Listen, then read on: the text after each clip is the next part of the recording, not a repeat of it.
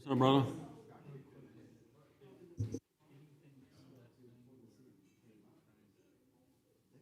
Yeah, the sheriff's office investigated and found that there was no probable cause for him to be charged with anything. However, she was found to be the primary aggressor, but he ended up refusing to press charges.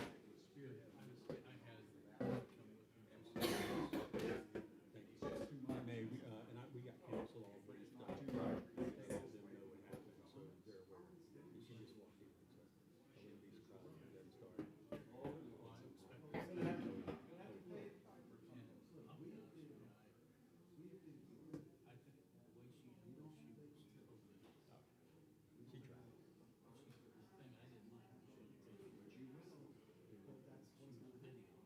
Oh yeah, well, she was also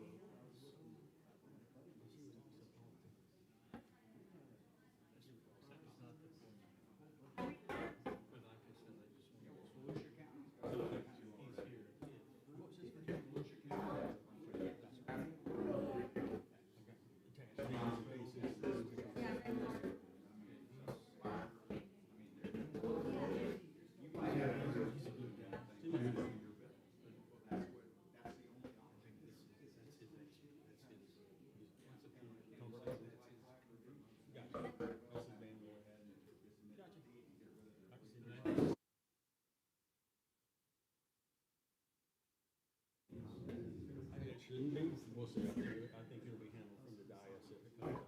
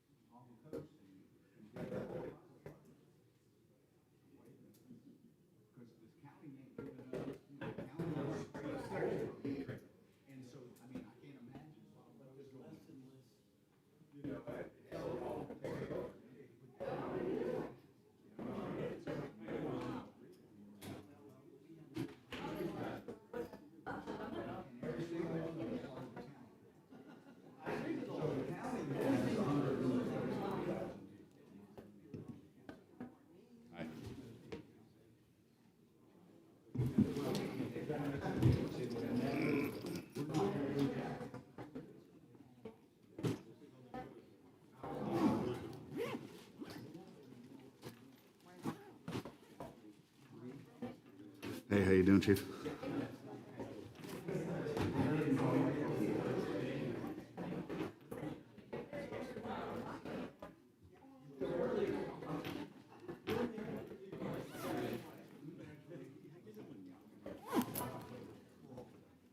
Hello, sir.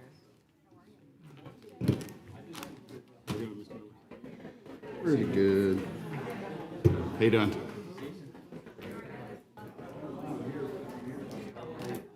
No, I put in a special request. Yeah, I raid the kids' snacks before I come to council.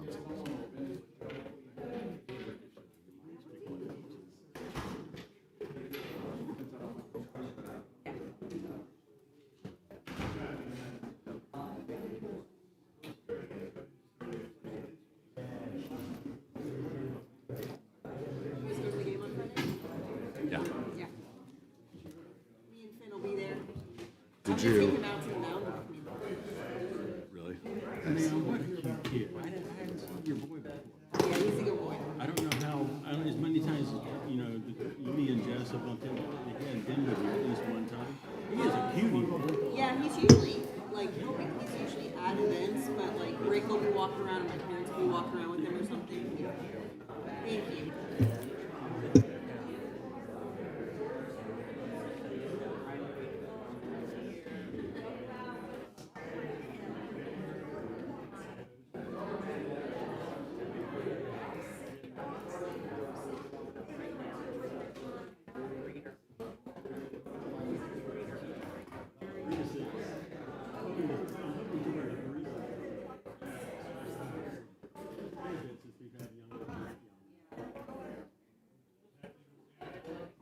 We just got our house all set up. It was Jess and I, when the plans changed. And it was like, okay, let's tear everything back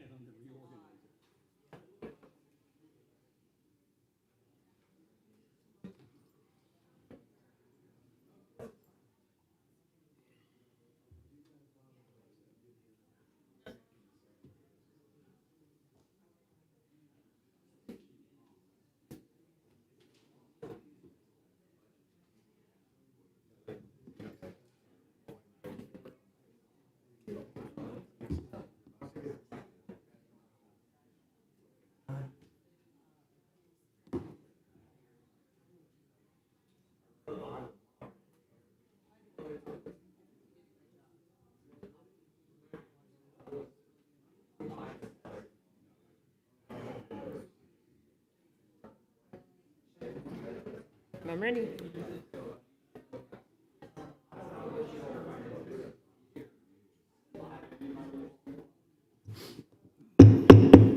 Good morning, everyone. Welcome to the City of Palm Coast City Council workshop. Today is Tuesday, July 14th, 2026. It's 9 a.m. We're in the John Netz Community Wing. I'm calling this meeting to order. If you have any devices, please silence them at this time. If you could, please stand with me for the Pledge of Allegiance and a short moment of silence.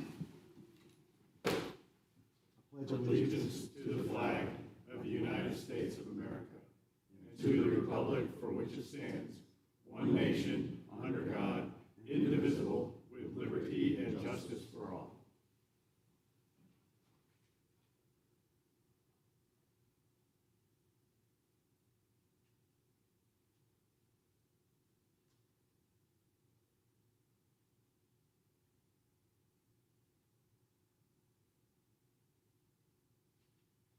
Thank you.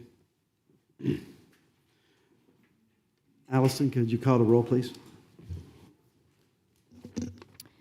Mayor Norris, Here. Vice Mayor Pontieri, Present. Councilmember Gambaro, Here. Councilmember Miller, Here. and Councilmember Sullivan. Here. All members are present. Thank you, ma'am. We're going to begin today's proceedings with public participation. If anyone has any public comment pertaining to matters not on the agenda, you will have time to speak on items that are on the agenda. But if you have any comments right now, please come forward. We'll allot 30 minutes for this period. Good morning. My husband has a saying, you can pretend to care, but you can't pretend to show up. There is a stomach bug that's linked directly to water, and it's actually listed in my handouts. We cannot contain water to just one or two roads. Boil water notices and hotspots need to be announced countywide because water travels. It's clear we have, again, a rogue council. We have two charter officers, one, the city attorney, who recites altered, unapproved charter language. The city manager, who claims the charter is not his purview, refuses to put eyes on the potential violations and laws in charter rule. We have two appointed seats. A parasite seat whose appointment expired November 25th, 2024, and a temporary who should have handed back the unopposed seat, but he's here to vote today. We have a vice mayor who has taken campaign donations from a developer and voted in their favor. That same person wrote the amendment that went on the 2024 ballot to remove our safeguards, and without a charter review process to amend our charter. I highly discourage approving any budget increases. This is where cuts should start. If you'll excuse me, I have water to filter and boil. Thank you. Yes, sir, Mr. Stone. Actually, this city has had problems from starting in 21-22 from the previous council, when they actually took a bid from a contractor to put in a lighting system on traffic. The lights still don't coordinate. You could sit 4 minutes at 100 coming down any one of those streets before the lights change, and no one gives an answer. I recently sent an email to Mr. Sullivan, no response. I did respond. No response at all. In addition, when you did the safety devices, particularly on Cinnamon Drive, where you let the guys come out and put any device they wanted. No supervision at all, nothing. The RC on the that section where we live, the streets are constantly flooding with the heavy rains. The mosquitoes are coming out, all the other insects. No correction. And the worst part, in the last two items, the RCC, the Republican Party, has victimized certain people running in office. during the campaigns.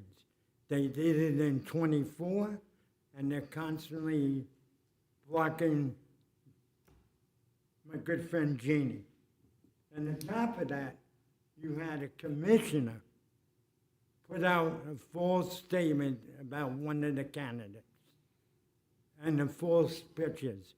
There's a man, a councilman, who's been thrown out of Georgia. Can't do any of its developments. He's been barred, and he's also been barred by the United States government for not paying taxes, and he's known as a slum landlord. You gotta treat people fair and square, and the very last thing, we have had a water problem since 2020. While you're making an attempt to correct it, we had a councilman who sits on this council said, oh, I could afford $300 a month all day long. That man took tons of contributions from contractors and developers. Of course he can. He's got money in his pocket from the developers. All these problems need to be corrected. Thank you. Thank you, sir. Anyone else for public comment? Yes, ma'am. Good morning. My name is Barbara Fay, and I live in the P section of Palm Coast. I'm here today regarding the ongoing review of Chapter 8 of our City Code of Ordinances, specifically as it attends to tethering, outdoor sheltering, and backyard breeding. I urge you to replace our vague, outdated guidelines with precise, enforceable language targeting 4 critical areas, which will empower our animal control officers to intervene before a medical emergency or neighborhood conflict arises. First, we must pass a strict attended tethering law. Leaving an animal chained or cabled outside unattended is a severe hazard. The ordinance should explicitly state that tethering is prohibited unless a responsible adult is physically present outdoors on the property with the animal. Second, we must establish precise structural requirements for adequate outdoor housing. In our severe climate, a traditional plastic or wooden doghouse acts like an oven under the sun. The ordinance must mandate enclosures with a waterproof roof, well-ventilated walls, and a raised floor to block ground heat, alongside separate, continuous shade. We must explicitly ban unventilated plastic bins, metal barrels, or uninsulated sheds, which rapidly turn into lethal heat traps. Third, I urge the council to implement a strict overnight confinement ban, prohibiting domestic pets from being left confined outdoors between 10 p.m. and 6 a.m. This protects animals from predatory wildlife and nocturnal storms, while stopping the persistent nuisance barking that disrupts our neighborhoods. Finally, we must address hobby breeder restrictions. Our loose historical definitions allow unregulated backyard breeders to exploit residential neighborhoods, heavily contributing to shelter overcrowding. I urge the council to look directly at Volusia County hobby breeder permit guidelines as a model. We should adopt their strict criteria, requiring breeders to be active membership in a national animal registry, mandating that all animals be microchipped, capping production at a maximum of 2 litters per year, and legally requiring breeders to have a written plan to accept returned animals. Crucially, our ordinance must build on this by subjecting this permitted properties to ongoing inspections while actively breeding, to ensure that sanitation, spacing, and welfare standards are continuously maintained throughout the breeding cycle. Please ensure that Chapter 8 rewrite provides these airtight definitions to keep Palm Coast safe and humane. Thank you for your time. Thank you, ma'am. Could you, Ms. Barbara Grossman, can you hold up your hand? Can you reach out to Ms. Grossman in the back? Anyone else for public comment? Excuse me, Mr. Mayor, and I'll also have some follow-up with Mrs. Fay as well. Okay, thank you. Seeing no one come forward, we're going to end this public participation. Bring it back to Dash. You just had that one follow-up, City Manager? Yes, sir. Councilman Miller, you have anything? Yes, Mr. Mayor. I was going to say, I believe I interacted with Barbara on social media as well, and I know that we're looking to make changes to the code specifically about animal control and the rules involved. as it is. So I would ask the council to give consent for the Community Development Department to look at the conversation that was just brought to us and see in terms of best practices what's going around the state and potentially bring some of those changes as well. I'm not sure if some of that is stuff we're already working on. I know we're talking about repeat offenders and things like that, making changes in regards to that. But I would also like staff to potentially make those suggestions in terms of what best practices are in regards to what Ms. Fay brought up. I have no problem with that. Anyone? Everybody's good with that? You got anything about it? Was that it? That's it. Vice Mayor? Oh, yeah, my consensus, so. Yes, sir. Go right ahead. Yeah, since my name was mentioned by Mr. Stone, I did get his email. He had a couple of issues. I responded with an email. I called mosquito control to see if anything could be done about the mosquito problem with the place next door. The other issue was 100, and I explained that that's a major issue that we've addressed repeatedly, and that I can't personally, I have to go through the staff, and it's going to take time to make additional improvements, but we're doing what we can. Thank you, So sir. I did respond, and so he is incorrect in saying that I did not respond. Thank you, sir. Anything else from the council? Seeing no one with any comments, we're going to move on to presentations. Our first presentation is proposed fiscal year 2027 general fund IT operations and facilities budget and trim options.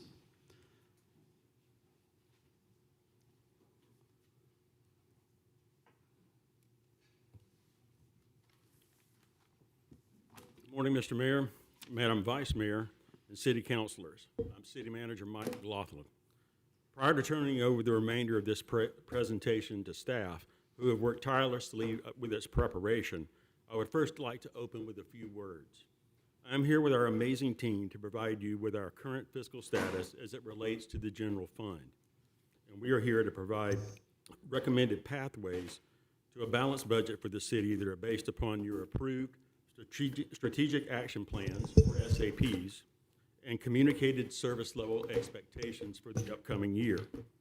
Based upon the approved SAPs, which include the past ones that have rolled to operations, current ones that are still being worked on, and those that have just been approved for the upcoming budget year, along with your desired service level expectations, staff is strongly recommending a slight millage increase for this year's upcoming budget to 4.2296 as a starting discussion point for budget deliberations.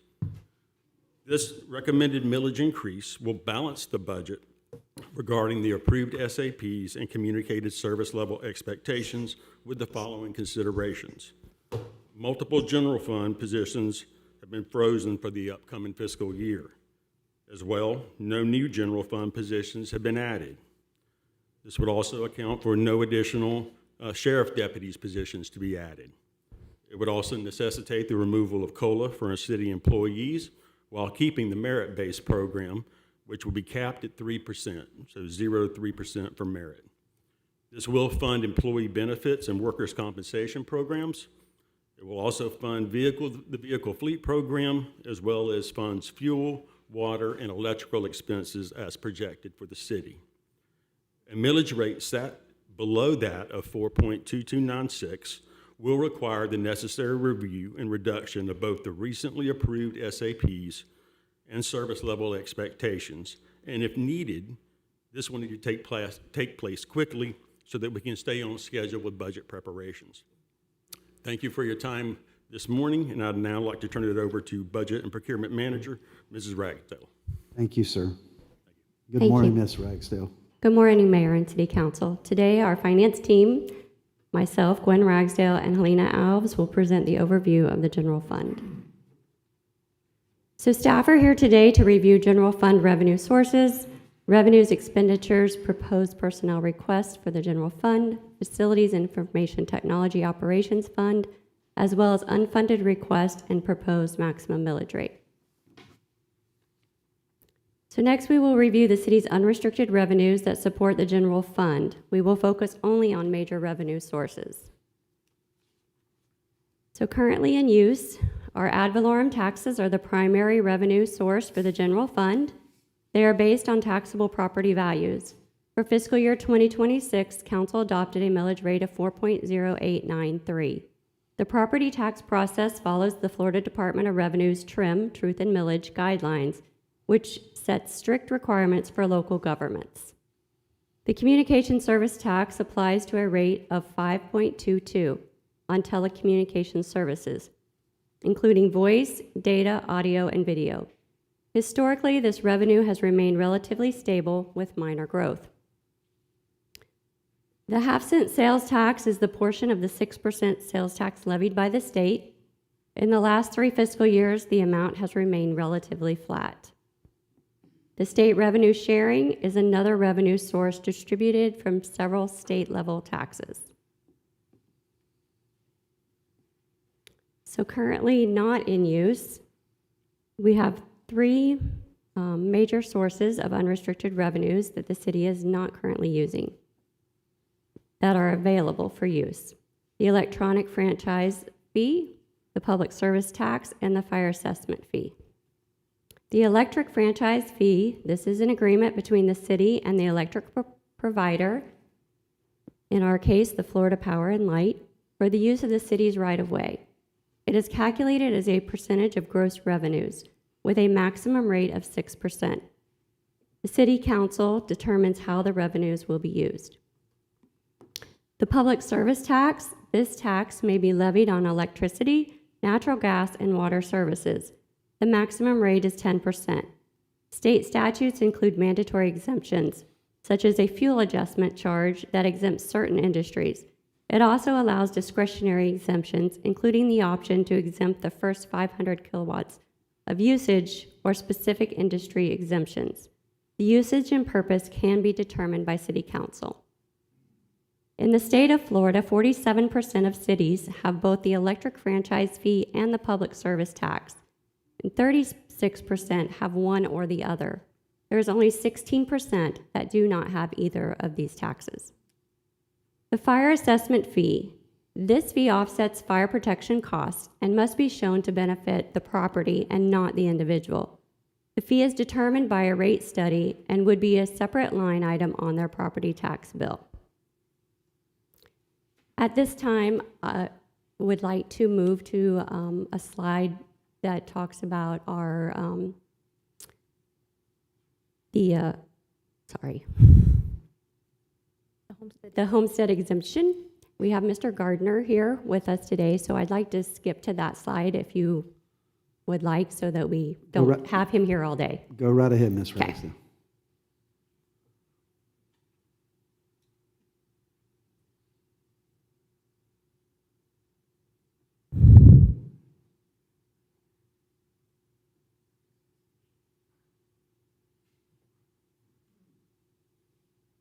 Okay. As requested, this slide shows the approximate revenue loss if the bill is passed in November. The property appraiser is still calculating the impact of the non-homesteaded exemption from 10% to 5%, and we will update you once that information is available. But based on the current estimates, a $150,000 exemption would result in potential revenue loss and approximately $9.2 million, and a $250,000 exemption would result in a loss of approximately $15.9 million. Can I add to that? So yesterday, actually, the Revenue Estimating Conference at the state published their estimates of the impacts. And so just to show what the state is estimating, let me scroll to it real quick. Just one per. So they do both every county as well as the municipalities in between. So as part of their estimates, they estimate that Flagler County, Palm Coast, Florida, in the first year will be impacted by $12,400,000, and then in the second year, $21,700,000. So even greater than these estimates. I presume that they're including in that commercial cap potentially. That's kind of the difference there. But it's almost $13 million and $22 million according to the state. Do we know if that's based on a static approach or a weighted approach? I haven't gone through this. I received this like late afternoon yesterday, and haven't had a chance to review what their approach was, but this is the state based on their understanding of their own bill. So I would assume that they probably know more about it than anybody else trying to do these estimates. Do we know if these figures on the screen, do we know how this approach or these figures were arrived at? Was it static or weighted? So what we did is we worked with the property appraiser's office, and Mr. Gardner's here, to figure out what would be our taxable value if the exemptions had gone in place for fiscal year 25 values. So taking the taxable value that, as they calculated, we added our millage rate, right, the adopted millage rate for the year, and calculated what 96% would be in revenue, backed that out of our actual revenue for the year, and that's where the estimates came. So Would not you- sure, how the state came up with theirs, but I would think that theirs would be more targeted since they created the And tax exempt rules. Vice Mayor, what you're asking for is a by property version of this versus just trying to apply the exemption equally across the total aggregate amount, right? Well, yeah, because right now we have caps on increases, we have. Right, other each property, exemptions. Correct. in effect, each property would be treated separately. They would have Yes. their own cap. Anything under the 250 would be a full exemption. Anything over would be a partial exemption. Whereas if we're just applying 150 and 250 times the number of households times the total appraised value, then it's not going to capture as accurately the estimates. Mr. Gardner, would you like to make some comments?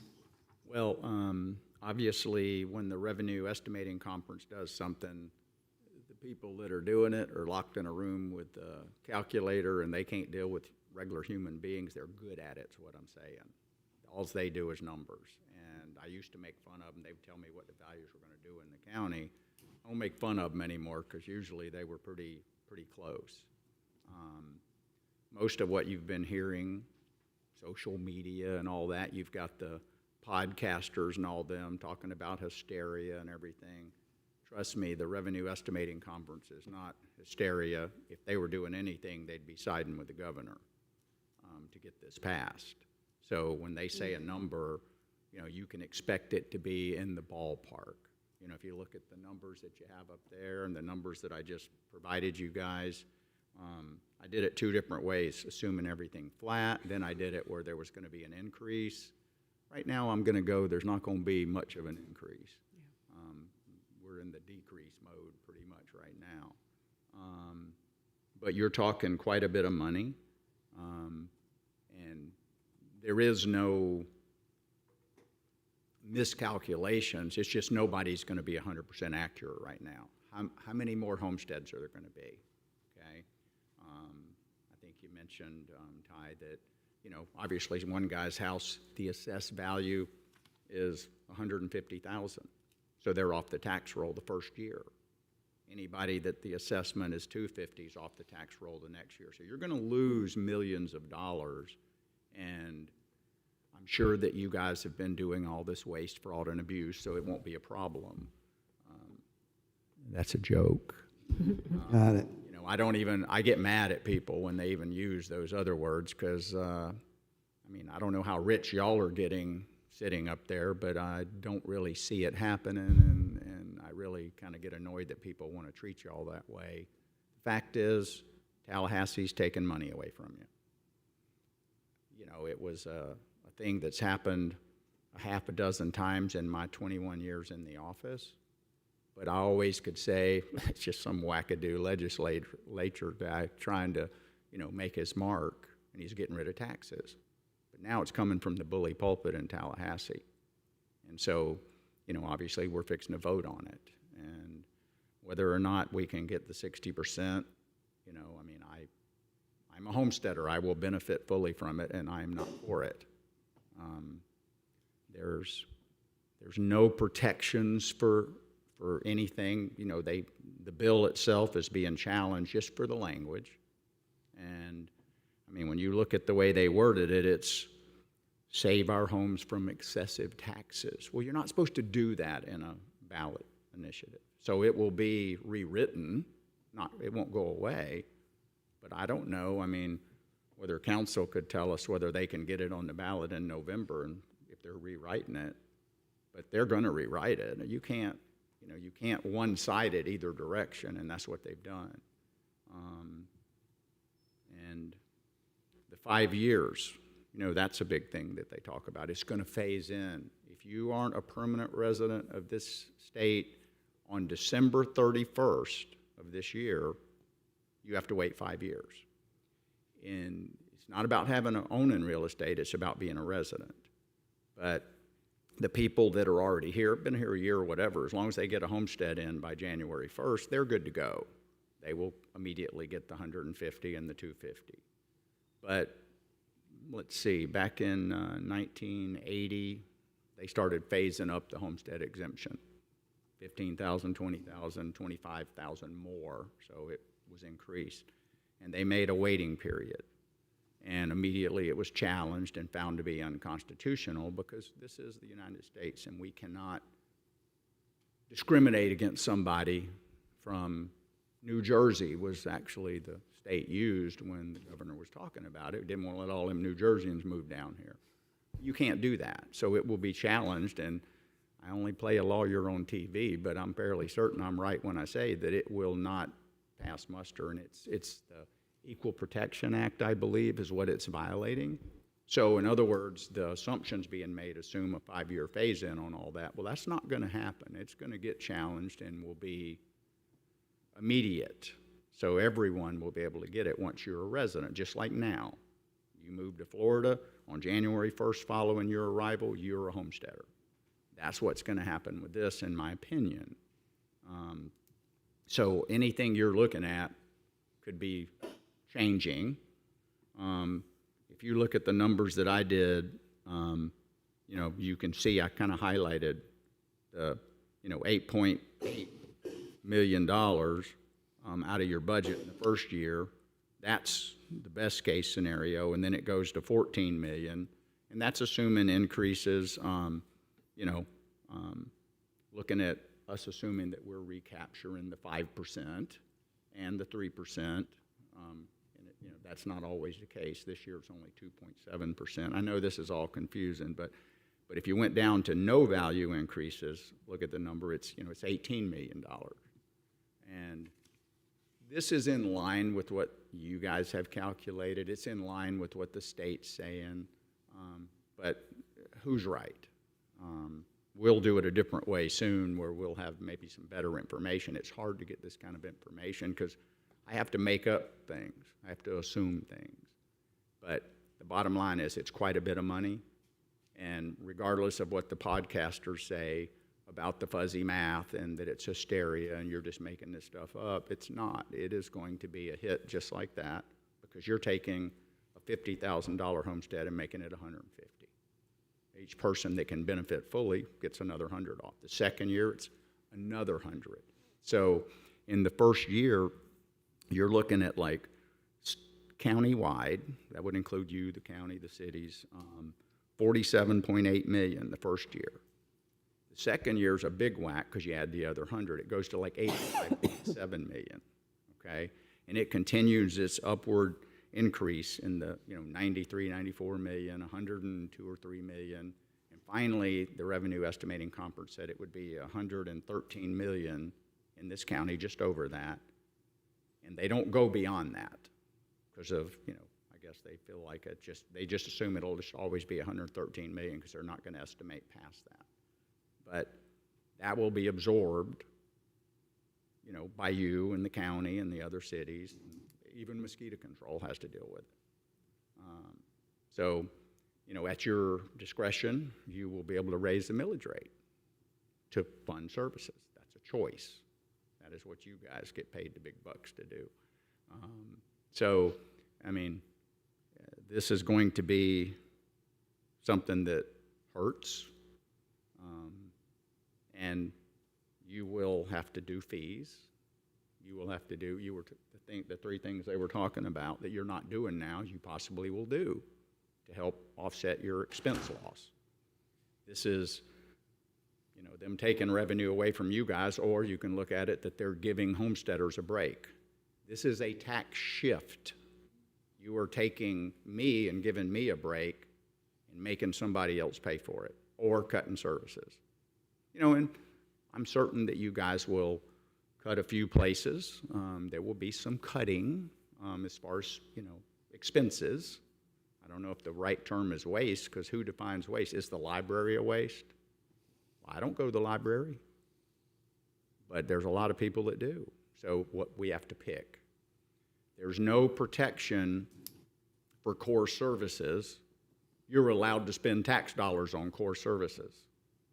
Okay, think about what I just said, because everyone believes law enforcement is protected. No, it's not. If you don't have any money, you can't write a check. And there's no guarantees for anything. There is no fund established to help Benell when they can't pay their bill. You know, in some areas will get hurt much worse than others. And the misconception that even in the way they describe it, the bill for us to vote on it says that ensuring funding for core services. It does not ensure anything. That is a misstatement that will mislead the public. It says protecting small businesses. How? When you raise the millage rate, they're going to pay more. So it doesn't protect anything. Fairness. Well, our tax system's not fair. The longer you've been here, the better off you are. Someone moves on next door to me today, they're going to pay more tax than me on the same property. That's Save Our Homes. I mean, that 3% cap makes a difference when values go up.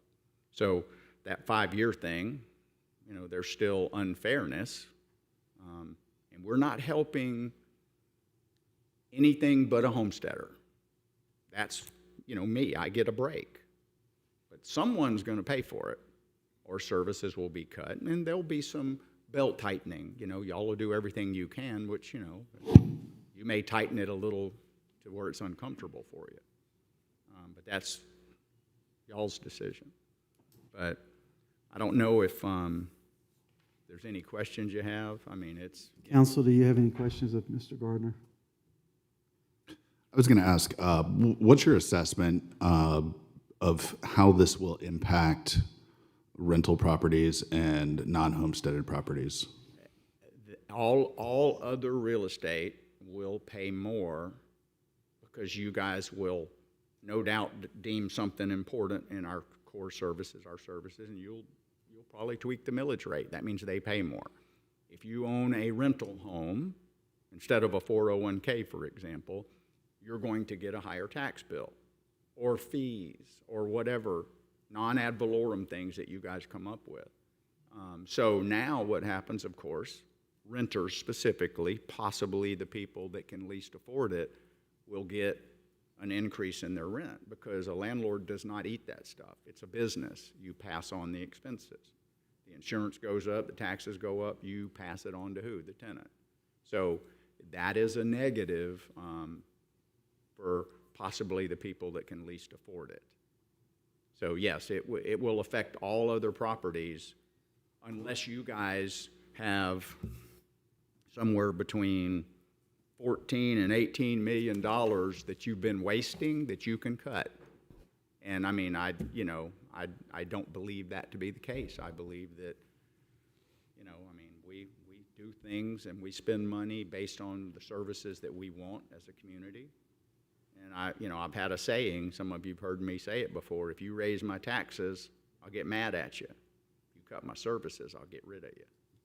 That's the way I've always felt about it. Now it's kind of all on the forefront, and with social media, it's really getting play.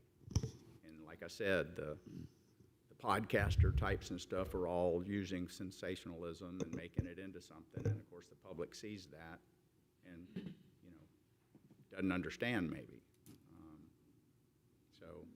That's my take on it. And Anything else from the council? Yeah, I'd also just like to illustrate the point that you were talking about with public safety being protected, but not really being protected. If we look at our current budget, so a rollback budget, It's roughly $43 million of ad valorem receipts. The proposed budgets for public safety, I think, come in right at about 25 or 30 million, right? So that leaves 13 million over. If we look at the impact on year 2 of this bill, that's minus 21 million. So that means we're minus $8 million if we fund public safety and public safety only. So it does seem to be making some huge impacts. We do have some big decisions to make and try to figure out how we're going to fund everything that the residents deem to be essential versus non-essential. Go ahead, Dave. Go ahead. Yeah, I just wanted to point out, as you've indicated, and thank you for being here, Jay. We appreciate the information. But I don't think people are understanding what this means to business. There are no tax breaks for business, and they will pay the full millage rate, whatever it is, and probably at some point will have to go up. There's no, there are no, save our homes deals for them. So businesses will continue to pay, the current businesses that are only producing about 9% of our ad valorem taxes now, automatically will be paying a higher percentage of the taxes. But the one thing we've been saying in our strategic plans and everything else is we need to attract business into the county to increase the amount of business we have to help with our tax base. This particular amendment does nothing. It actually will increase taxes relatively for all the businesses. Yes, and just so everybody understands, the 10% cap being moved down to 5% that's kind of a stopgap, and the schools are immune to that, of course. But it's not like they're getting 5% break because of this changing. What it means is they're protected from one person in this world, and that's just me. Okay, I can't raise their assessment more than 5%. But if you raise the millage rate, that's cash on cash. The 5% has nothing to do with the tax rate. So is it a good thing for businesses? Yeah. When values are going up, it certainly is. And when I recapture, anybody with homestead that's been here a long time noticed their assessment went up even though their market value went down. And I have to explain that a lot. But the bottom line is that whenever you have a below market assessment, we always pull it back by the CPI or 3%, whichever's less in homesteaders. Well, the same thing with the 10% cap. We pull it back at 10%. Well, that'll go to 5. So if they've been here and the values of their property has gone up, it'll slow the increase down, but it does not lower their taxes. So, I mean, it is a good thing that you're slowing business increases down, but this will make you guys make some hard decisions, including a millage rate increase. And of course, you're constitutionally capped 10%, 10 mils. You're at what, 5, less than 5. So you have the ability. Mosquito control, they're 0.35 of a mil right now.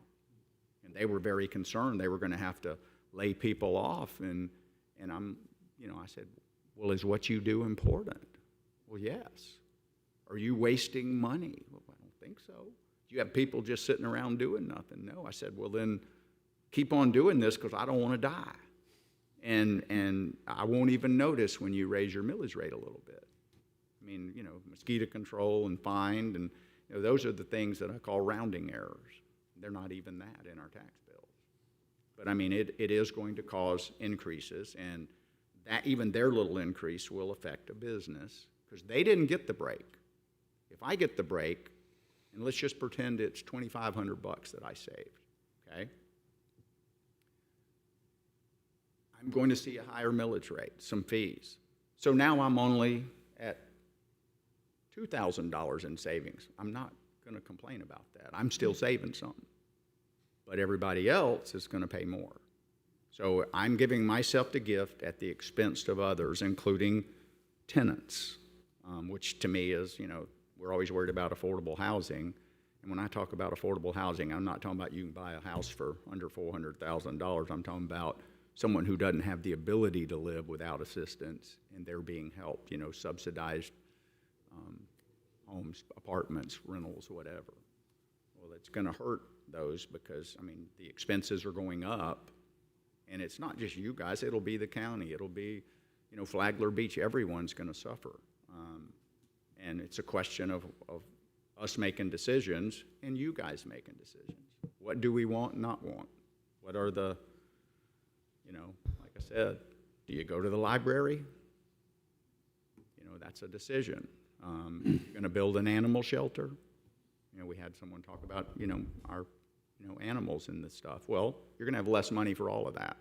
And one thing about the bill, it has a list of what it sees as core services. And you cannot spend tax dollars on things that are not listed. And so I don't know what that's going to do. Can the county put money into the library? Well, it's not a core service. So it's gonna have a lot of effects, and I don't know. Unfortunately, there's a chance this is going to pass.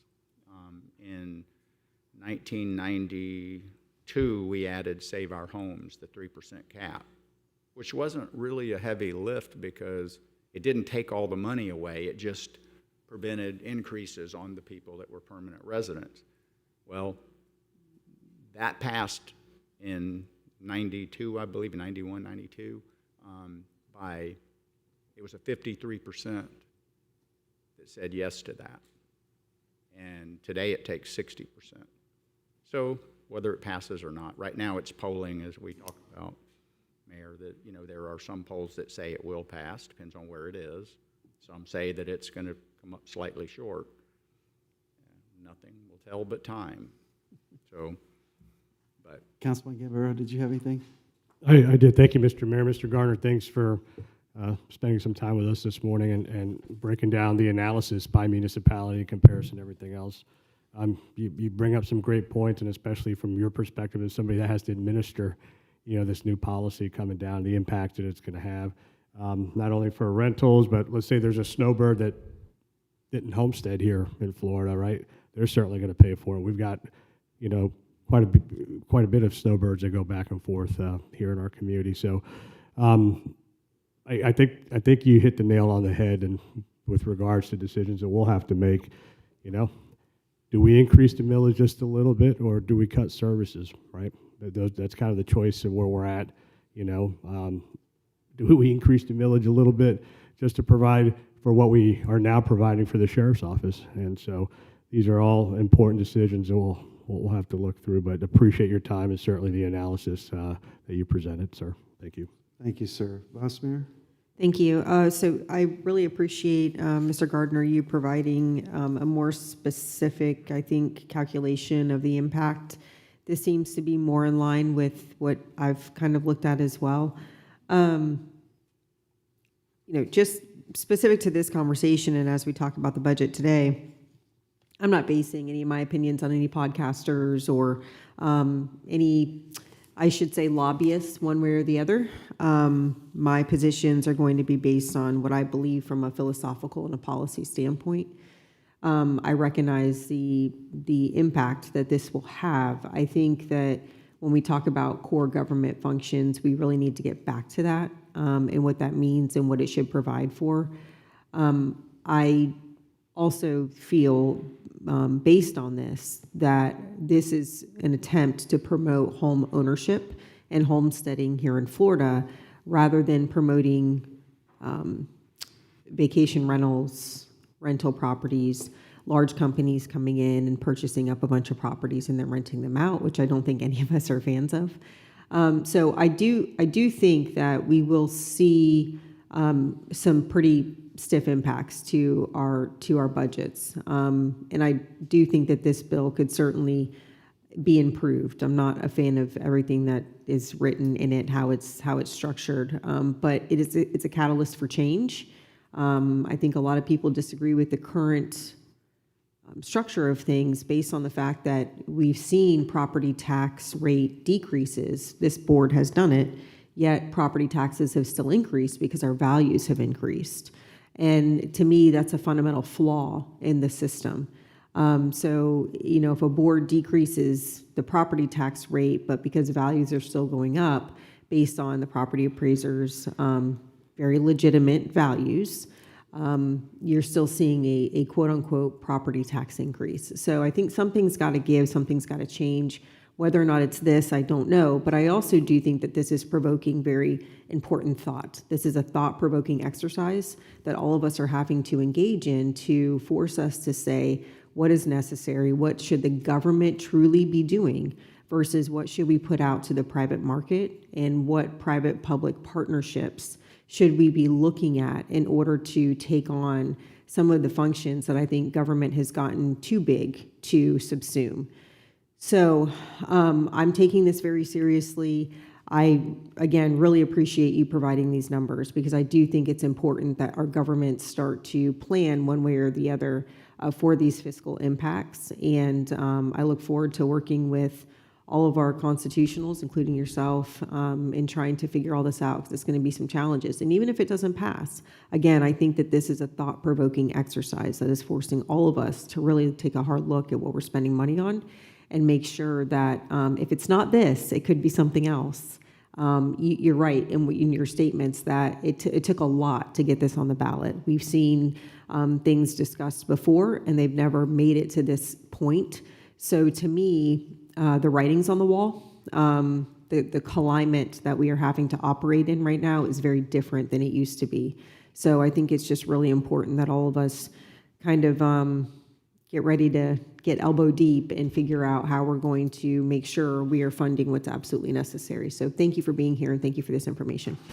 So with the equation, I've had, I mean, it's January, and I don't send anything to the public till August on what we're coming up with and what all the millage rates and everything. But I'd get a phone call, and not from you guys, but this was a former administrator in the county, and call me in January, wanting to know what the values are going to do. And I said, well, what's it got to do with anything? Because you guys come up with a budget, and then you should turn around and look at me and say, okay, here's what they've got for us. This is the millage rate to fund our legitimate budget that's, you know, all done properly. So by, having someone lower the millage rate 1/10 of a mil, well, if I went up 5%, that's a tax increase. So I heard y'all talking about like the rollback rate and everything. Well, that's something that doesn't get kicked around very often, and right now everyone's kicking it around. If we had been rolling back every year and then stopping and looking and saying, okay, we need a little bit more money to fund this, and you tell the people here what you're doing, and you raise the millage rate to pay for the things that they want. I mean, you guys are spending money on us. So, that's the way a budget process should work. It tends to be more like, how much more money are we getting? And that's what I've seen in my years in office. When I first started, I raised the value, taxable value, 38% in my first year, okay? And the county, then they're no longer in office, the guy patted himself on the back and bragged about their low millage rate, and they had proceeded to lower their millage rate 4%. I raised value 38% taxable, and they lowered it 4%. I'm from Mississippi, so I'm a little slow, but let's just round it to 34% increase. And they're bragging. And I remember going, and I wasn't going to their meetings because it's not my budget. And so I called up the commissioners at that point and said, if something like that's ever said again, I'm the next guy on the podium. And I was new to this, and I understood that. And that was our elected body, and they didn't understand. They thought they had done something good by lowering the millage rate 4% versus a 38% increase in value. So that's the way you've got to look at it. What is your budget? And then you turn around and say, okay, here's the amount of money that's within the boundaries of the city that we get to multiply by. So what millage rate will fund our budget? And, it's a matter of you guys deciding. And the system itself, I mean, how many people in here, raise your hand if you know how much you paid in sales tax this year? And also, where are you going to get that money from? Tallahassee. So I guess you send someone up there to beg. That'll be Mike's new job, begging, you know, for money at Tallahassee. So taxes have always been a very stable source. It's not affected much by the economy or anything, where sales tax or, you know, terrorism, anything could slow down tourism, for example. So if you're totally reliant on something like that, then you're going to deal with the economics of it. So yes, could there be something different? Absolutely. But the system itself, the only people that are mad right now are the new people. Because anyone that was here prior to, say, 2020, COVID time, you know, in 21, we had a huge value increase. If you were already living here, you didn't notice. But the new people are the ones next door to you are looking at your tax bill. I understand that. Like I said earlier, it's not fair. But raise your hand if you're going to vote to raise your taxes to make it more fair. You know, I mean, I realize that there's an inequity in our system. But we voted for that. We voted to give 100% veteran a tax bill of 0. 100% disabled veteran pays nothing. That was a choice we made because we care about them. Now, when we do this and we change it, well, right now they're not paying tax. If we do away with taxes, what are you going to do now? Because the higher sales tax and fees and stuff, they will pay. So there's a whole lot of moving parts here that no one's talking about. But at the end of the day, it's a good structure. Do people like it? Well, I listen to some of the arguments made, and they don't make sense. They don't understand. And it's going up, it's going up, it's going up. How much does it go up? You have a 3% cap. I mean, this year, the homesteaders that have been here a long time, their bill, their assessed value will go up by 2.7%. And when they come in mad about that, what I do is I do the calculation of all the money they've saved over the last 10 years, say, this is what you're actually saving, and you're still saving money over the guy next door to you that just moved here. So, yes, you went up some, but that's the way the law was written. It recaptures. So it's not near as bad for most of the residents. Most homesteaders didn't go to Tallahassee and ask for this. It's the new people, and I feel their pain. I understand. I not only feel it, they all come see me, so I do get to talk about it. But anyway, you know, you do your budget and spend wisely, we shouldn't have a problem. If you do rollback when you can, we wouldn't be sitting here today. I think y'all did rollback one time a few years ago. Other than that, you know, and I mean, I won't be cutting my budget because I'm up less than 1%. I'm less than inflation. Your Got the budget's same employees I had 21 years ago, same number. But I mean, I try, and listen, I can reach my arms around my little budget, okay, and my staff. If someone gets a new computer, I know about it. It's my little office, right? You guys got departments way bigger than me, so it's probably hard keeping up with everything. But You've been very fiscally responsible, which I can appreciate as a taxpayer, so thank you for that. anyway, if you need anything else associated with it, please let me know. I got to meet Mike today, thank you. And, you know, if he needs anything, y'all let me know, okay? All right, thank you, Mr. Gardner. A wealth of knowledge. I would say that Mr. Gardner's right, and it's not for me to decide what the constituents vote on. If the majority of the people in this city want to vote, we're gonna work with what we have.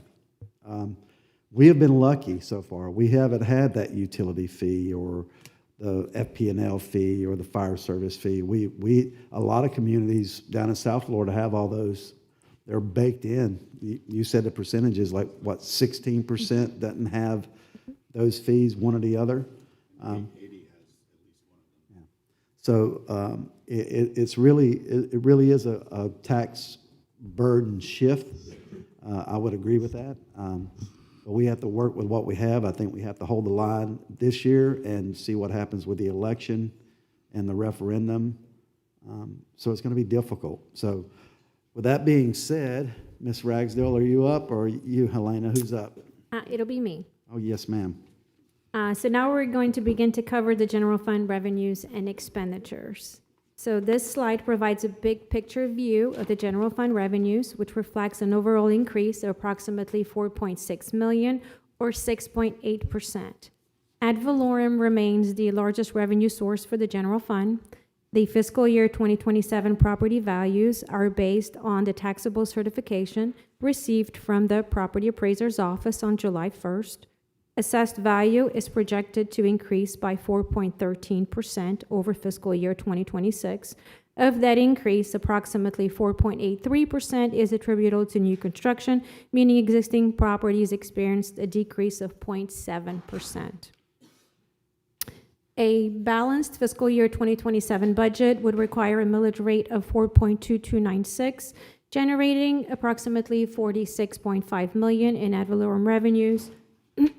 All ad valorem revenues would remain in the general fund. There is no proposed transfer to stormwater. We will review proposed millage options and property tax history later in this presentation. So your next category are state revenues, half-cent sales tax, communication tax, and state revenue sharing. We are still waiting for revenue projections from the state, which will be later in July and August. We have built conservative estimates for now based on historical experience. However, we're not expecting any significant increases. They've been fairly stable over the past 3 years. Other taxes. This category includes business tax, which has remained relatively flat and stable, and the fire insurance premium tax that supports the Section 175 pension. Elena, can I ask a question? Of course. I assume maybe some of them are different, but in terms of state revenue and some of the half cents, how is that distributed? What's the calculations for how that's distributed? It seems strange to me that, for instance, a half-cent sales tax would remain relatively flat, given that we have growth in population happening. You would think that there would be more sales of goods and services occurring, and so that would go up. For instance, later on, you're going to show a slide that has, the population changes over time in relation to the millage, and I believe it's something like 7% is what's estimated for this past year's population change. So I would expect maybe like a 7% increase in sales tax, right? And so I guess maybe there's a different distribution method than just, more money comes in and more money goes out to each of the municipalities. So could you explain that? Yes, that is correct. So this is the portion of the state 6%. So it's determined by the state how they allocate it back to municipalities and counties. I don't believe it's related to how much sales is collected within a specific municipality. Our sales tax, our taxable sales have increased, and we keep track of those for the small county surtax. That's our half cent that is used to support the capital projects fund, and that one has been increased. This is the portion that is determined by the state of how they distribute. So there's no strict formula on how the state passes that back? Yes, they have a formula that they use, but I think it's believed on overall what they collect for the year, overall growth within the state. It's not necessarily localized to us. Okay.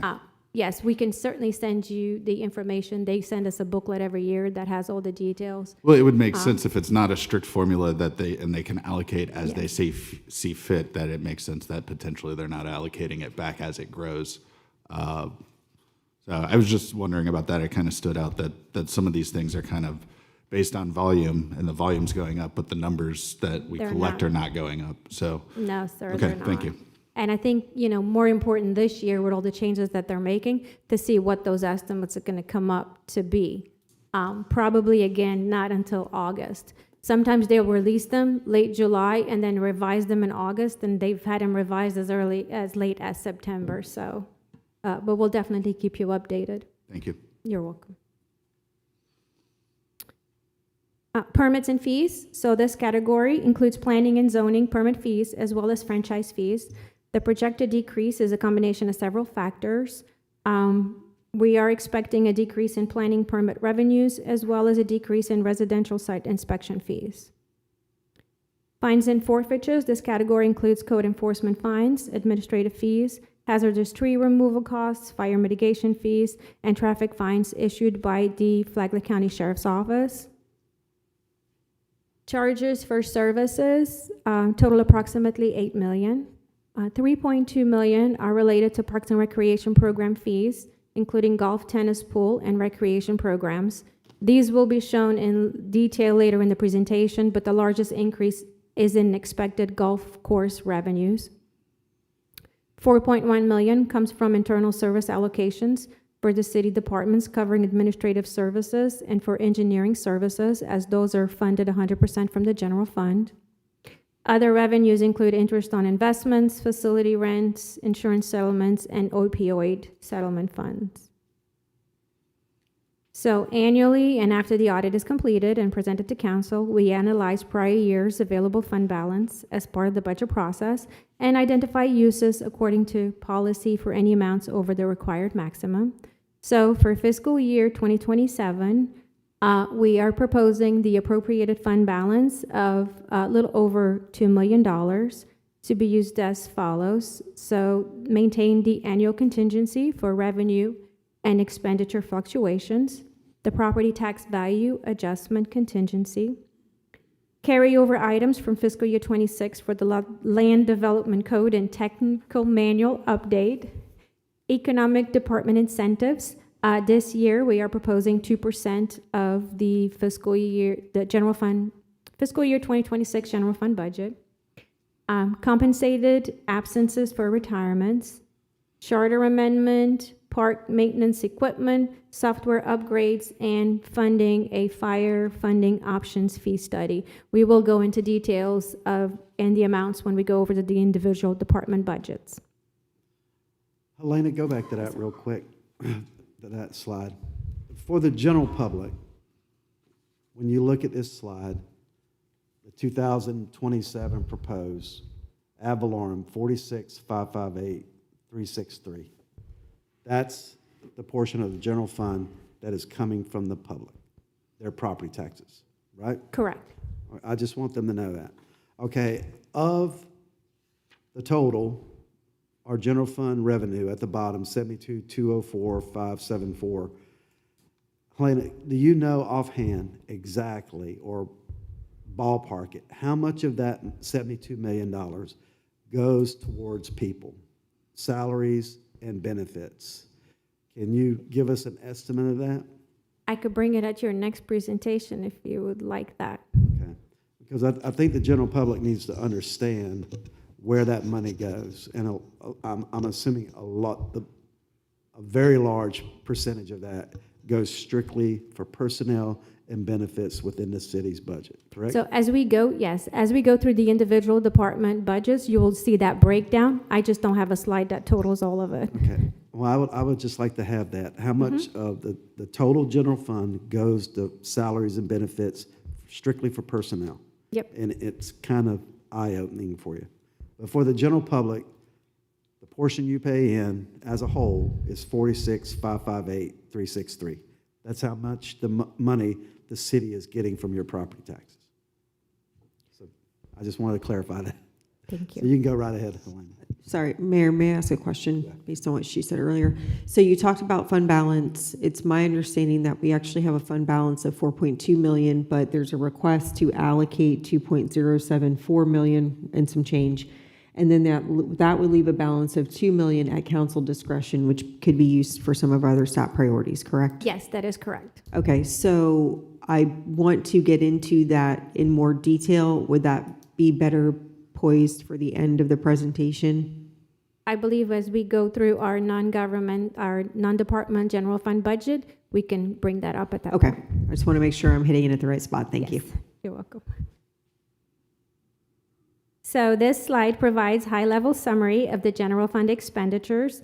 The department directors will go over detail on their individual budgets, so I'll keep this overview brief. Total general fund budget, again, 72 million, increase of 4.6 million or 6.8% compared to fiscal year 2026. We are working closely with risk management and our insurance provider to review our needs as a city, as well as balance increases that we have experienced. So risk management is reviewing in detail the insurance provider supplied list of insured property and premium per item. This is going to allow us to better balance insurance costs and mitigate losses. So for fiscal year 27, we are updating our insurance allocations. And as a result, some of the department budgets are going to be increasing while others are decreasing, but overall, the cost will still be the same.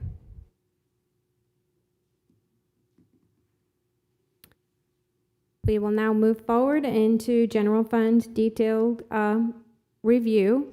The budget worksheets were provided to council and the public as part of the agenda package. So this slide provides an overview of general fund positions. There are no new positions requested for fiscal year 2027. We will review position details within each department's budget.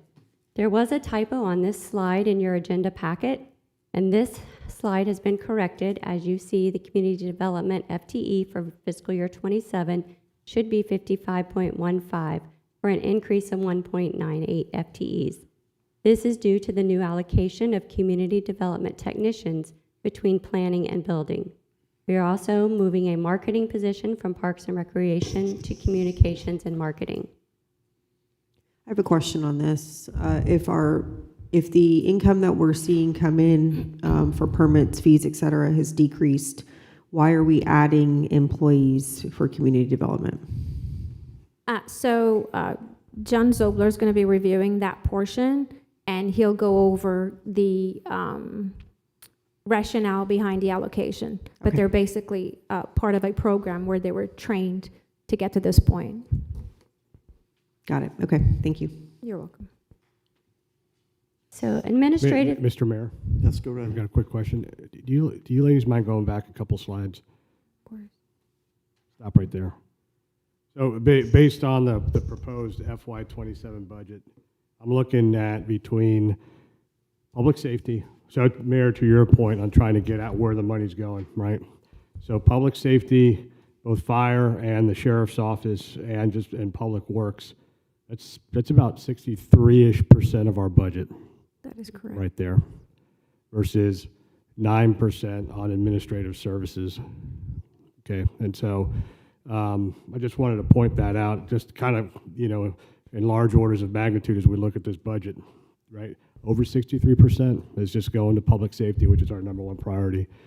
9% is in administrative services, and we'll go into that here as we go through it, but that's a lot, right? And those are the basic services that our residents expect, to be protected from fire, from bad guys, from everything else, and also the appeal of what brings us to Palm Coast, which is how it looks, right? And Matt and his team in the back, they do a great job working nonstop, trying to catch up to the grass growing, crazy, right, in the summertime. So but I think that's a good, for the public's benefit, not just salaries, but looking at where,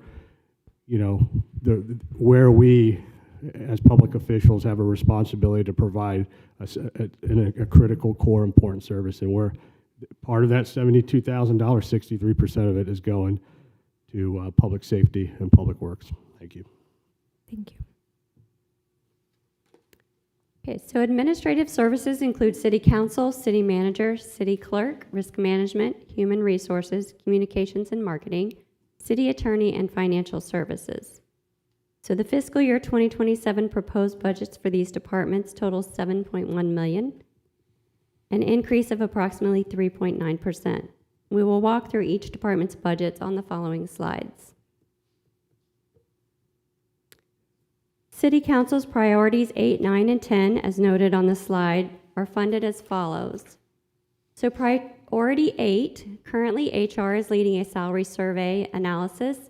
Any recommendations are still pending and are not incorporated into the budget. Priority 9, we added $100,000 from fund balance for fire funding options analysis. Priority 10, we've added $50,000 for grant writing services.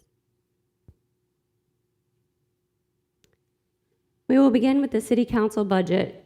The fiscal year 2027 decrease is primarily due to the Charter Review Committee project being completed in fiscal year 2026. So you see a decrease of 8.3%. The city manager and city clerk's office budget are increasing due to the realignment of the risk management, which moved from human resources to the city manager's office. This budget also reflects the continued unfunding of the grants coordinator position at approximately $100,000. I have a question on this budget. Do we currently have a city manager contingency that comes out of this budget? No, it's out of the So the non-departmental. city manager contingency is housed in non-departmental budget. And if there is a need to use that contingency, we have a budget transfer process with approvals to move it to the department's individual budgets.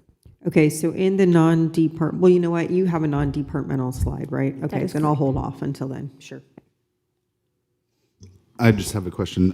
In terms of the risk management position, what was the salary for that position? I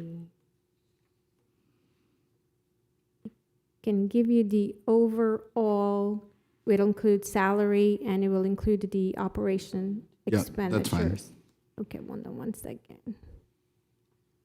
212, Okay, so that's everything involved with risk management. that is correct. Thank you. You're welcome. And as you can see on the slide, this is what I meant by, we have the breakdown between personnel services, operating expenditures, internal service fund allocations, and interfund transfers for each department budget. We just didn't have an overall total at the end. Okay, the city attorney's budget is increasing projected due to specific legal cases types not covered under the retainer contract. You also see the same increase in fiscal year 2026 projected budget. How do we anticipate paying for this $50,000 overage in this fiscal year? So we're projecting it to go over, right? By 50,000? That is correct. We are projecting it to go over. That's why we're requesting an additional $50,000. For next year, right? That is But- correct. But what are we pulling, what are we pulling from this year in order to cover that anticipated overage? So part of the action that you take in September is to adopt the 2027 budget, but is also to amend your fiscal year 2026 budget. So part of that amendment will be the additional legal costs to the city attorney. Right, but where will that money come from? So part of it will come from the city manager contingency, and the other part will come from unbudgeted revenues. For instance, your interest income on short-term investments is coming in higher. So what we do is we recognize the additional interest income revenue, and then we reduce your appropriated fund balance. That's all part of your action on the first public hearing. Will we see the anticipated interest fund income in this presentation today for fiscal year 27? Yes, ma'am. It's part of, if we go back to the slide on the general fund revenues. So right there where it talks about other revenues, that includes a pool of opioid, facility rents, and interest income. You see that your adopted budget was at $459,000, and then our estimate is at $1.2 million. So that's additional revenue. It's literally related to interest income on short-term investments. Okay, so that total number is that, or is that? The increase is pretty much that. Okay, that's what I Yes. was wondering, because I know you said it was a couple different things, but that's, for the most part, that's what we're talking about. That's what we're talking about, Got it. exactly. Okay.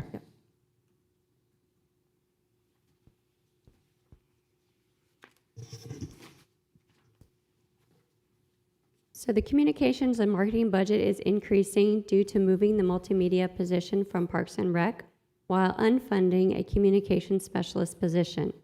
This budget also reflects higher cost and internal allocations for facilities and IT.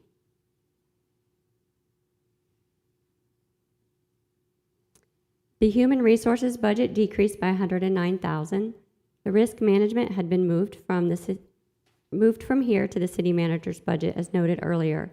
The Human Resources Specialist was unfunded in fiscal year 2026 and will remain unfunded for fiscal year 2027 due to budget constraints.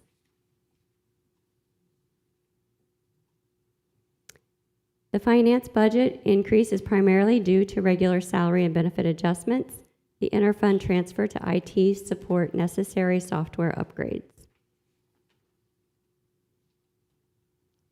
The construction management and engineering budget decrease is primarily due to unfunding a project manager 3 position for fiscal year 2027.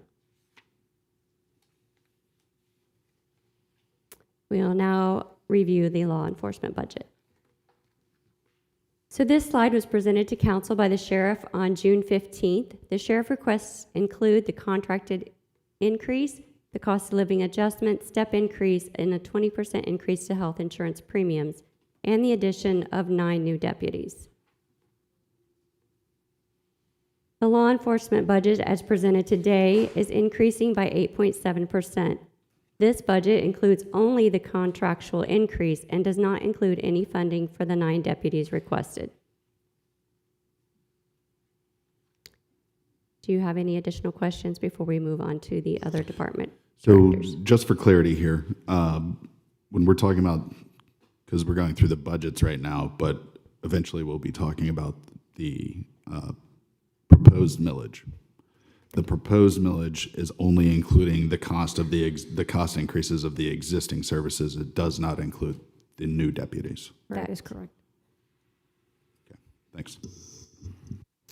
Okay, I will now turn it over to John Zobler, the Community Development Director. Good morning, John. Morning, John Zobler, Community Development Director. Under the planning change here, you'll see that there's a $422,000 increase in the planning department, and that comes from the reallocation of salaries and benefits for 2 permit clerks. Previously, the 4 permit clerks were provided for under the Building Enterprise Fund. We've spent over a year and a half cross-training the permit clerks to handle both zoning issues and building issues, so their workload is now split 50-50 between planning and building. So we shifted 50% of those expenses, because that's where they belong, to the planning department. That's what that money is about. So are we technically adding any new positions? Oh, ma'am. Okay, that was a little unclear. Sorry. To this, I put this on the wrong slide. So here's the personnel allocation that he was just talking about. That's allocated to planning. It's on the code slide versus planning, where it should be. Right. Yes. Those are the adjustments, the shifts. Got it, okay. That does clear things up. I was confused. Sorry. Okay, and then the $407,000 for code enforcement, what's the reason for that change, that increase? We had a meeting last week with the Animal Control. Our contract expires on October 8th with Florida Humane Society, and they've informed us at that meeting that they're going to be going to a full cost accounting system. We currently pay $156 per stray animal. They anticipate, under their full cost accounting system, their cost goes to $392.64, which is a doubling, more than a doubling of the fee. I've asked them for additional detail of that analysis to look at those numbers, but that's largely where that increase is coming from. Have we gotten that detail? No, we just had the first meeting last week. They informed us of that. I wrote them back an email respectfully requesting additional detail about that increase. So the $407,919, that's purely, is that the full amount accredited to that increase, that contractual increase? I asked the budget office to double the current expense of our contract, which is $156, and so that's the lion's share of that, and I don't know what the... Based on those rates that you just mentioned, it would actually be more than double, likely, It would, and unless there was a reduction in the amount of animals that we take. Right. And we haven't finished negotiations on that, but clearly it's at least double. Can you tell me those rates again, John? They're telling us that their cost per stray animal is $392.64. We are currently paying $156 per stray animal. Didn't that go up too? We just increased it Yeah. from a previous amount. And our license tag revenue currently is at 171. Yeah, because we increased the license based on what the Humane Society told us their costs were. Right. So they've changed their model. They indicated that they're no longer going to subsidize the donations that we receive. They want to dedicate those donations towards a capital campaign. And for our services, they need to go to full cost recovery. So rather than doing a capital campaign, they're going to take donations and put them towards a capital campaign. Got it. And not performing their mission of helping animals with those donations. Okay.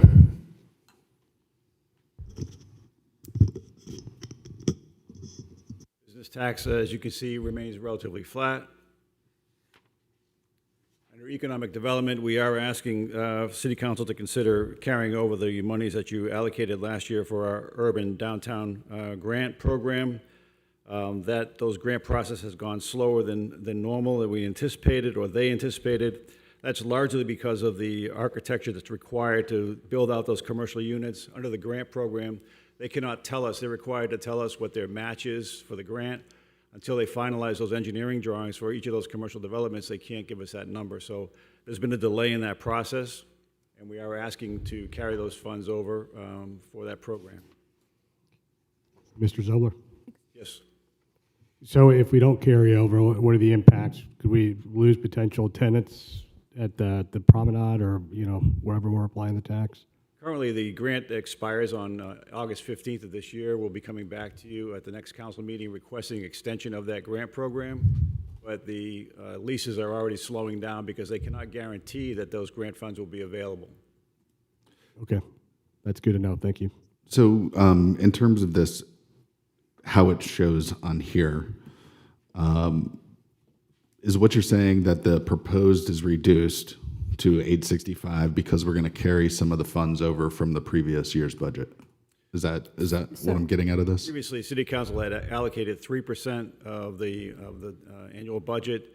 We're reducing that to 2%. I don't have an identified use for that. However, we would like to have funds available as attraction of commercial and industrial customers become more and more important. So it's just a reduction of what you provided to economic development in the prior year. Right. So I guess what I'm getting at is, so we set aside money for these grants. Yes. The money so far has not been used. We have an expiration date. We need to extend the expiration date so that we can use those previous funded monies for this same program that have yet to be used because of the dates associated with the development of Promenade. So for this coming budget, we're reducing the amount we're throwing towards that because we have not yet fully used the previous year's budget. So if I may offer some clarity? Sure. So your carryover for what's going to be left for the grants for the year hasn't been determined yet. So we're still leaving everything within your estimated 2026 budget. The 2027 budget includes the allocation for fiscal year 27 only. And if you flip to the next slide, Gwen. So what we're proposing is to do 2% of the general fund budget, which is that $850,000. So that would be in addition to any carryover that they would have from 26. Yeah. That's where I was getting at. It was we're going to have the money from the previous year to move forward, but we're reducing what we're putting aside for this coming year because of that reason. Yes, sir. Okay. So do we have a number of what actually has been utilized out of the incentives that we allocated for fiscal year 26? I believe it's like $33,000. We have not been able to use a lot of that money yet. And that's because we're waiting on an extension of the grant program for the businesses going into the promenade? Yes. Mm-hmm. And we don't have any anticipated figure from those yet? I do not. We know what they had forecast in terms of use, whether it was a full-scale restaurant, quick service restaurant, how they had allocated it, those commercial spaces. That's what we based our number on. As it turns out, they're getting more office space apparently than we had anticipated. They're getting less retail-tainment than we had anticipated. Some of the uses, I don't know that we're going to consume the money that was allocated for that program. It's shifting, it's changing. because we restricted, again, the grant eligibility to full-service restaurant, bar, tap room, brewery, quick-service restaurant, and retailtainment. That mix is shifting more towards office and other uses that don't qualify as retailtainment, just strictly retail. Which is frustrating, because that was the whole reason we did the incentives, was to bring those businesses Right, into we town wanted to incentivize them to come rather than straight office. Right. Do you all have any in projects or ideas of how you would use economic dollars that are allocated for fiscal year 27? We are trying to pursue an agreement with the owners of the Bulow Creek properties to enter into an agreement to do a full market feasibility and infrastructure study for that property down there. That could potentially cost up to $225,000. And we do have one tenant who wants to build another 40,000 square foot spec building in our city for industrial use, and he is requesting some assistance. I haven't finished that process, but I anticipate bringing that to City Council. We don't have any idea of what they'd be requesting for that? $100,000. Okay. Okay, thank you. And when you're talking about the Bulow Creek, you're talking about down South Old Kings? Yes, sir. Thank you. And off of State Road 100. Yeah, they have some frontage on that corner as well, right? Right across from the Winn-Dixie there. Yep.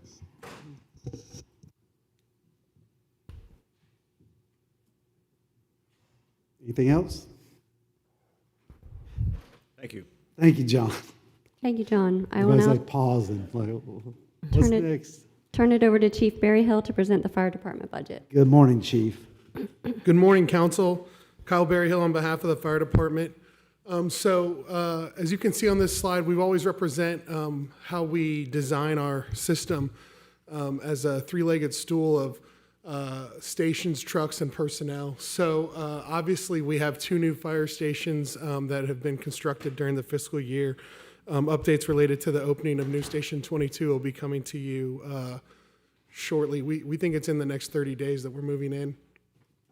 We've already, in this current fiscal year, purchased a new fire engine to replace Engine 22 and a new tower that will be in that same area that we're due for replacement through the capital improvement plan, through the fleet capital improvement plan that we worked on together.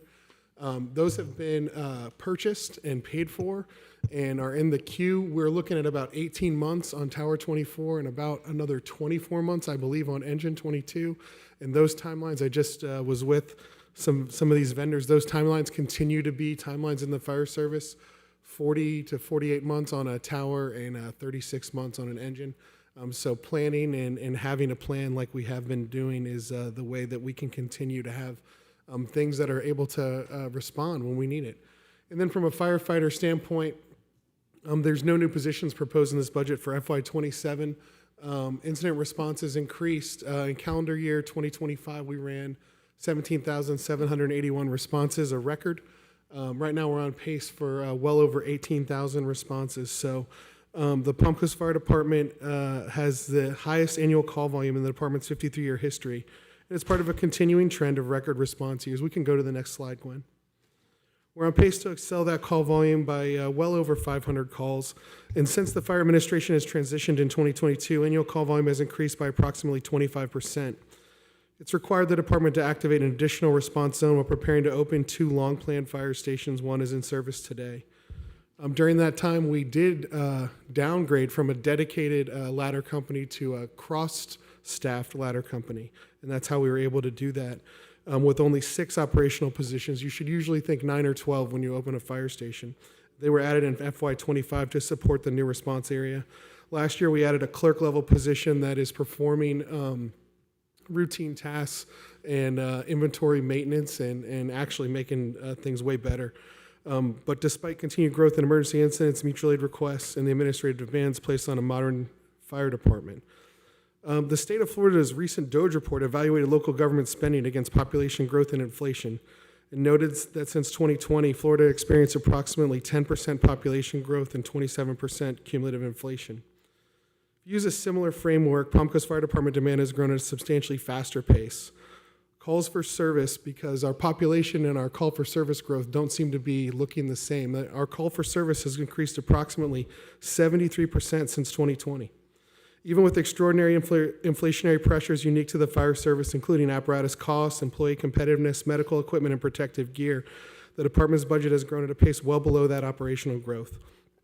This budget proposes a 7.7% increase over the FY 27-26 adopted budget, driven primarily by personnel costs related to the merit program and strategic action plan and priorities, including a hazardous materials training plan and money for a fire fee calculation, and adds no new positions. As the city evaluates the performance impacts of our new fire stations, the budget continues the department's longstanding approach of meeting increasing service demands through disciplined, measured investment. I guess I'll start. Go right ahead. Okay, so thank you, Chief, for the summary and obviously for the work of your department. And I know you all do a really good job planning for apparatus, so I appreciate that. For the personnel services change, what is making up that increase? The merit increase program. The merit increase, okay. There could also be insurance costs. That is correct. So there's a combination of the merit program, increase in our workers' comp rate, and the state fire insurance proceeds. So we had originally budgeted $677,000 for the fire insurance. We're now projecting $864,000, right? And we have $950,000 for next year. So those estimates don't come to us until late August, and we're not able to accommodate them for the first public hearing.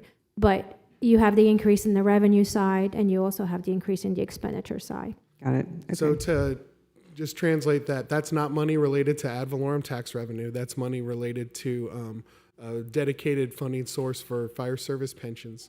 Since we've moved to that pension program, our city contribution has hit the single digits. Ms. Alves, is that correct? So yes, this year we're projecting a 6% contribution from the city to the Section 175 pension plan. Our partners in public safety in counties across Florida are not experiencing a similar item. I believe that they were in the mid-30s this year for their pension, but I believe with the great benefit that just occurred in the state statute of 1.5% COLA, that's all being paid in the next year. I'm anticipating those rates to be low to mid-40s in the next year. So it's a really effective way for us to be able to put money for both firefighters' future and firefighters in their hands without it coming out of our taxpayers' ad valorem tax. Mm-hmm. And then what is the internal service funds allocation? It's several things. It includes things like when the facilities maintenance team, when the fleet team takes care of our fire trucks. It includes some of our planning for future purchases. It also includes facilities maintenance, so we've grown there. Even the previous Station 22 footprint isn't nearly as large as the new Station 22 footprint. So although we only have one new station, we really have effectively two new facilities that are from Station 22's footprint is minuscule, or the old one. And then IT items, a couple of other things that are things that the fire department uses that we fund other parts of the city because they're part of making our fire department successful. Now, the most important question: when is Fire Station 22 opening? Chief Clark would be better at answering that, but I think that we'll actually begin responding in the next 21 days, and then we'll plan to have our celebration of that response. Not on a Labor Day Saturday morning. In 90-degree weather. Yeah, one final increase, and this might also be part of and I know it's part of the internal service funds allocation, and it makes $85,000 of the $300,000 increase. We pay the county to run our CAD system, and they've changed their process on how they allocate that funding. Our cost in last year was $16,000. Their proposed cost for this year was $210,000 for us. Say again? Yeah. Yeah. That's a big. We paid You heard it. $16,000 last year. You had it, Proposed cost was $210,000, And we've negotiated a 2-year jump into that. So this year, I believe our cost is $86,000, but it might be an $86,000 increase. It's a significant increase.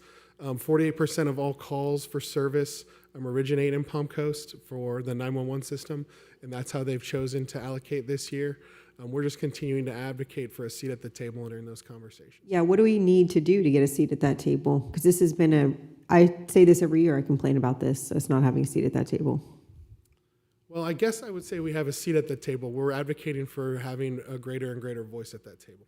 Well, I think some input that actually has some more consideration.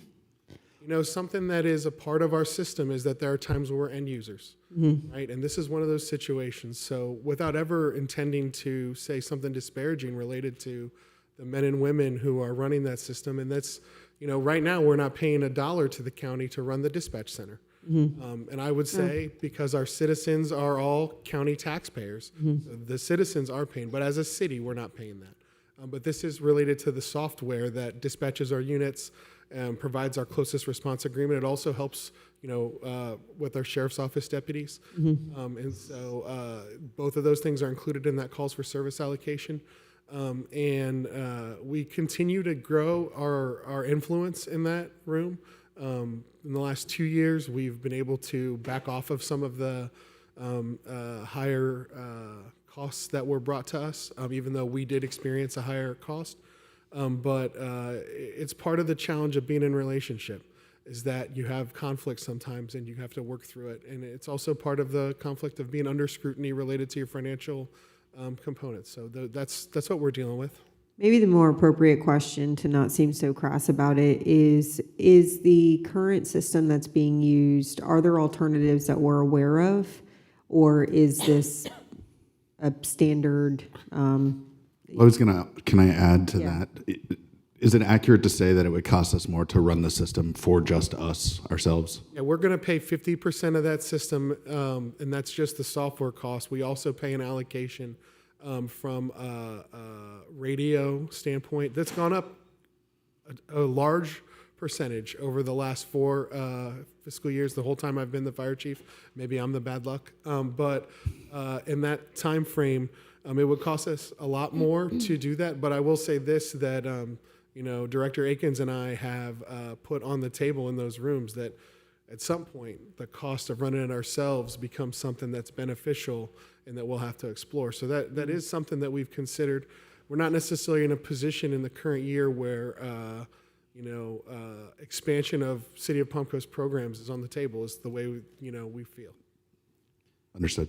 Did you have something? Yeah, I just wanted to say thank you, for the budget, and I am impressed with the fact that we're building 2 new fire stations, one actually a new station, and that the overall personnel numbers stay the same.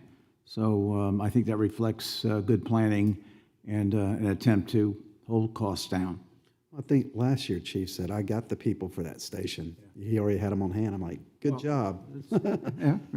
I do think that there's a time for this in future councils to consider putting dedicated companies that are running our specialized apparatus back into play, right? I think that's opportunity for our citizens to consider. So far, we've used those companies in a firefighters jumping back and forth way in a very successful way. We've had several high-profile rescues, partnered with Chief Strobridge and Commander Woodward's team related to that. But when an engine goes out on a call, there's no one there to jump in that ladder truck, and that's the risk that we're balancing. It also impacts in a negative way our ability to maintain our ISO rating, but we've managed it to now. Do we have an update on the EMD system? There has been some progress made. They're utilizing the questions related to EMD and dispatch today. It's a multi-step question, but we're hoping to have some triage related. So EMD is emergency medical dispatching for the public and for anyone in the council not familiar with that. And the other side of that is emergency fire dispatching. And essentially that'll say that we won't necessarily send the same amount of units to a stub tow at the same level of emergency response that we'll send to a heart attack or to a CPR call or to a structure fire. So we have some of that related to fire calls. But there's definitely opportunity for that to get better, and there has been progress made since the last time we spoke. Okay, thank you. Go right ahead, Councilman. Thank you, Mr. Mayor. Chief, thanks for your leadership. Thank you, sir. And thanks for presenting this budget, which to me makes sense. You know, it's our primary responsibility. I go back to, the folks on my street where they once had a car fall on top of them because they didn't properly secure the vehicle while they were trying to change the brakes, and multiple strokes and heart attack responses, and you can name them. And each time they've been there at or right under 5 minutes because of where we live to Fire Station 25. But just excellent work by the professionals that serve our community. And I'm very proud of the collective bargaining agreement, investing in our firefighters to want to stay with us long term, because they're excellent in what they do. Absolutely just fabulous work and excellence, and the way they take care of our residents is just top notch. And so just want to say thank you, and to this council, very proud of the decisions that we've made to invest in our department, both with the fire stations, but with the apparatus, but also in our people. And so thanks again, Chief. Thank you, Councilman. Chief, I just had one. Anybody else have anything? I just have one question. I just wanted to say thank you. Also, in regards to non-budget related things, we've seen some increase in rainstorms and thunderstorms lately, which is a good thing. We need water. However, I know there's been several incidents of brush fires being started by lightning throughout the city. So you guys have responded quickly and put those out. So just wanted to say thank you, because that's anybody that's been here for about 30 years knows that's a high risk for our area and something that's touched us in the past. So I appreciate it. Well, I can't take credit for that right now, but I'll make sure that Chief Clark sends that back to the rest of the team. I just have one question, Chief. I guess, I don't know, a month or so ago, I was asking about overtime. Yes, sir. And Helena sent me a list of budgeted overtime for the city, the total amount. There was $756,000 budgeted for the fire department. Can you ballpark how much you used during? We've used 756 at this point in the year, and we've made some adjustments to our projections for that. And for next year, we're going to be at 975 as our budget.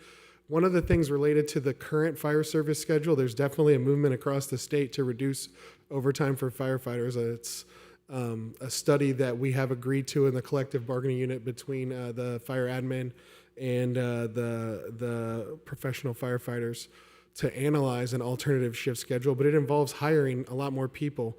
A firefighter works 56 hours every week. A normal city employee works is scheduled for 40.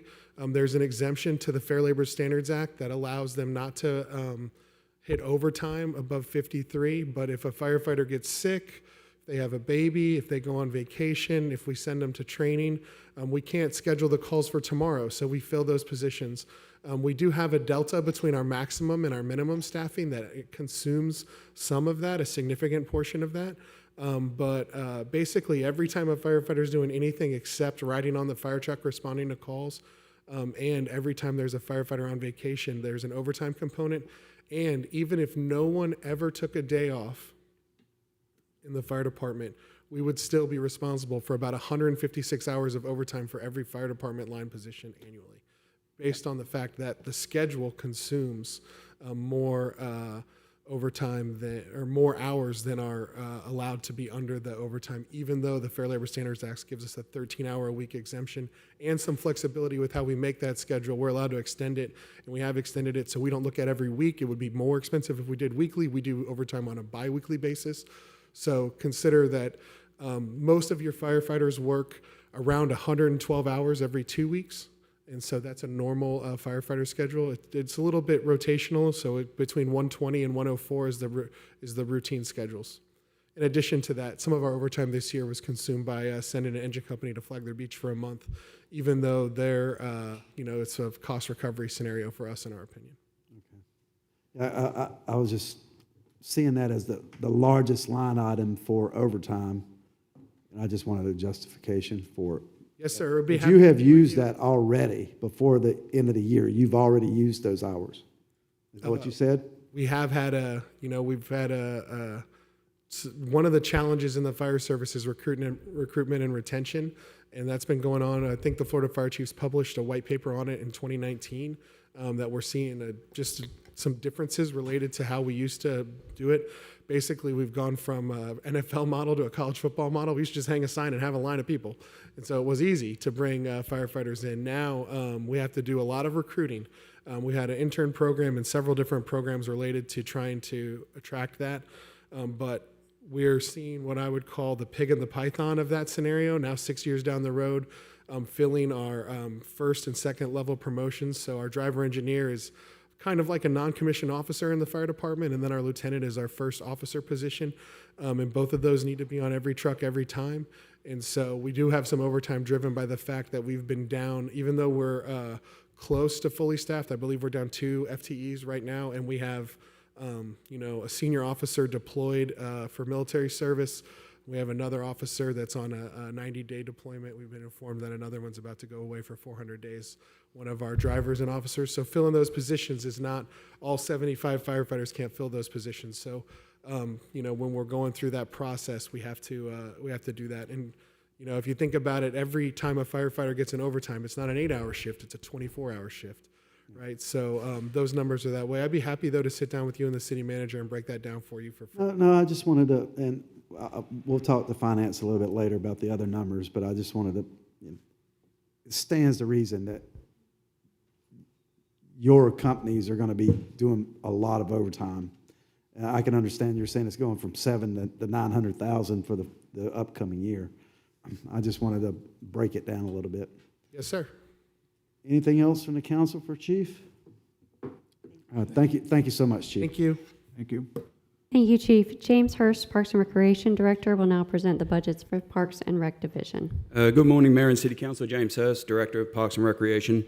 Our main goal for our budget this year was to continue with our level of service, maintaining safe facilities, and then continuing offering some excellent programs and events for residents of Palm Coast.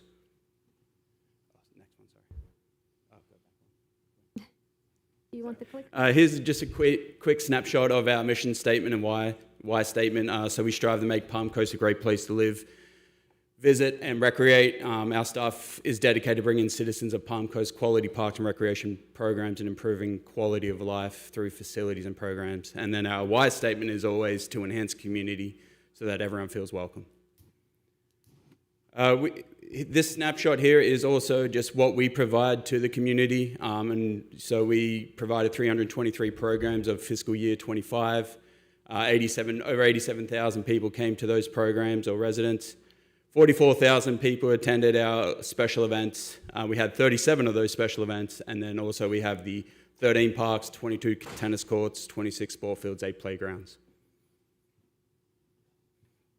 Here is our revenue for Parks and Recreation. So it's broken up into different charges. We have the recreation program fee, park rental fee, pool fees, the Southern Recreation Center charges, the Palm Harbor Golf charges, and then our other revenue, which is mainly rent through Loopers and Redefined Foods at the Southern Rec Center and the golf course. Pretty much stable across the department for 27. A little bit of an increase for the Palm Harbor Golf Course through the presentation we gave earlier this year. We saw a little bit of a reduction in the pool fees, and that's just mainly due to us being back to seasonal. Here is our expenditure revenue. We're broken up into 5 separate divisions, so we'll go through each one individually. As we go through them, if council has any questions for me, we can stop after each of those individual budget lines, and overall we're just looking at a 4.2% increase. So here is our Parks and Recreation budget. Sorry, James, can you go back? Yeah. Thank you. So I'm trying to compare the revenue for each of these next to the expenses. Mm-hmm. And what I'm seeing is, and I'm sorry for kind of my delayed speech pattern here. I'm trying to go back and forth. So for when it says pool fees, that's for the aquatic center, correct? Correct. Yeah. Yes, correct. Yeah. Okay. Yeah, so we're still losing about $500,000 on the pool. Is that about right? About right, yes. Okay. Last fiscal year was 400 and something, yeah. So as we look ahead to hopefully getting the YMCA pool funded, have you all done an analysis as to when that loss should drop off? Would it be fiscal year 28? We know? We haven't done an analysis Okay. just yet, no. Okay, that's okay. I was just asking. For the Southern Rec Center, and this one hurts, I'm gonna tell you. It looks like we're looking at a loss of $420,000. Is that accurate? Yeah, Because currently we're at 62% cost recovery, and I believe last year we were about between that 65 and 69% cost recovery, if I remember correctly. Why? Go back to the revenue slide, Ms. Ragsdale. Because the revenues are showing at 410, and the expenses are at 431, or I'm sorry, 831. Why are we seeing such a significant loss? Some of those increases, I think Helena and Gwen kind of mentioned it earlier.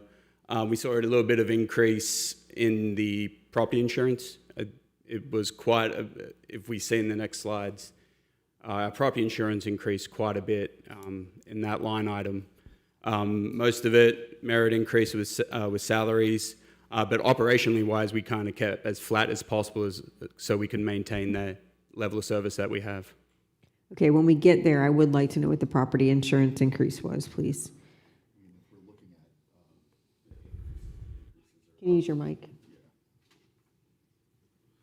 When we're looking at the increases are about 70,000 in terms of what we're going to be looking at for insurance, personnel costs, things like that. Yeah, there's some like utility increases too. What I'm saying is we were already losing Oh, I know, but the 300 to thought, 400,000.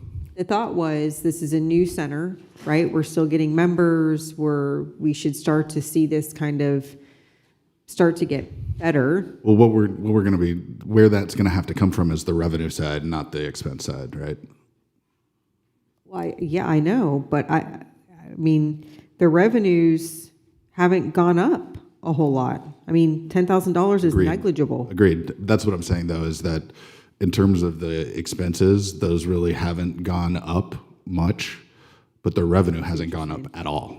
Yeah, so, okay, so that's probably a better point in question. I'm just, I appreciate yeah, that. I'm just saying that where we're going to have to try to find this cost recovery is from the revenue, not from the expenses, because otherwise, then we're kind of defunding the service level of the Southern Rec Center. So we're going to have to figure out how the revenue is going to increase.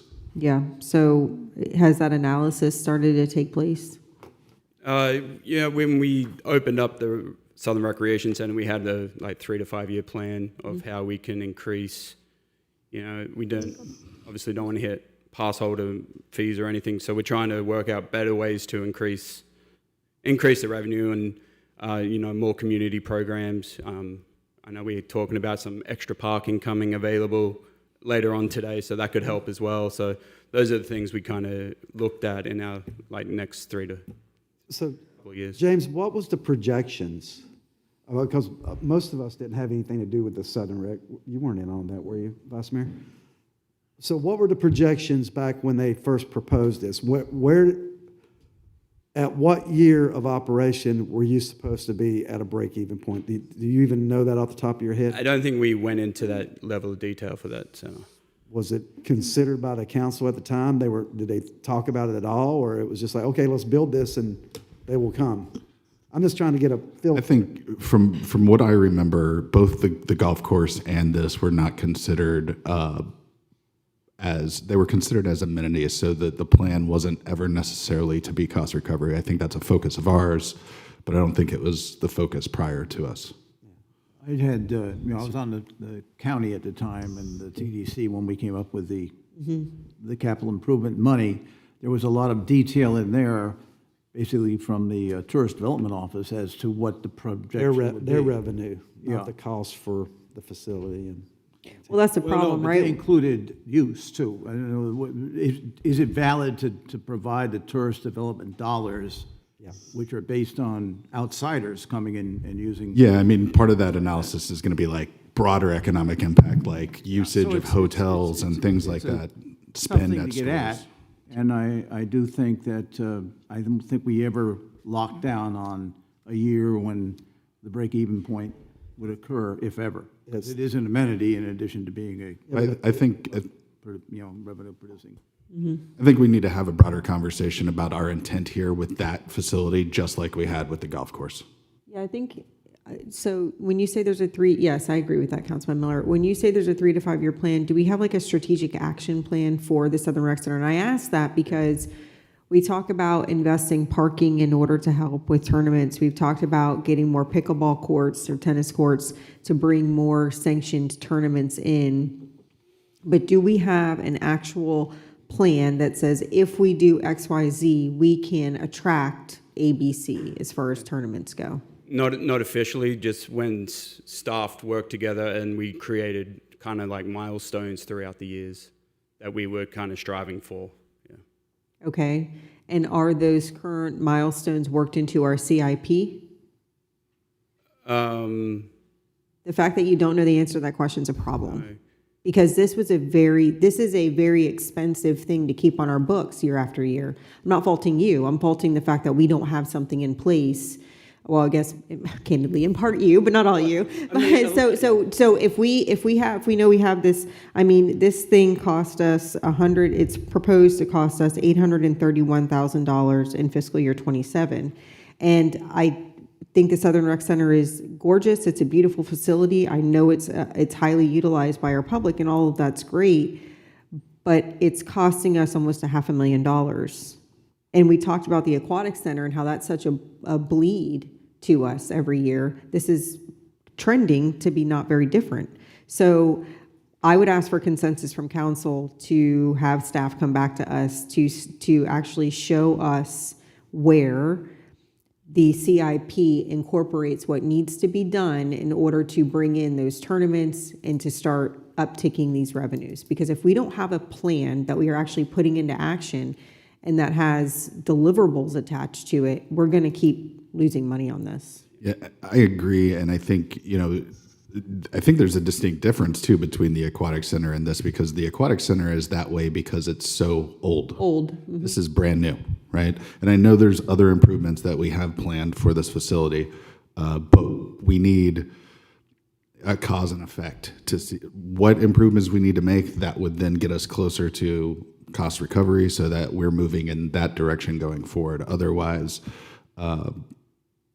we're just going to increase the amount of money we're spending on this every year. Mm-hmm. I'm hard pressed to believe that there wasn't an analysis to say, what kind of revenue the facility itself was going to bring in. Mr. Mayor? I can't fault you for that, though, James. With the direction of council, we can work together as a staff and do the appropriate research to see if that has been done or not, as far as historically, and if not, what we need to do to overcome that. We need. I want to say again, Go right ahead, sir. I was on the county TDC, I was chairman when this was going on. There was a very detailed analysis done by the Tourist Development Office saying the whole reason to provide the $750,000 seed money from the tourist dollars was to bring in outside play and outside tournaments. And there were numbers put on the screen, as I remember, going along those lines. And I think that's the hope that just as you said, Vice Mayor, that's the hope. But it's not like this was an unknown fact. We didn't provide, the TDC did not provide the $750,000 in seed money towards this program for internal play, for Right. local play. It was provided because it was going to be an attraction for outside play. So then the question is, what is the plan to get us there, Councilman Sullivan? Yeah. Because yes, that's why it was provided. It wasn't provided so that it could just be a community amenity. Yeah. Any other questions? I'm sorry. Councilman. Mr. Mayor, I would just say that, I think this council's taken a pretty strong position on cost recovery, even with facilities that are great amenities for our community. And we just need to have a plan. And Vice Mayor, I think that's exactly right, what we need to have. And it's a great facility. We we need to figure out how to, what's the root cause? Why aren't we just, blowing the socks off this place, right? And so that plan could help us kind of understand where we started from a strategic perspective and how we can go forward to make sure we're successful, because it's a great facility. On the flip side of that, great job on the golf course. You guys are doing great. I see we've definitely had some vast improvements there. So really appreciate your and staff's efforts, Dennis's efforts. Everybody's been doing a wonderful job there. So I don't want it to be all doom and gloom. Definitely appreciate everything that's been done for the golf course. And I don't know if other council members have met with the company that wants to come in and form a public-private partnership for the driving range portion and for loopers at the golf course. I have the contact information for the gentleman that they do Claremont National now, but it looks like a really great opportunity. So I'm hoping that if members of council have not met with him, that I can pass around information, and hopefully you will, because I think what they want to come in just with the driving range, not to touch the golf course, not to take the golf course, not to do anything ownership wise.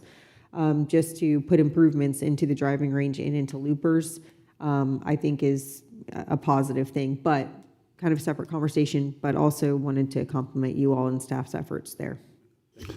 Yeah, I think that gentleman spoke to the council. Briefly, yeah. When we did the put out RFIs. the RFPs, or the RFIs, right. To the golf course, correct.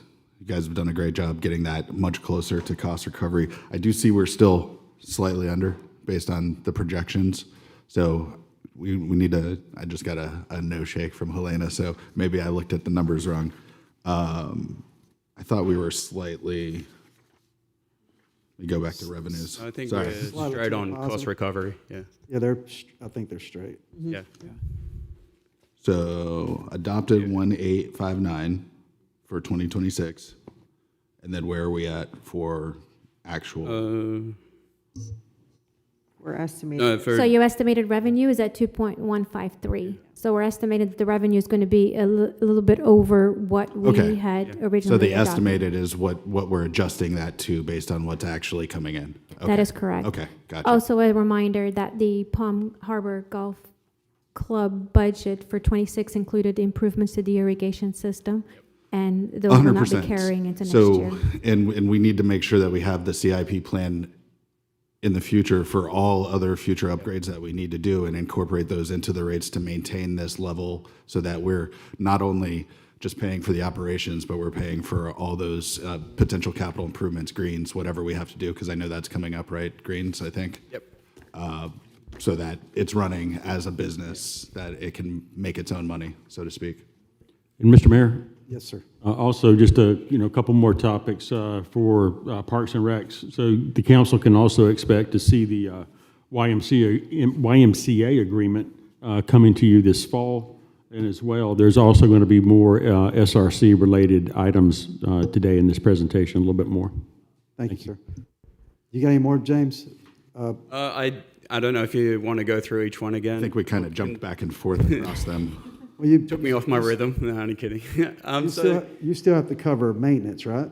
Yeah, this one up here, is just our Parks and Recreation general budget, which incorporates the community center, our water and electricity for all the parks. But again, our primary focus is recreation programs and facility safety. Here is, and then the Aquatic Center, here we remain as seasonal pool for 27, so that's April through October. Primary focus, again, is always been swim lessons, but also facility safety and safety of those in the water. And here's just a quick snapshot of those statistics that we take. Here is, again, we're looking for it says here 15.3% increase, but that's, again, mainly due to those property insurance increased line items. I believe there's some workers' comp in there as well. And then we looked at the Southern Rec Center, which we kind of talked about, but our primary focus was court conditions, programs and lessons, and continued safety. We want to maintain our tennis courts and pickleball courts to the level of service that is expected. And then we have seen a little bit of an increase in water and electricity charges as well. Don't know if we want to stop here, but again, it was those property insurance that we saw a little bit of increase in. We saw quite a bit of increase, and then also some workers' comp. But that's mainly pretty much looking for a 9.2% increase for the Southern Recreation Center. Golf course. Primary goal is always to be cost recovery per the direction of the City Council. We want to maintain our current conditions and services. We have implemented some additional revenue opportunities like a summer pass for the late afternoons for the working class. We've done really cool programs out there as well. So those are some of the things we're trying to implement at the course. We will see a reduction of 16.6%. That's mainly just due to the irrigation pump that's been done this year, and some small decreases in internal allocation funds and then personal services. Parks and trails, again, we always primary focus to maintain what we have and prioritize safety. We did ask for a little bit of increase in trail shell. That is just some of our trails are getting a little bit bare with their shell, so we're trying to work on a replacement plan over the next couple of years, and increasing this a little bit will help with that. Asset replacement, we're always looking. Just wanted to jump in. Can you give an update on our trails off Colbert? Graham Swamp? Yes. Structural engineer has worked on a scope of what the services they will provide. I believe it, I'm not sure on the exact date, but we're still going to receive what the entire scope will be and what the repairs are going to take to kind of complete it. Mm-hmm. And then we'll need to come to City Council. Do we, for those, I know some of this was done internally through Public Works before, some of the bridges, boardwalks, things like that. Are we planning on bidding this out or doing it internally? Do we know yet? I don't think we're at that stage just yet. Okay. I know it's been done for a while because we had a planned maintenance of it that then discovered more problems. Yeah, that bridge is outlast its lifetime. I think. No, I understand. It has to be safe. Old, and it's a 14-year-old bridge. It's just the people that utilize that regularly, are experiencing a fairly long wait. So just wanted to get an update on that. So when inevitably I get asked, I can provide that information. If you need more, just shoot. Okay. You can email me. Thank you. But yeah, so again, we're looking at asset replacements. This is actually a new KPI we've introduced into our department. Is replacing some of the old trash cans and benches that we have that are starting to rust. In our sport fields, always trying to maximize field usage but maintain optimal conditions. We are using Holland Park quite a bit more, especially the diamond fields. And then also we have seen a little bit of increase in our chemicals for those fields. Do we have a plan in place for lights? Are they part of the capital program for Holland? No, there's no plan. No plan. Right. Close to a neighborhood. It's in the neighborhoods. Yeah. I understand that. Essentially, we'd be opening ourselves up to some complaints in that regard. Just wondering because I know that usage percentages skyrocket when we have lights, right? Because people don't get off work until 5 and then get their kids and then get to the fields at 6. And sometimes during the year, that's when sundown is. So, okay. Fields 6 through 8 we're working on that, and we should be at least have poles up by the start of school. So that's the plan. And then parks maintenance. Not much, few changes here. We're looking to, in a fund transfers, a couple of trailers. That's just to make things a little bit more efficient when traveling around town, making sure every guy has their mower and we're not waiting on someone to bring a mower from a different truck that has a trailer on it. Other than that, we pretty much wanted just a 4.5 increase, percent increase, but not much just change in that parks maintenance other than some increase in shell trails. And then this interfund transfer, that's for parks maintenance for Public Works, is that correct? Most of it? It is it's the purchase of 2 trailers, yeah. Oh, the internal service funds allocation? Okay. Oh, so, yeah. And then here is just a quick update on our strategic action plans. Obviously, implement the Parks Master Plan, which our budget kind of capsulizes in a whole, just trying to maintain what we have. We still have the $110,000 for the grant for both Historical Society and the Cultural Art Grant to support and advance arts, cultural, and historical initiatives. And then we have in here the preservation of Fire Station 22 and those funds associated with that through the CIP and General Fund. Yeah. Other than that, that's Parks and Recreation. Who puts this slide deck together? We put this together. You put it together? You put it together, Helena?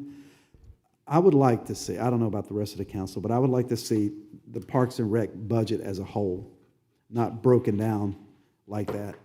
Because right now, James, how much money are you taking in for Parks and Rec total? Do you know that off the top of your head? Revenue? Total, I mean, of the money coming into the Go back city. a few slides. We have What is that- your budget? We have that summary. The total budget for Parks and Rec? The total budget's just over $10 million, yeah. $10 million for Parks and Rec. Okay. And that's the breakdown up there. If you look at Parks and Recreation, Okay, got it. All right. That's the money slide I was looking for. That's the expenditures, right? The proposed Previous budget. slide shows revenue. and this is And the then this revenue is the side. rest. Yeah. And the $10 million is your budget, but your revenue is only 3.2. That's not good. That's not good for anyone. Well, I mean, that's typical of Parks and Rec because you're not, We're in a hot spot. you know, we could put a gate around the park and charge an entry fee. Like, these are services that people pay taxes so that they can go to parks. So it's,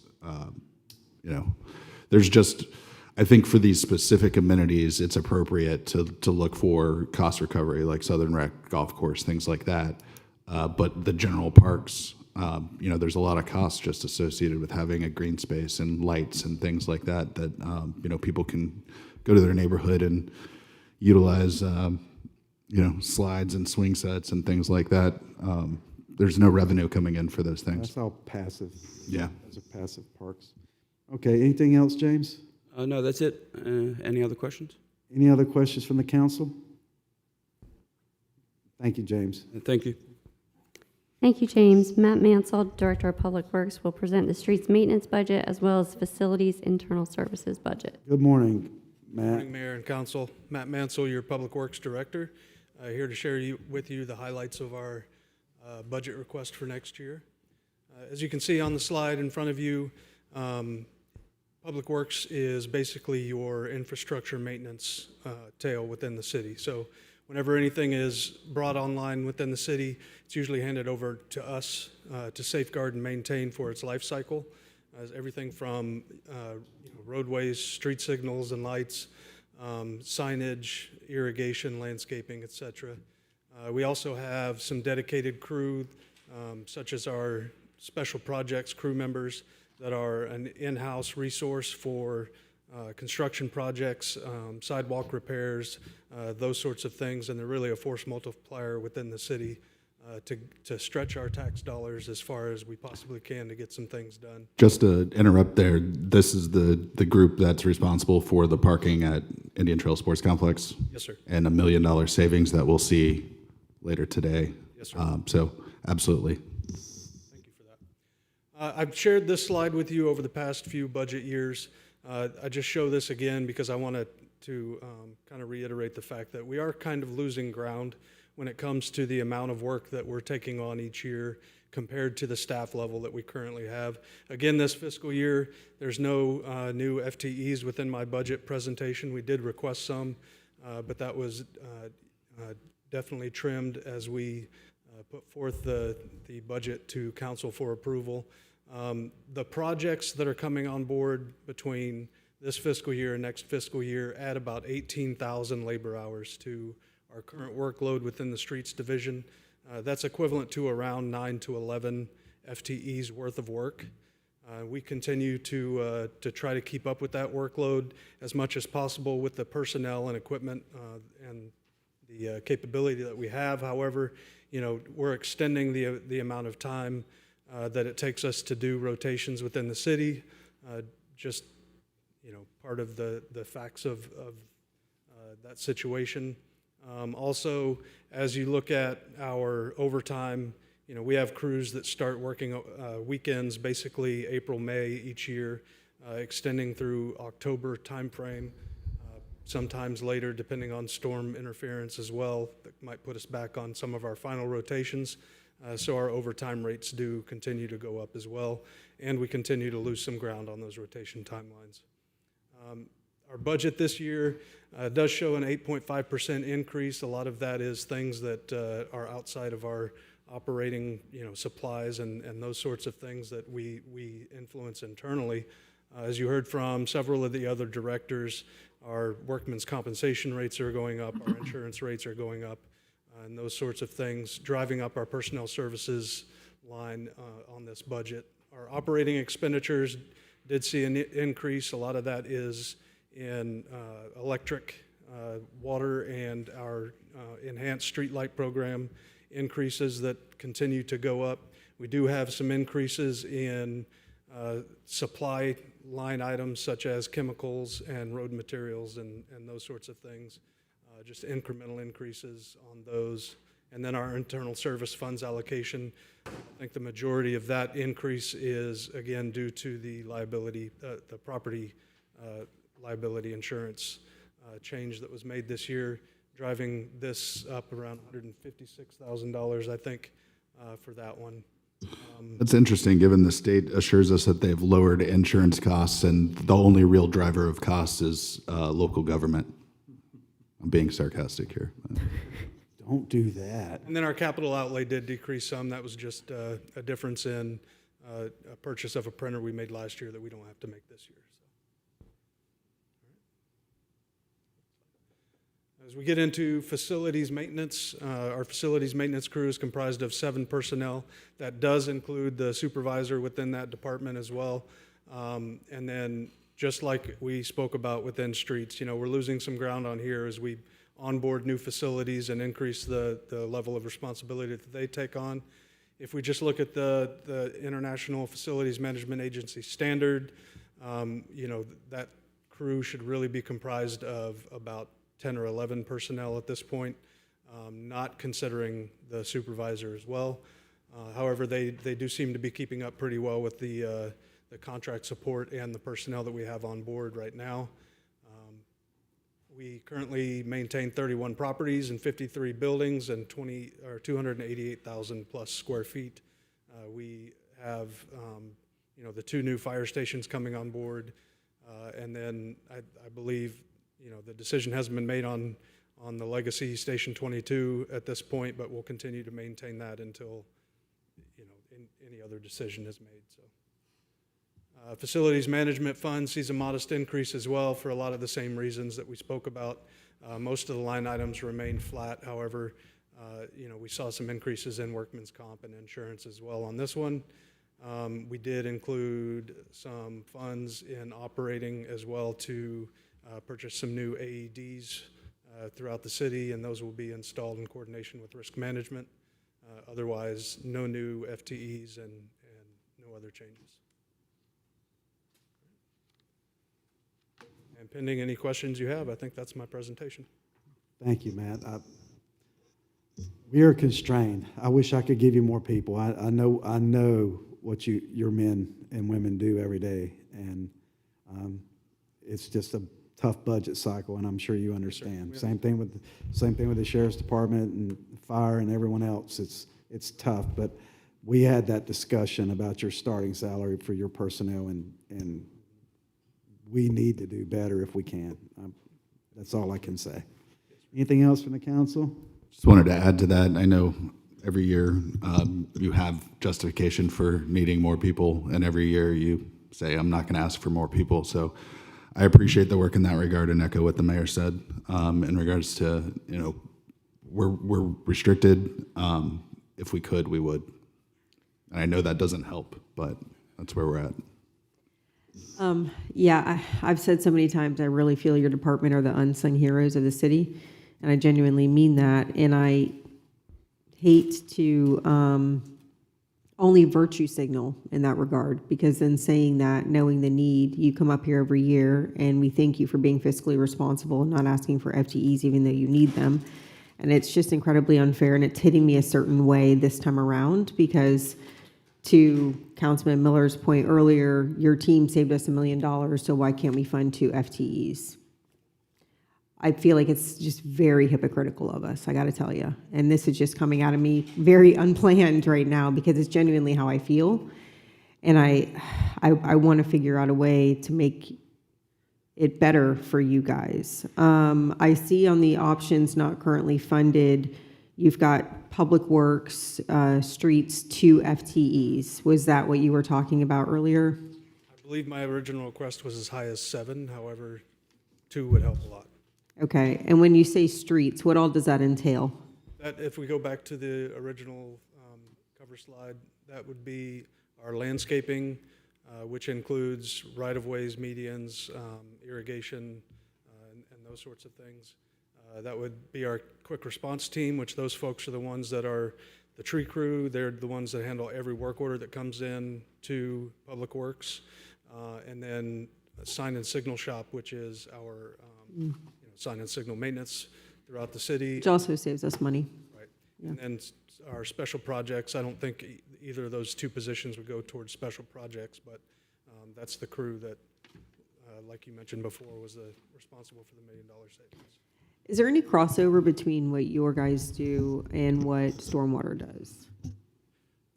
I would say not directly. We do a lot of similar work in that my guys are equipment operators as well. Stormwater is much more specialized in the scope of what they do. My guys are a little more broad in capability. So. I'm just wondering if there's something that can be done in that regard to help out. I don't know, probably a discussion for a different day. What is the amount of money this year that was spent on overtime, or that we're anticipating for all of fiscal year 26? So we're budgeted $80,000 in FY26 for our streets, not counting Sign and Signal. Sign and Signal had $30,000 for their own overtime line broken out. The adjustment for 27 would be $90,000 and $45,000, respectively. So going from 80 and 30 to 90 and 45. So would adding an FTE not help reduce that? It would some, however, it's. You still have to have some worked in, I get that, but have we done an analysis on what that would look like? If we were to add 1 FTE, have we done an analysis on what it would look like in the form of a reduction in the overtime? So it doesn't aggregate quite the same when you look at the capability of a full crew. Yeah, crews operating a crew. I see. I was thinking of a tank or some other system, right? Okay. Yeah, it wouldn't be equal to like a Definitely specific. have to go as a crew together to do and work up. Madam Vice Mayor? Yes. We've got about 45 other position requests that we could do the same. We were looking about, this year, we're looking about almost 50 that were well justified as well across the organization. We just don't have the funding. Well, no, and I know, and I can appreciate that. I'm just, like I said, we've had this same conversation with Matt standing right there year after year, and it's not fair. It's not fair to Public Works. I get it. I understand. I'm just, like I said, I'm being very candid and trying to show appreciation here to you and your team, and I'm going to try to see what can be worked out. But I just wanted to ask that question as far as overtime versus adding another employee or 2.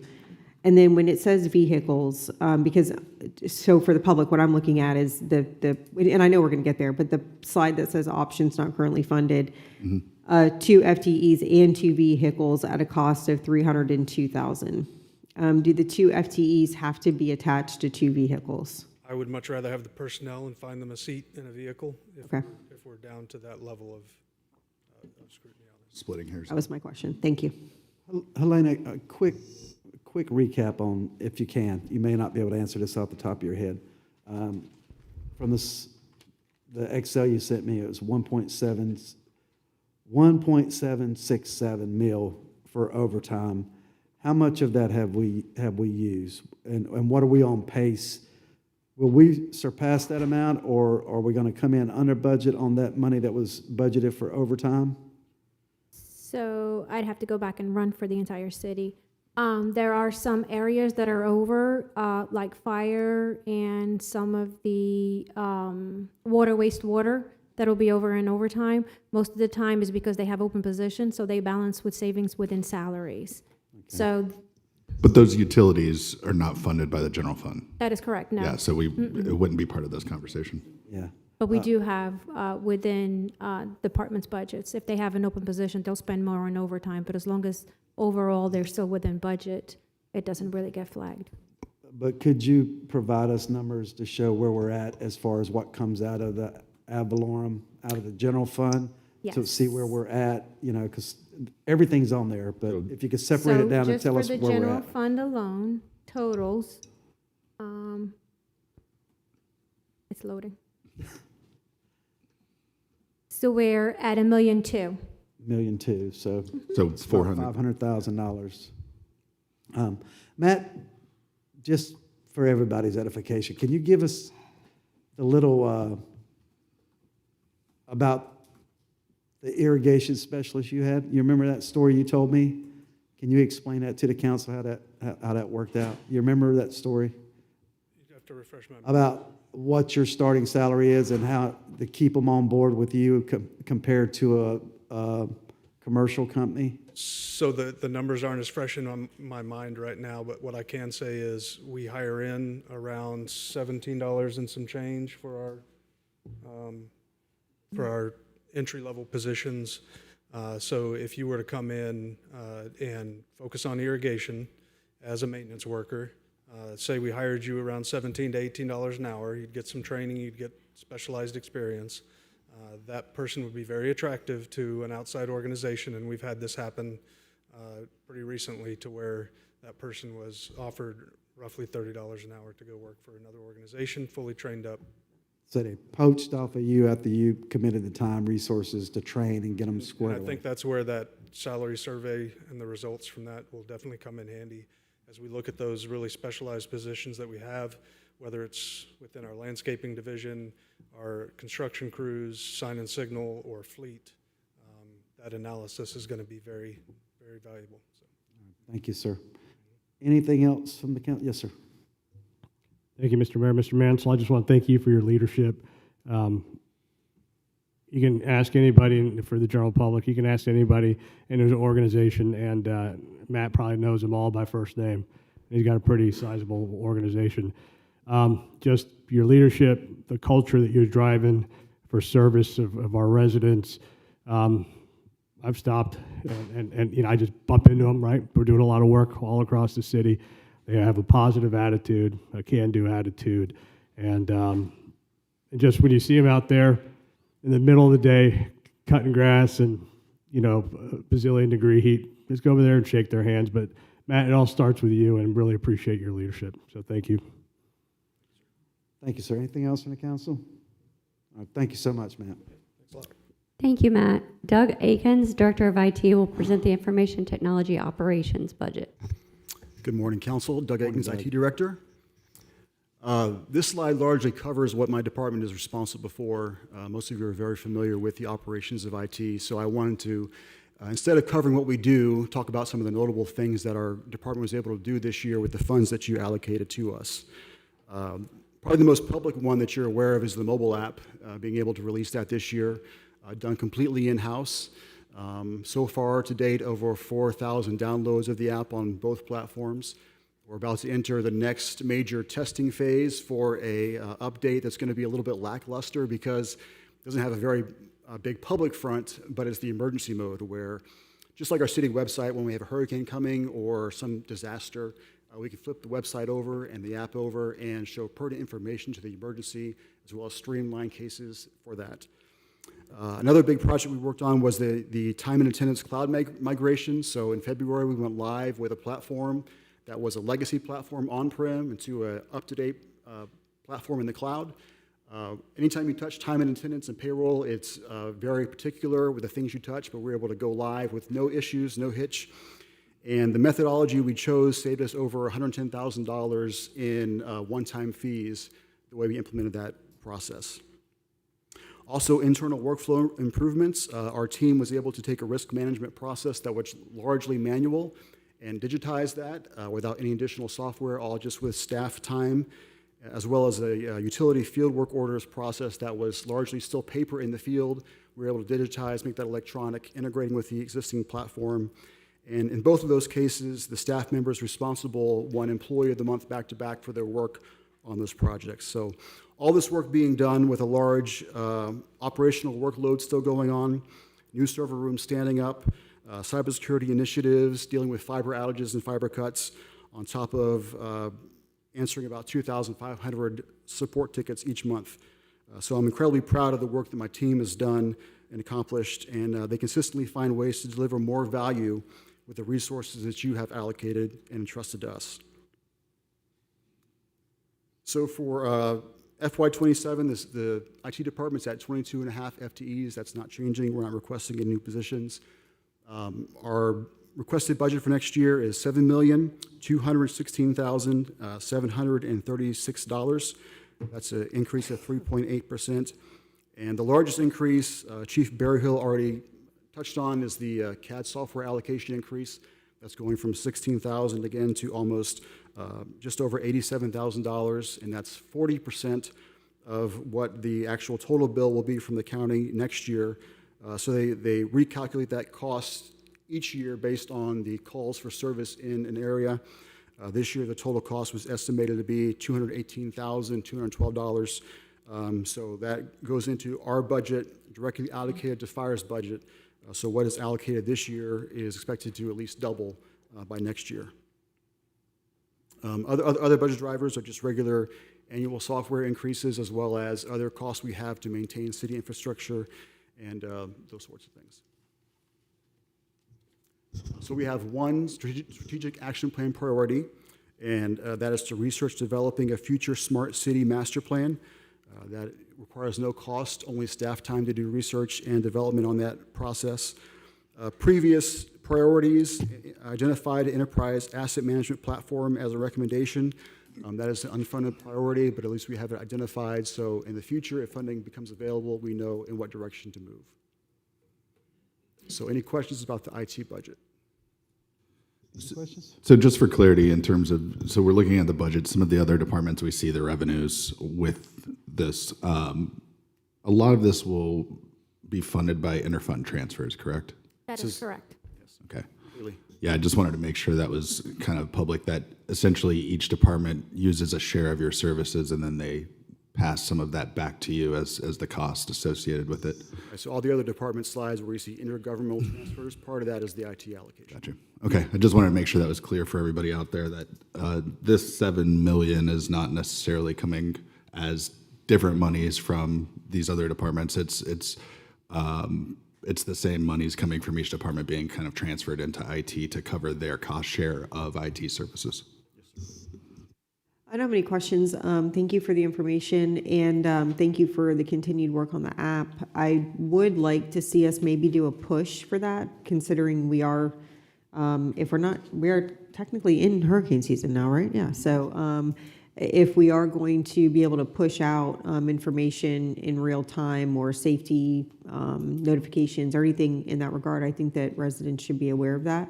So if we can maybe get with communications and highlight that as being a part of the app to benefit our residents, I think that would be a positive thing. So thank you for continued work on that and for the presentation and the summary of everything that you all have done. Yes, ma'am. Once that testing is done, we go live with that update, we'll make that push. I wonder too, speaking of the app, I'm not sure, given that when we try to do public outreach, sometimes the participation is low. I see that at TPO when we talk about roads, and I think roads are top of mind for a lot of people, but yet we have, these public outreach workshops and 3 people show up in a town of 120,000 people. But I wonder if there's not a way to solicit, requests for features or continuous improvement on the app to see kind of what the public wants out of this app too, or what would maybe drive usage more, so that people find value out of it in more ways than what we currently have. And I know we have a plan for future improvements, features, whatever you want to call it, but I wonder if there's not a way to kind of solicit some more information from the public of what they'd like to see out of the app as well. I know we've talked about like polling data, for say key issues, right? Like, when we were talking about the traffic calming program and, what people would like to see with that, it'd be nice to be able to ask, 100,000 people via the app what their opinions on certain things are. But in any case, something maybe to keep in mind of trying to find a way to solicit kind of that feedback from the users, so to speak, so that we can continue to improve the app.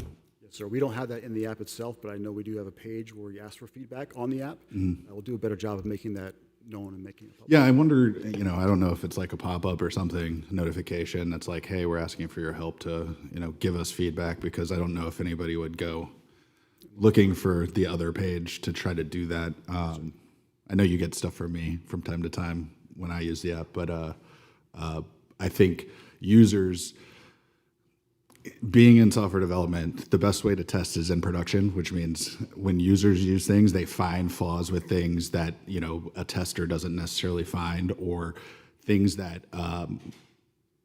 seem like they naturally should work a certain way aren't the way they were designed, and that feedback can really help improve the product. So that's where I'm getting at with that. So maybe we can just try to keep that in mind and see if we can't figure out a program to get some more feedback from the users.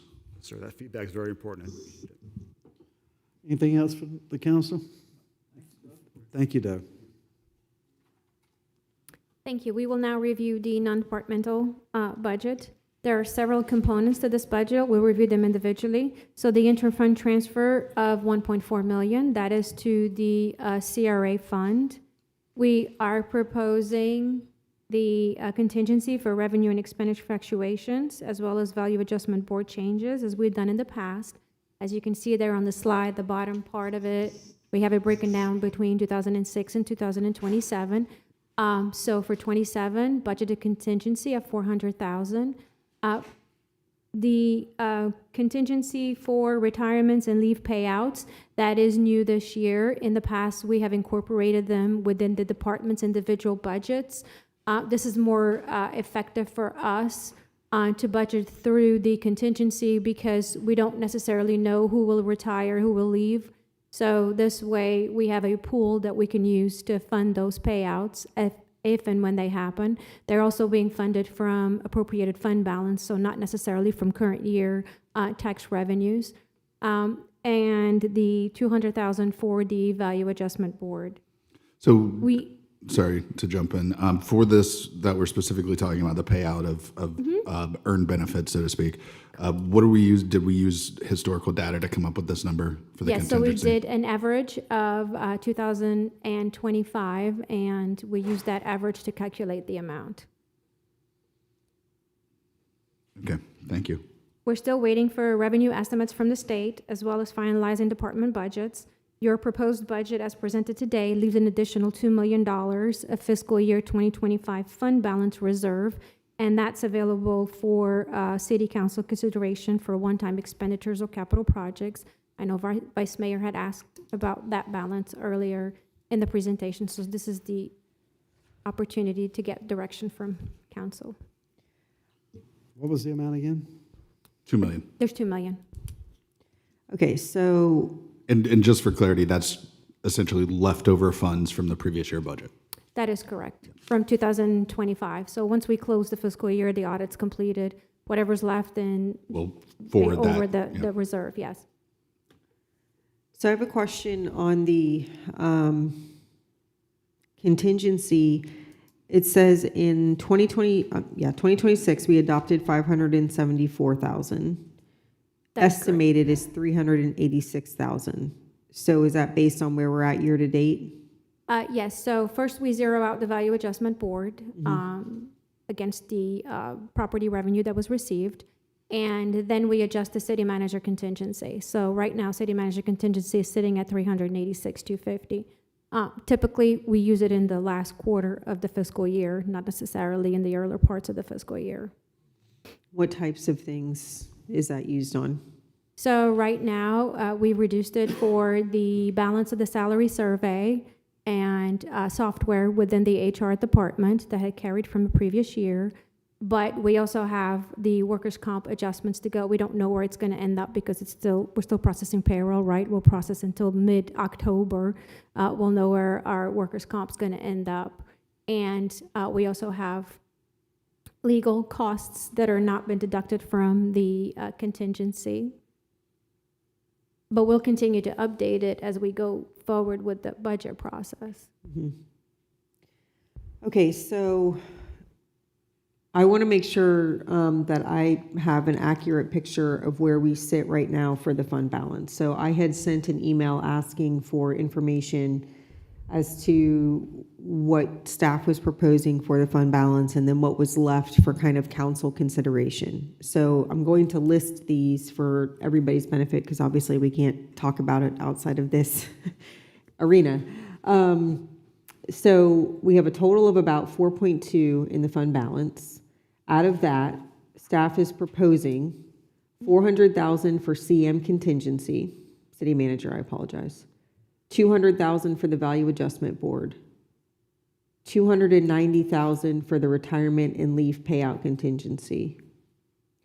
100,000 for the LDC technical manual update, which I'll have a question about that in a minute. 50,000 for the charter amendment that we have to put on the ballot.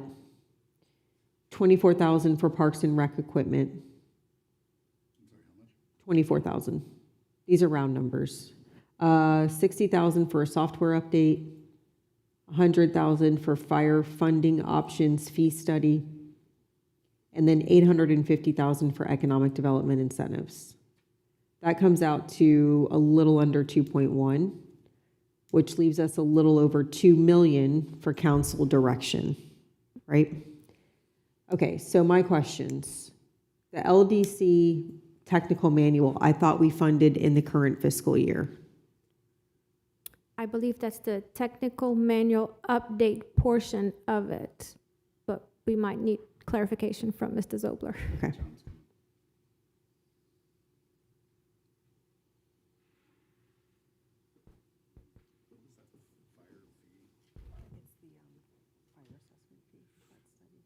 Vice Mayor, the technical manual is the third leg of the updates, the comp plan, the LDC, and then the technical manual. Okay. For all the engineering drawings to support the requirements for various departments. Okay, so basically, based on the changes we make to the LDC this year, we then have to update the technical manual. That's correct, and we outsource that. JB Pro helps us with that work. Okay, so in there, who's helping us currently?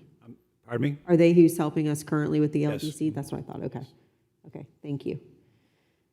Thank you. So with the 2 million that we have in the fund balance, assuming we grant everything that staff is requesting in the first 2.1, which I will not be, but we can get into that in a little while. But with the remaining 2 million, if we don't use it, what happens to it? It will sit in fund balance and will be available for your consideration Next after year. we close September 30, 2026. Yes, Carries forward. Okay. that is correct. And then, true or false, we can use it towards reduction of millage or not, because what you presented to us is a millage increase. The budget that we saw today is based on a millage increase. Can we not put the $2 million towards general fund in order to avoid a millage increase? See, that would create a operation deficiency because you're actually reducing a one-time revenue for ongoing expenditures. So the intent is to not create operational deficiencies with your fund balance, is to fund one-time type of expenditures. Is there any purchase of fleet this year in any funds or any departments that are out of the general fund? Any new purchases, I believe were, The only one was the Parks and Rec equipment for the Okay. trailers, for the Trailers. 24,000. That's the 24? yeah, they were removed. Everything else was removed. Okay. Okay, thank you. You're welcome. What else you got, Helena? Next. So here we're going to go over options that are not currently funded. These were not incorporated into the budget that was presented today. Unfunded items are a little over 3.3 million. As you can see, the 9 deputies for Flagler County Sheriff's Office at approximately 1 million. Additional staff requests for new positions, approximately 739,000. Fire had requested an FTE in a vehicle. Parks maintenance, an FTE in a vehicle. Planning and Code 1 FTE, and Public Works 2 FTEs and 2 vehicles. Also within the City of Palm Coast, we have other unfunded items, unfunded positions, cost of living adjustment, and City Council priority from fiscal year 26 for the Enterprise Asset Management Platform. Those total about 1.5 million. So you can see there the intern program has been removed. The communication specialist has been unfunded. The HR specialist remains unfunded. Grants coordinator, unfunded. A position in CM&E for project manager, that's unfunded.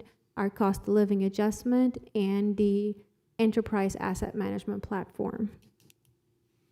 And so, just like the previous ask about millage, if we were to try to use some of that extra funding for these, that would still create a deficiency as well, right? Because the next year we might not have that money coming in.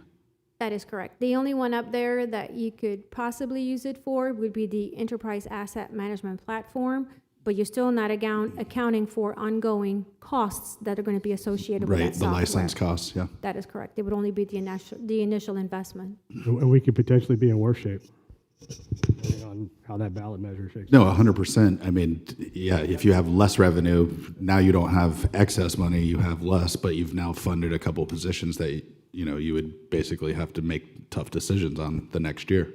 Correct. That's also the case when you fund positions just a half year, right? You're only funding it half year. It makes perfect sense the first year because you're not going to hire them right away, but then the following year you have to make up for the other half within your existing revenues. Right, it becomes a full year cost. That is correct. If council doesn't mind, I would like to hear from Chief Strobridge. He's here from the Sheriff's Office to talk to us about the request for the 9 deputies from the Sheriff's Office.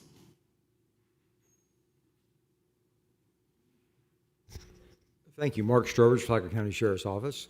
To add, though, to what she just said about funding, I want to make something clear. In the budget that they presented is $971,000 of an increase.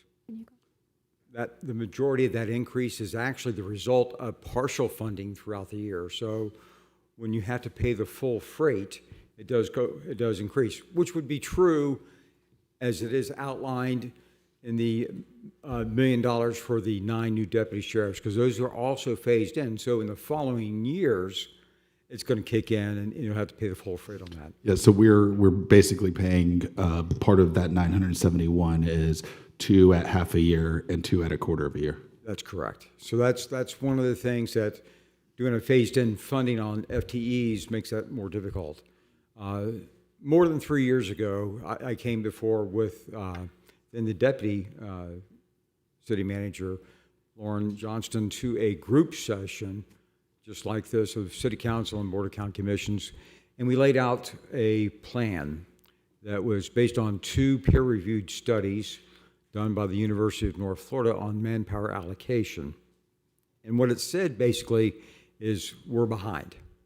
And the city has done wonderful, great strides in moving the needle on getting us closer to where we need to be from being behind, so as the county as well. In that period of time, the plan was 9, 9, and 9. We're coming up on our 3rd year of the 9. That's these 9 individuals that are in our request. And of course, I'm not going to bore you with all the stats. The sheriff was here a couple of weeks ago and gave you all that information. But where we are today is that we're still behind as a result. And Matt Mansell has done a great job with the city. I grew up in the Orlando area. Orlando was known as the city beautiful. It's not true today. city of Palm Coast is so much more beautiful than the city of Orlando. It truly is. Now, I was a kid in the 60s in Orlando pre-Disney. Explosive growth, and the climate and everything changed. They never got caught up with their weeding. Matt has done a great job making this community look beautiful as a result, and it's one that I'm happy to live in, this community. But if we slide behind, we're going to continue to play catch up in everything that we do, and those councils and commissions years before y'all got here are the cause of that. And you have some very tough decisions to make. And across the board, public safety is included in roads, in fire, in EMS, in law enforcement services, and other infrastructure within your community. Utilities are an important part. Every piece of that makes our city what it really is. So I just ask that in your consideration of all these things, with the tough decisions you have to make about this, that we try not to fall behind. Our goal is, starting next spring, will be the third study, same group of individuals, to find out where we are. And as it is with the fire department and us, our workload continues to increase in calls for service, and our population that we serve continues to increase across the board. So as you consider those things, just bear all of that in mind. There is a cost to doing business in our core services. And the property appraiser was correct in what he said, when he said that there is nothing that's truly protected under the legislators. And in 45 years of Florida government service, we get a lot of unfunded mandates from Tallahassee that say we have to do X, Y, and Z. And, you know, it doesn't affect their budget, but it affects ours locally. And you guys got the toughest job, because really, you know, when our government was formed, it was formed with the idea of local leadership, being able to directly interact with folks and doing what's right for the community. So I don't envy what you guys are facing as a result of this. I just ask for those kind of considerations, that we don't get behind in our processes. Any questions for me? Any questions for Chief? Thank you, Chief. And I mentioned it to the sheriff when he was here, that we were constrained, but I can tell you that what you guys are trying to do is to maintain and get us to where we need to be. There's no doubt in that. You know, and I had the conversation with Tracy, who worked in a contract city down in South Florida, and she's like, the sheriff is trying to do exactly what he needs to do to keep, you know, the city and the county safe. It's just we are, and we're eternally grateful for it. It's just we are very constrained, and I know you guys understand it. Yes, sir. All right, thank you. Thank you, sir. Thank you. So now we will move forward to millage rate review and options. This chart shows 10-year history, historical trends. Helena, I'm sorry, can we go back? Yes, sir. I apologize. So, City Manager, I just want to thank you and the staff, before we go into the millage rate discussion, for taking a look internally, right? You tightening, you know, as a staff, tightening in your own belts and just laying out for us, hey, these are the things that, you know, we're taking, you know, proactive look on what we're not going to fund. Couple that, you know, that 3.34 million with the 3.328 million. That's already a difference in the budget from this year to last year. You're talking, you know, really almost 6.7 million, and something we're deciding not to do, and then taking a look at, you know, the difference with just the cost of doing business in moving forward. And so I just want to say thank you, City Manager and Helena, for taking the lead and helping all of our departments and taking an internal look on what's in the art of the possible of trying to save money before we move forward. Thank you. I have a couple questions before we move on to the millage as well. So, and I echo your sentiment. I know this is tough for everybody. This is never a fun time of year, so thank you guys for your efforts. Is it possible because we are under what has essentially turned into a year-by-year contract that I feel is fragile, especially with today's news with the Flagler Humane Society. Is it possible to move that contract cost, or I should say, take those monies out of fund balance, or no?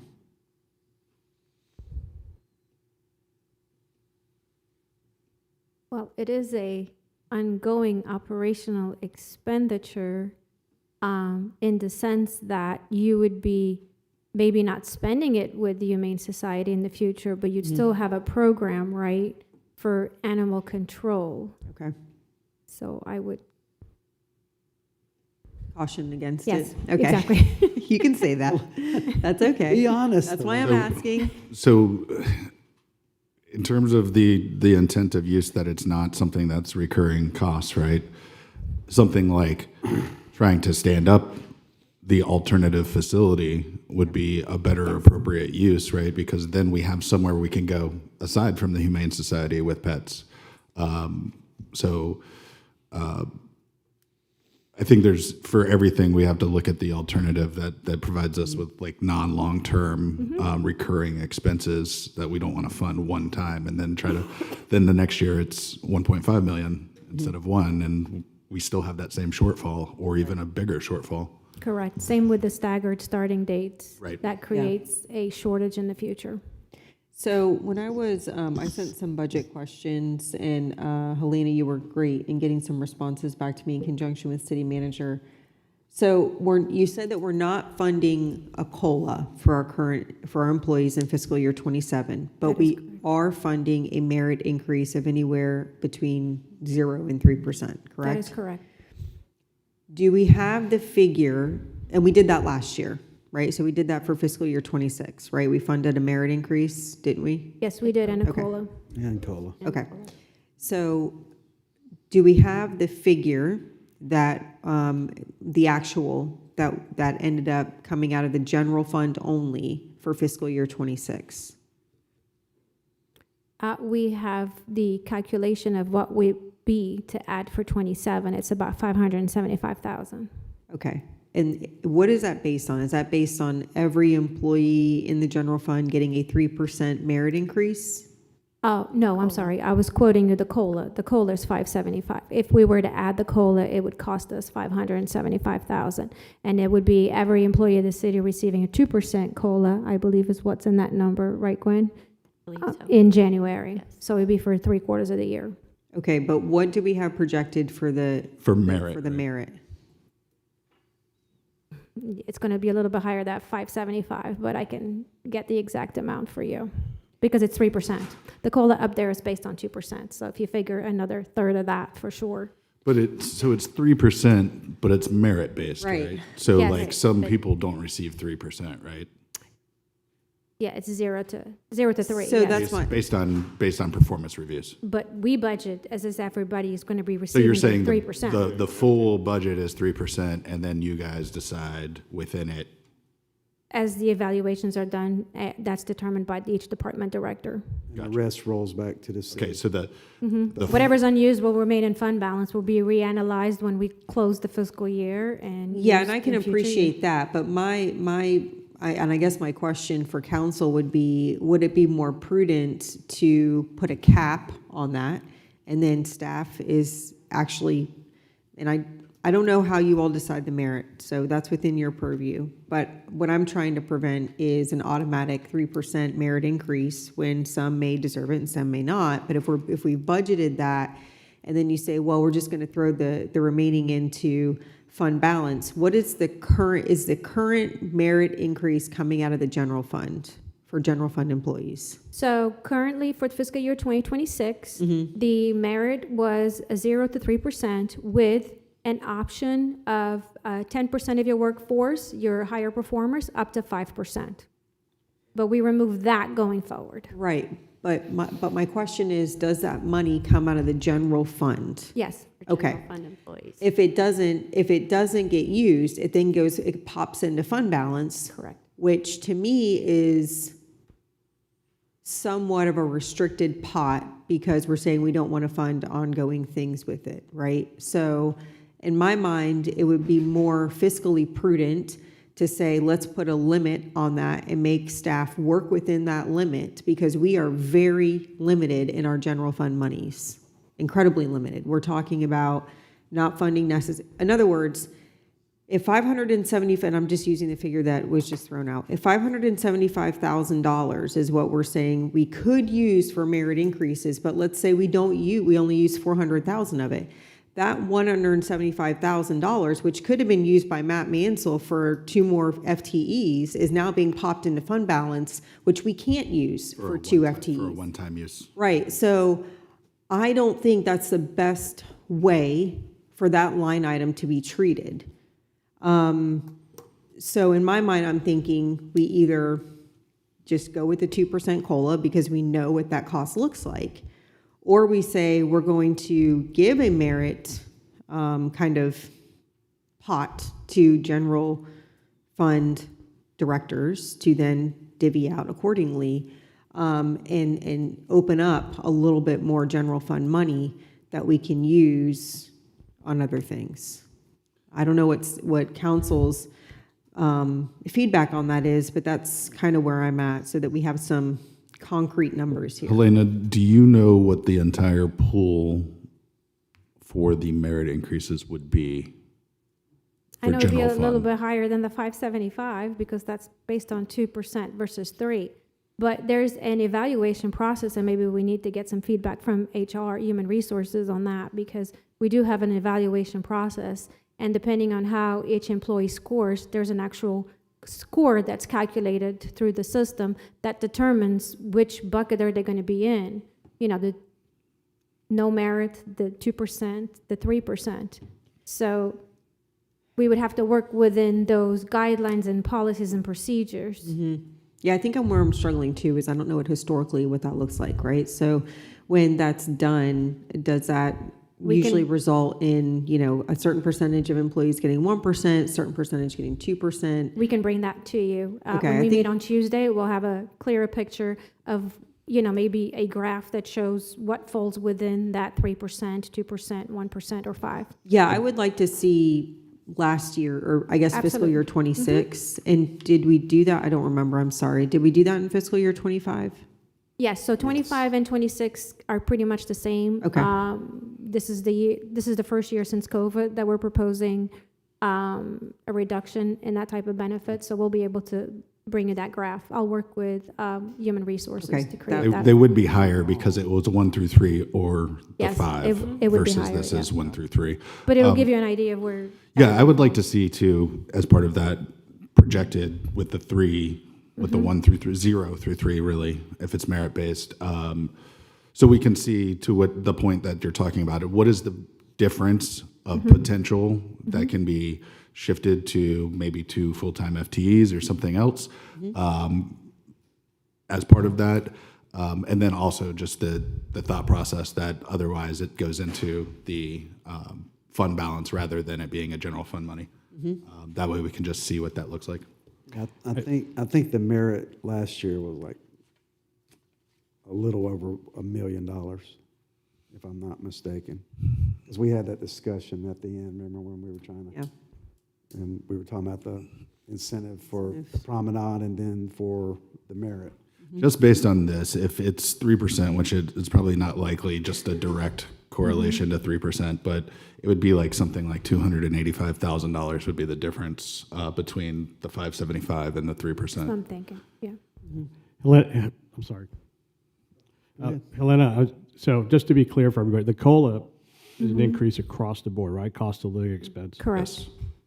What percentage of our employee workforce under the merit program would they receive that additional cash or benefit? I heard you say 10% earlier. Is that the target? I'll give you an example. When I used to evaluate civilians as a general officer, we would bump, on the federal scale, we would bump people not just bonus or whatever the case may be, but it was called this within grade increase, and their pay would actually go up, things of that nature. It was very limited. I mean, it was like 1 or 2% of the people that worked for me. And so I just want to be clear, COLA is everybody, right? That is correct. COLA is everybody. And so what percentage of our workforce would that be? Is it based on the dollars or a certain percentage? So, COLA would be everybody, right? Your merit increase, what we've had in the past that we don't have budgeted for 27 is 10% of your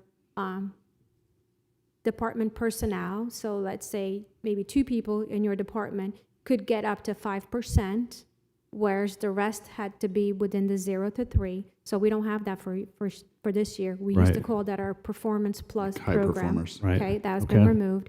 And then each department has within their org chart auto promote program where there are certain criteria that an employee has to meet, and maybe you can, Matt Mansell has a really good program in his department, so maybe you can hear from him. So there are certain levels that an employee can move within the organization, depending on certifications, work skills, education. So that is built into the department. We sit with, Gwen does, and her team sits with each department head and goes, who's going to be on the auto promote program for next year, right? And we build that into the program. That's within your approved budget. And so are any certification pays that are part of our policies and procedures. Okay, thank you. You're welcome. So to the point, I think it kind of depends on, the organization. The company that I work for doesn't provide a COLA. Everything's merit-based. And so some years that is 1 to 3%, some years it's 3 to 5%, some years it's during the COVID era, 0 for 2 years in a row. So I haven't worked for an organization that provides both the COLA and merit. It's kind of usually kind of wrapped up together in the jobs that I've worked. But I think it looks different from every company because of the way they do that. This is not promotions. People still get promoted separate from both of them. No, I understand that. This is just a pay increase. But I'm just saying for the public. Well, this is mostly, COLAs are mostly based on keeping up with inflation in some way. And then merit increases are rewarding those that are showing that they're technically skilled and good at their jobs, and rewarding them for that action, for being more skilled. And we're also under a current salary survey, so none of the we don't know we're pending what those results are going to be, but none of that is incorporated into the budget either. We'd have to have discussions next year. Thank you, ma'am. Anything else? Go right ahead. Let's go to the hard part. Let's go to the fun part. This chart shows 10 years of historical trends in property values, millage rate, receipts collected, and population growth. We had to update this chart. The version that we originally went out with the agenda was incorrect for 2024 forward. We had a formula error, and I do certainly apologize for that. Excel doesn't carry very well into PowerPoint. So as you can see there, the correct numbers. We've gone from single digits to double digits, back to very low single digits. That's what's creating some of the stress that we're having in this year's budget. Our millage rate, as you can see there, 10 years ago was 4.59. It went to 4.69 for 3 years, and then it's declined ever since. So there's been an effort to reduce that rate quite a bit. Do we know why it went up during that time period? So there were additional requests that came in from City Council. A large majority of that related to new deputies for the Flagler County Sheriff's Office. Also, I'm digging into my memory here. Funding for the streetlights program was part of that. And other priorities, IT infrastructure was another one year. I'd have to really go back and... I was just curious as to Yes. why the council decided to do that. And as you can see also, population growth. We've increased quite a bit in the past 10 years. Yeah, I think it was 26. It had 0.22%. I'm like, it's not right. No. And they had one, it was 2024. The percentage Yes. change in property is like You're- 30.40. I'm Yeah, like, that's yeah. not right either. Those two columns kind of didn't calculate together. We already reviewed the legislative Impacts. Yeah. impacts, Well, yes. Go back one, will you, please, Helena, or two, I'm sorry. You can see by our population growth, we've only grown by 8,000 people, and our ad valorem receipts is not very much. That's our constraint. That's very constraining. That's based on the increase. Yeah. Yeah, so the budget that you're recommending, city manager, is just under a 2024 millage rate. But we had, I don't know, just, And that was a rollback. yeah, that was 17,000 people less in the city. Go to the recommended, Helena or Ms. Ragsdale? Yes. So we're going to need direction today so we can finalize the maximum millage rate for next Tuesday's business meeting. A reminder, this is the max. You can still have the opportunity to reduce it as we move forward through the budget process, but you cannot increase past the millage rate that you set at next Tuesday. The fiscal year 2026 adopted rate was 4.0893. The rollback rate for fiscal year 27 would be 4.1389. The budget as presented is at 4.2296. And if you were to add all of the unfunded options, you would be at 4.5350.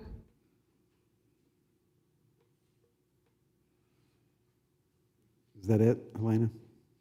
Also not noted on this specific slide is millage rate dedicated to the pavement program. I think there was a needs and deficits that were reviewed at the city council in May. That plan remains unfunded by 9.9 million. That would result in a millage increase of 0.9 overall. At this point, we're going to need to get some direction on what you would like to see next Tuesday. Mr. Mayor, When you say, sorry to interrupt, when you say 0.9 overall, that's 0.9 on top of this proposed. That is correct. All unfunded op. So like if we were going to include funding the road program fully as needed, we would have to go to like 5.4. That is correct, 5.4349. Okay. I had just one Yes, sir. general comment. When you look at this and you see the rollback rate, in fact, would be an increase in the millage rate. And so people always say, well, we want to go to the rollback rate. But it really depends on inflation and the cost of living analysis. It has a tremendous impact on the budget each year. And this is a good example. Normally, the rollback rate basically the rollback rate is to have the same number of dollars coming in from last year and this year. And normally, the rollback rate, reduces the millage rate. In this case, to just duplicate what we took in last year, we still would have to increase the millage rate. Because the loss in value of. So just for edification, I asked staff what it would look like if we, as far as what we would have to do to our budget, if we went to rollback, and if we went to what our current adopted millage rate is for 2026. So if we were to direct staff to go to rollback, we would have to, that would be $1 million cut, That is right? correct. And if we kept the millage flat, in other words, we just kept it where it is right now, we would have to find 1.5 million roughly, correct? That is correct. Okay. Approximately. Sorry, it looks like 0.1 mils is roughly equal to close to $1 million. What do you need from us, Helena? Direction on where would you like to see for next Tuesday? So just to be clear, so you're asking us to set a maximum millage. This is not what we're adopting. We're not going to adopt it till. Well, not today. We're giving direction to set it next week, right? Set it next week, correct. A max. And I guess the question is, do we want to leave ourselves room for discussion?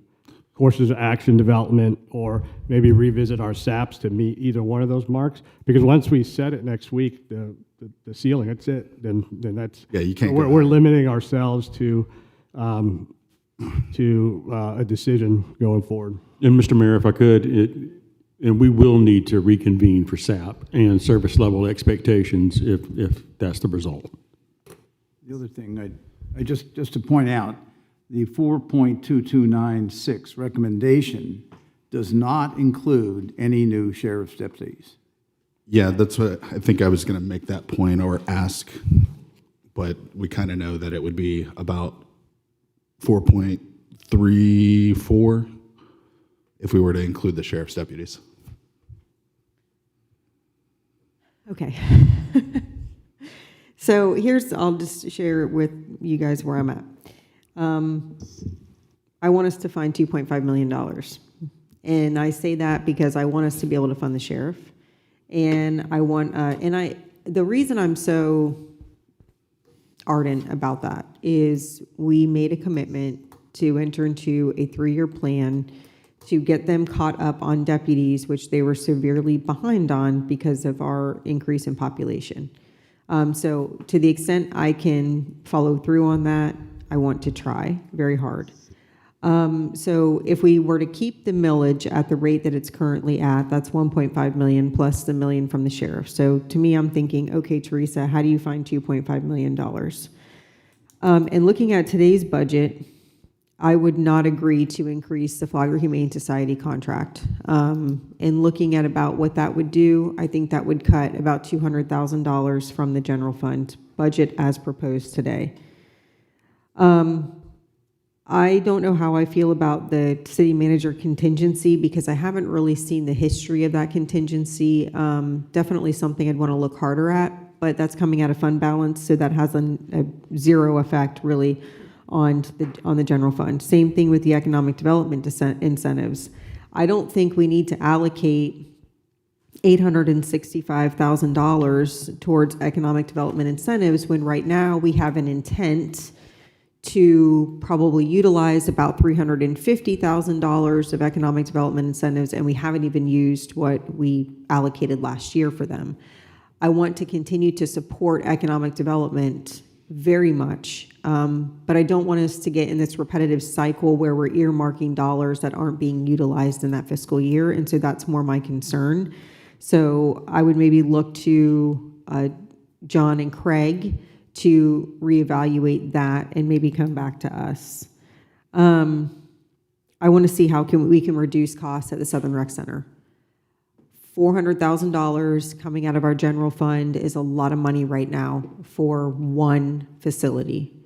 We asked our team to take a hard look at the golf course and have a really quick turnaround. They did it. I think we need to take that same approach with Southern Rec Center at this point. I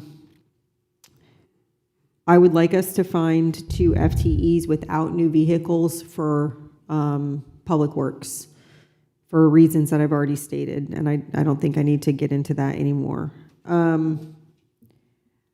Would appreciate the merit increases coming back for more information.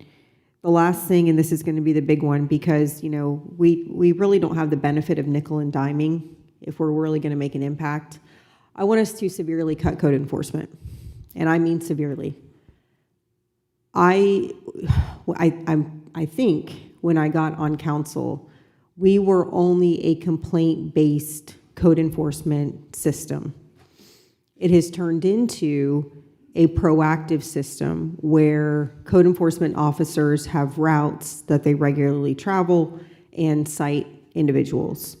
And maybe I'm wrong in that when I started it wasn't like that, but either way, that's how it is now. And we have earned ourselves the moniker of being the largest HOA in the state of Florida. Palm Coast, the city of Palm Coast is the biggest HOA in the state of Florida, and I kind of agree with that. I think that if people want to live in an HOA, they'll move to an HOA. I know one of the benefits of living in the infill lots is that that's not what you're under. You have an infill lot, you enjoy the fact that you can file a complaint against your neighbor for violating one of our codes, and code enforcement will respond accordingly. And the policy is that code enforcement then comes out. They're supposed to do a 180 and make sure if there's anybody else who's in violation of any of our codes, they ticket them too. This avoids allegations of selective enforcement. It also is efficient, right? Because the code enforcement officer is already out there at the property. And so going in and coming out, they can look to see if there's any other violations. But I am asking for consensus from council to get rid of the proactive, regular route policy of code enforcement and to become a complaint-based system only. And on their way out into whatever the call was and on their way out from whatever the call was, they're also citing any other violations they see. Madam Vice Mayor? Yes. On that, we've just started a pilot study within code enforcement over a 2-week time period to see what that exact effort would look like as far as operationally, because we're very concerned about unintended consequences with going to that approach. So just to let you know, to catch you up, the latest and greatest, that pilot study's been kicked off. Okay. So maybe have some good data within the next couple of weeks. I appreciate that. I think though too, so it's not just about, it is largely about the budget, but it's not just about that. It's also about what are we as a government supposed to provide? As a government, we are supposed to provide core services, necessary core services. I don't think code enforcement, having regular routes to make sure people are cutting their grass and aren't parking in the swales, is a core government function. It's beneficial to have code there to be able to pick up the phone and call and say, hey, my neighbor is constantly parking in my swale and it's doing damage. Totally agree that that shouldn't go away and residents should still have that ability. And I recognize the fact that calls to code enforcement are public record, and it can cause an issue if a neighbor is calling on another neighbor and, you know, that neighbor says, hey, who called on me? And now you've got a neighbor dispute. I understand all of those things, but I think that what we're seeing from the state of Florida, what we're seeing from our representatives in Tallahassee, is that we need to get back to core government functions. And so this is a way that I think we can do that. Generally speaking, I recognize the need to pass a balanced budget, and I recognize the need to reduce government spending to ensure the focus remains on those core government functions. So I think, you know, as we're looking at passing a balanced budget and as we're looking to getting back to that, this is one of the ways that we can do that in a big way. So I'm asking if we can at least have that considered by council moving forward. Sorry. No, go ahead. So I didn't catch the very beginning when you were saying need to find 2.5 million. In terms of what rate are you suggesting? Keeping it flat, 2026 adopted millage. So 4.0893. And I'm not saying that we need to adopt that as the max today or give direction as that being the max, but that is what I will be advocating for as we move forward. And I, you know, as you all know, I like to be as transparent as possible when we're doing things like this. So that's just where my head's at. I'm not saying that, you know, I won't go along with what council suggests as the max, but I will be advocating for keeping it flat and making some pretty big changes in how we operate our code enforcement. So I just wanted to say that I completely agree in terms of the sheriff's contract, that we entered into an agreement. We said we were going to do these things. Obviously, things have changed from the state level, as well as you know, the drivers in terms of property valuations going down this year in comparison to the previous years. I think that's a market force that's happening. I read somewhere that 1 in 7 open inventory homes in the United States are in Florida. So that's like what, 15-16% of all available homes in the United States are in Florida. So that's, I think, what's driving the downward valuations on homes right now, because there's a lot available. And then in terms of public works, I agree with that too, as long as we can, you know, find that money in a responsible way. I appreciate the efforts in terms of some of this money. You know, some of these are hard numbers, right? Like Flagler Humane Society, the economic development incentives. Like we can say, okay, that's 200 grand, that's 350 grand. Southern Rec becomes a little bit more difficult because we say we need to drive down costs, but the costs, we don't know exactly how that's going to come. And the same thing with code, understanding, hey, the change in this approach, how many dollars does that save? So I'd like to see more information about those items specifically to understand how much money we're looking to save, or do we just need to say, this is how much money you got, in order to ensure that we're staying on target. With code, it's back and forth, right? Because everybody prior to the existence of the city, these were rules that were in the CDD.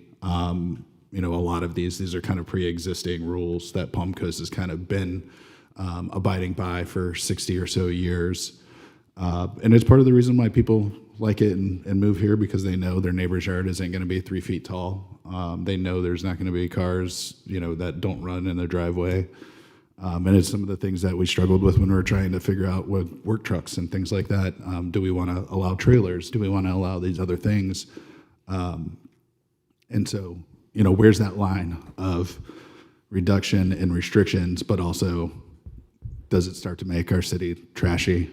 I know everybody enjoys personal freedoms, but I think a lot of people that move here don't understand that the reason why they liked it is because of some of those codes, right? They perceive everything to be clean and nice and beautiful, yards are mowed, but they're not thinking about that. And then when they get here and someone says you can't have your trailer in your driveway, they never put those two things together. So I think there's a line there that we have to be careful with so that we're not affecting the beauty and the quality of our city. But also we're facing, budget restrictions, not just this year, but most likely even worse in the future. So I agree with some of those points. I think right now we're just giving direction on, a higher max level that we're not even voting on today, but we're giving direction on what to bring back. So I appreciate that, because I think that gives staff a direction to move in to look towards that. I support some of those things that you've mentioned. And so I'd like to hear everybody else's thoughts. Yeah, so I think I think it's important for us to give ourselves the opportunity to look at all these different courses of action. This cycle is not over.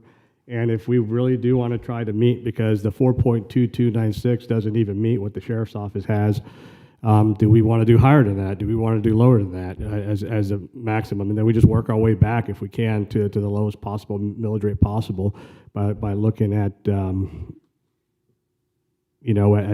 funding options that, we can reduce expenditures on. I'm okay with a 4.2296 from a starting perspective, and then we can work our way back from there.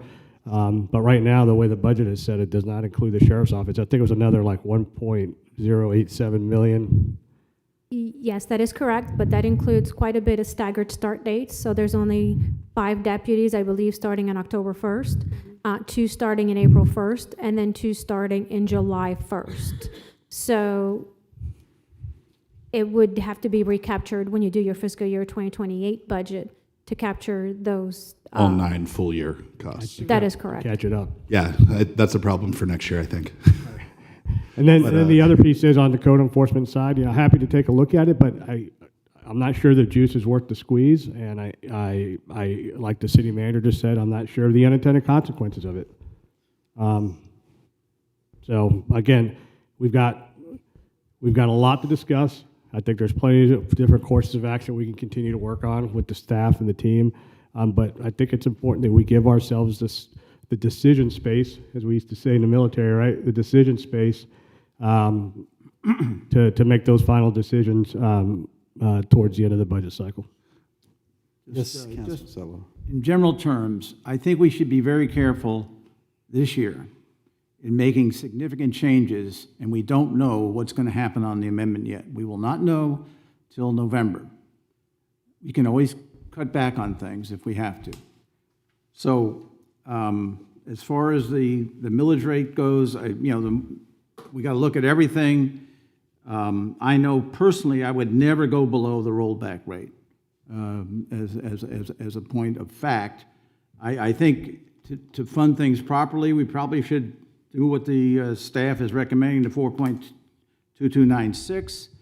But given what I think is going to happen, my bottom line would be that I would never go below the rollback rate, because we talk about that all the time as the right thing to do each year. bring in as much money at least that you had last year in the current year. So that's kind of where I am, but I think looking at all the possibilities is a good way to go. But let's not make decisions right now when we don't really know what's going to happen in November. Is that all you had, Councilman? So, Vice Mayor, you're actually, when you say 4.0893, you're actually talking about a tax cut. I would like us to, especially based on what we know could be coming in November, I would like that to be a goal.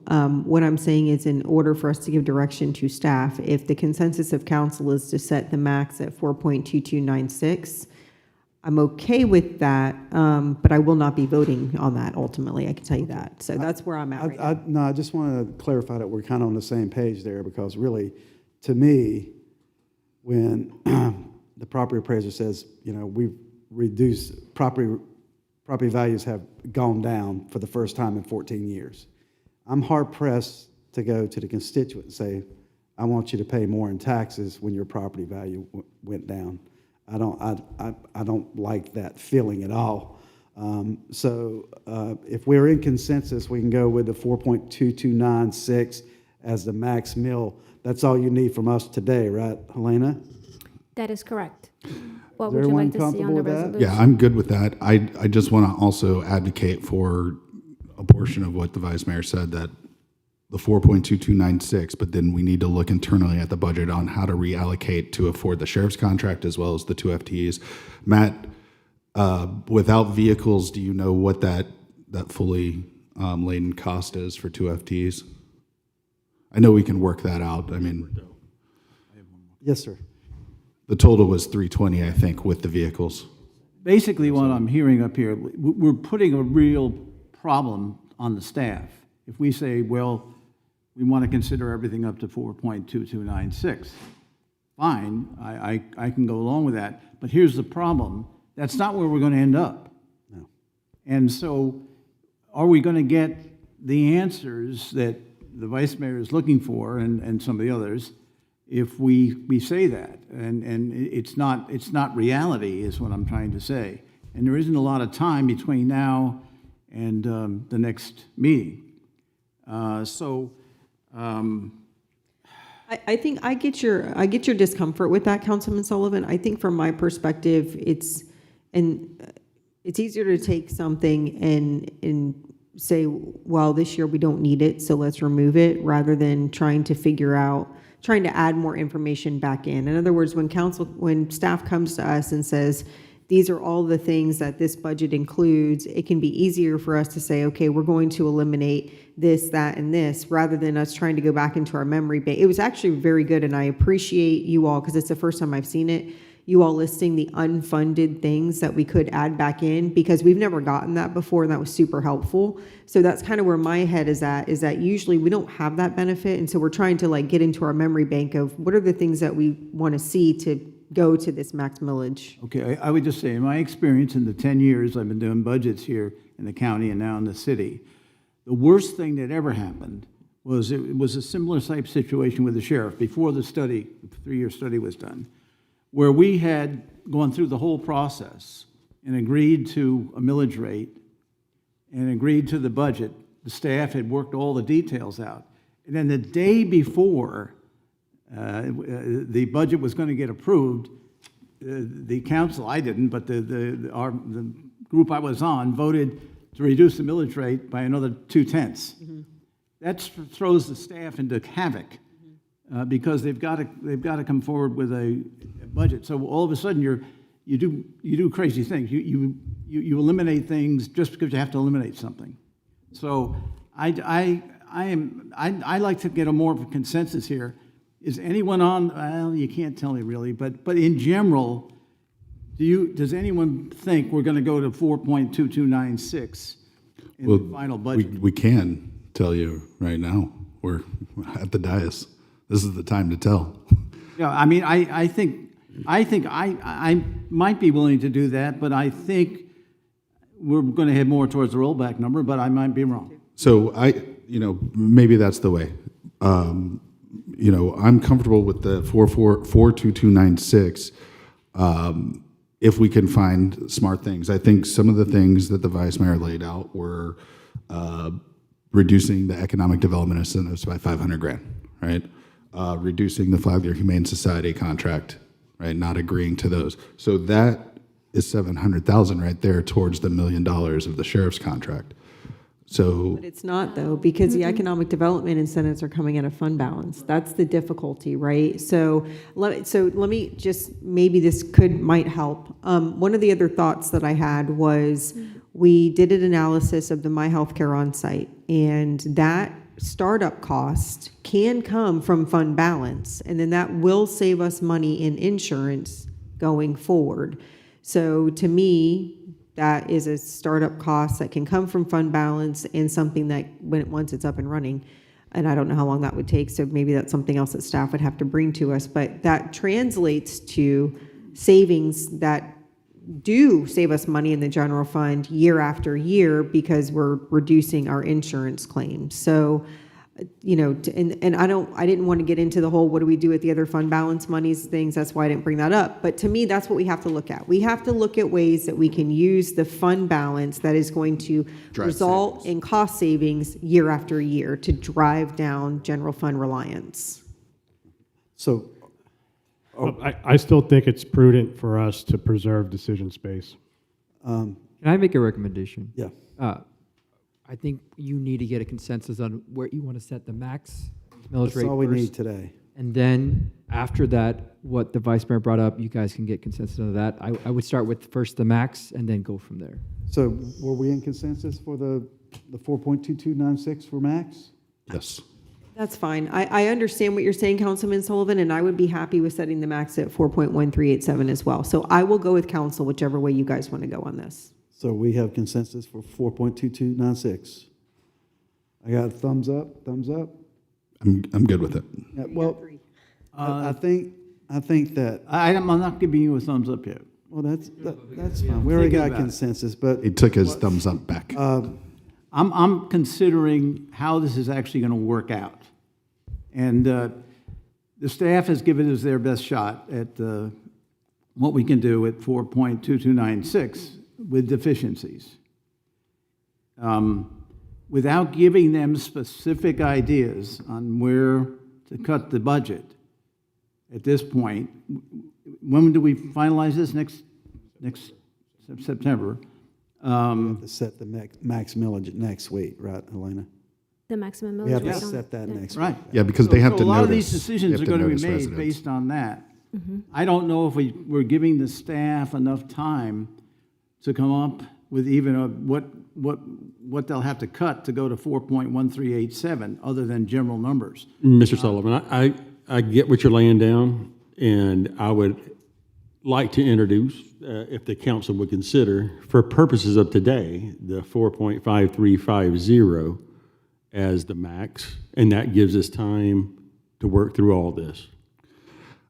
Here's my thing. This is the earliest meeting that we have to even talk about this. So we're as early as we can be, Councilman Sullivan, in terms of notifying. I appreciate that the vice mayor is saying, these are the things that I'm thinking, because it does give them as much time as possible to try to work through that. There was no other time period except for in her private meetings with staff. So publicly, this is the earliest we could let each other know where we stand. And so this is the amount of time we have every year. And so that's what we got to do. I think it's better to say it now than to wait 2 months and say it. I wish I would never do. But it happens. It happens from time to time. My thought is, with the 4.5350, we already know that's a bridge too far. This is actually with the 4.2229. That's actually an austere budget, because you're saying right there, we can't fund those 9 new deputies and the other things that are on that list. So we already know that's our starting point, and if we can get there, with the cap at 4.22, we can work it, but, you know, Yeah. like I said before, I don't feel that it's right for everyone's property values to be going down, and then us turn around and say, well, you're gonna pay more in taxes. It shouldn't be like that. I don't think the statement, everyone's property values are going down, is true. Well, overall, In in 14 general. years, the amount, They're less going up this year than they were last year. That's what you can say. but the part of the increase, they're saying from new construction. So we're saying existing homeowners that have been here for years, their property values have gone down for the first time in 14 years, overall. That's the truth. Relative to previous years. So are we happy with the 4.2296? I think it's a good starting point. Okay. I agree. I agree. I just wanted to make my points. Okay, so we have consensus. Do we need is that it for you, Helena? I think before Helena goes, we do need to have consensus on what the vice mayor talked Okay, and we talked about trying to work in somehow of getting those 2 FTEs for Matt. about. Let's do it one by one, so it's Yeah. just easier. So Yeah, well, that's the first one. Sure. Okay, so I would like to keep the Flagler Humane Society contract at the $156 per animal that we agreed with them on, which is what we based our increased license fees on. Right. Yeah. if for some reason, this is just me being futuristic, if for some reason we can't, thank you, if we can't get to an agreement with Flagler Humane Society on that, is there other direction you want city staff to work on? No. Just take care of fewer animals. Well, they did say they're better off without our contract. That's what they said. That's what they said. I don't want, let me be very clear. I don't want to stop doing business with Flagler Humane Society, but for them to say, well, we're not going to do a separate capital campaign, we're going to use donations that we have gotten that are supposed to go towards the care of animals. Operations. For our capital campaign, I think is wholly inappropriate. So, and then to turn around and more than double our contract, that's outrageous. I mean, to So- me, I agree. That's their core mission. They should have been planning for the future for the last 20 years, and they didn't. And so now they're trying to divert all of that to the growth, right? And so I don't agree with that. And I agree with you in terms of the contract. The next thing was to try to find 2 FTEs for Matt. I know that's a tall ask based on everything that we've seen, but I think if we can at least direct staff to see what that looks like without the vehicles. Do we have consensus on that? Yes. I'm good with that. Just reiterating what you said, and the sheriff's deputies, right? Yeah, sheriff's, And the sheriff's deputies, yep. And then, sorry, the merit increase, we did get consensus to get those figures, right, Helena? Yes. Yes. Okay. Helena, you're going to work that. Could you pull up the code slide? Go ahead, Vice Mayor. The other thing was, I don't know what we can do about SRC, but kind of drilling down on that, on those costs. Bringing it to cost recovery. Well, I don't know if, I don't think that's realistic, to be quite frank with you. But even if we could save whatever those cost savings could be, fine. I think it's, it's the other side of the ledger, the revenues that need to increase, not the costs. Maybe. I'm saying I don't think we can, I don't think that in this year, he's going to be able to come up with a plan that we will accept and that we think is okay, because we have our residents use the SRC. I don't want them to start charging outrageous fees to be cost recovery, but at least working. I understand what you're saying. I think, when we talked about the golf course, like my biggest fear when we're talking about cost recovery is that instead of investing and growing revenue, we start neglecting and it becomes a blight. Then you're stuck in this cycle that you will never make money, right? You need to get the revenues that make this a great place to play tennis or racquetball. i.e. capacity for parking? But Exactly. so we need And to the trail. improve the facility as well as look at the pricing structure and things like that. But we need to find a way to drive revenues, not spend less money on it necessarily, unless we can find things that are just unnecessary costs. No, you're right. That's probably a better way of framing it. Whatever we can do to balance that out better. Yeah, just the negative, right? So increase revenue, all council agree with that direction? Yes. Is that it? The last thing was, and this only affects fund balance, so I don't know where everybody's at on this. I guess and that's a question I was going to ask. When do we need to give you all direction as to what to do with fund balance? We don't need that for next Tuesday, so we can Okay. discuss that throughout the budget process. Okay, so I guess it depends on what we want from fund balance, but since that doesn't have anything to do with the millage, what we end up doing with those economic development dollars doesn't need to be decided upon today, right? That is correct. You're talking Okay. about the additional 2 million. Correct. Yes. Yeah, she said that it could even go past this budget year, So when and you, it would be forwarded, right? well, when you go over your capital projects budgets, might want to have that discussion. That is, I believe, August 11th. A month, Um, okay. Yeah, so at that point, it would be really beneficial to have what those one-time expenditure is going to be on the capital. Okay, all right, thank you. I think that was everything. Was that it? You did mention something about. Oh, and then code. Code enforcement, I want to look Code, at. Yeah, well, that's why I had her pull up. Yeah, and Are you looking at the budget for code enforcement? What exactly are you looking? Yeah, for? the budget for code enforcement comes out of general fund. So I would like to see what a complaint-based model with that 180, so they go out based on a complaint and they do the 180 turnaround to see if there's anybody else in violation, and that's it. It's not a proactive, we have regular routes that we travel every day. And just for reference, we have 25.42 full-time employees, and I think about 20 vehicles in fleet for code enforcement. So we're not talking about a small, itty-bitty operation. No, it makes sense. I mean, it's a large town. It's, if you're doing active enforcement, it's going to take a bunch of people to do that. Do I'd we like have to see what direct those costs- consensus on that one? Yep, everybody good with that? To just look at it Yeah, and see just what take it, a look Yeah, at it. again, I'm not sure the juice is worth the squeeze, but I don't know look at either, it, but I yeah. think it's the only department where, to me, we're not talking about a core government service that isn't addressable in another way, i.e. via the complaint system. Anything, are you good, Marcus? You good, Helena? You got all the direction you need? Mr. Mayor, I've got one quick question. Yeah. What about impact fees? Do we have a number on, did we talk about that today? Where does that come into? So impact fees are going to come back to you with the 5-year capital improvement plan. If we look at the time schedule over there, you'll be looking at that August 11th. Okay, So those are dedicated for capital infrastructure type of projects. That's why it'll come at that point. okay. Is that, But it's still general fund? Impact Or- fees, no, sir. There's special revenues, capital projects, Okay. and water wastewater. Okay. Thank you. is that it? You're welcome. Helena, you got everything you need from us, Ms. Ragsdale? Thank you, ladies. Thank you so much. This, Thank you. Thanks for you bearing guys are with us. super. It's Yeah. just that one slide, I'm like 2.0.22, that's not right. City manager said lunch was here. You guys want to take a 30-minute break for lunch? Oh, I'll do public comment, but 30 minutes after public comment for lunch? Okay. We're going to open this matter up to public comment. Yes, Chief? Mayor, before we start public comment, I just know that we have several young Yes. citizens here today to speak on the next item.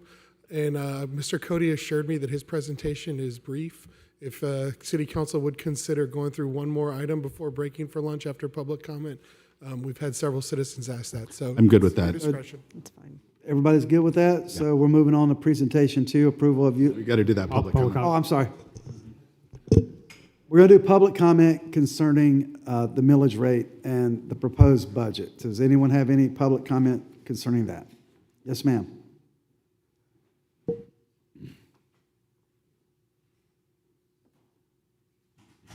Hi, Sherry Sanders, the B section. I originally came here for another topic, but on the budget, and we're talking about the SRC, I think if you look at the fact that there are 4,470 pickleball memberships, now, I don't have a breakdown of annual versus monthly versus junior, but let's just say there are 4,200. If you raise the fee come January 1, 2027, $10 a month, that's $120 a year, but for people who have annual membership, say it's $100.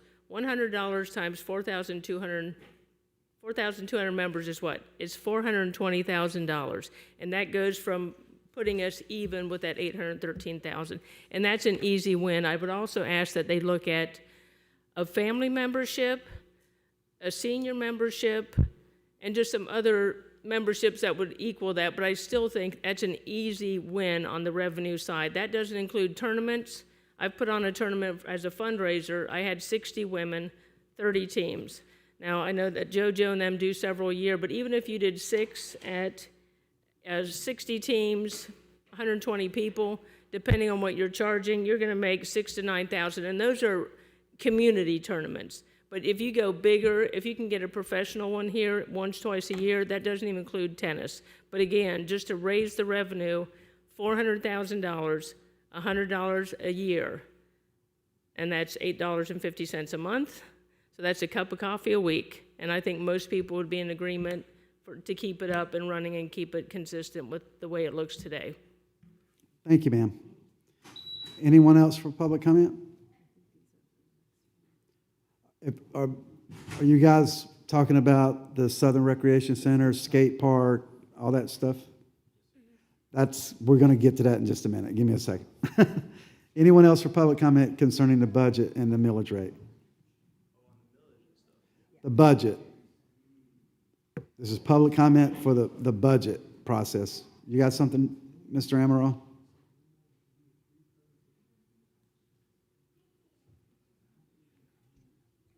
Good afternoon, Tony Amaral, Palm Coast. You guys looking at the budget, we have a revenue increase of from 2025 actual to our 2027 proposed. Your revenue increase is 13.5%. That same time frame, your expenses are at 18.5%. You're looking at possible rollback, not even fully funding based at the 4.22.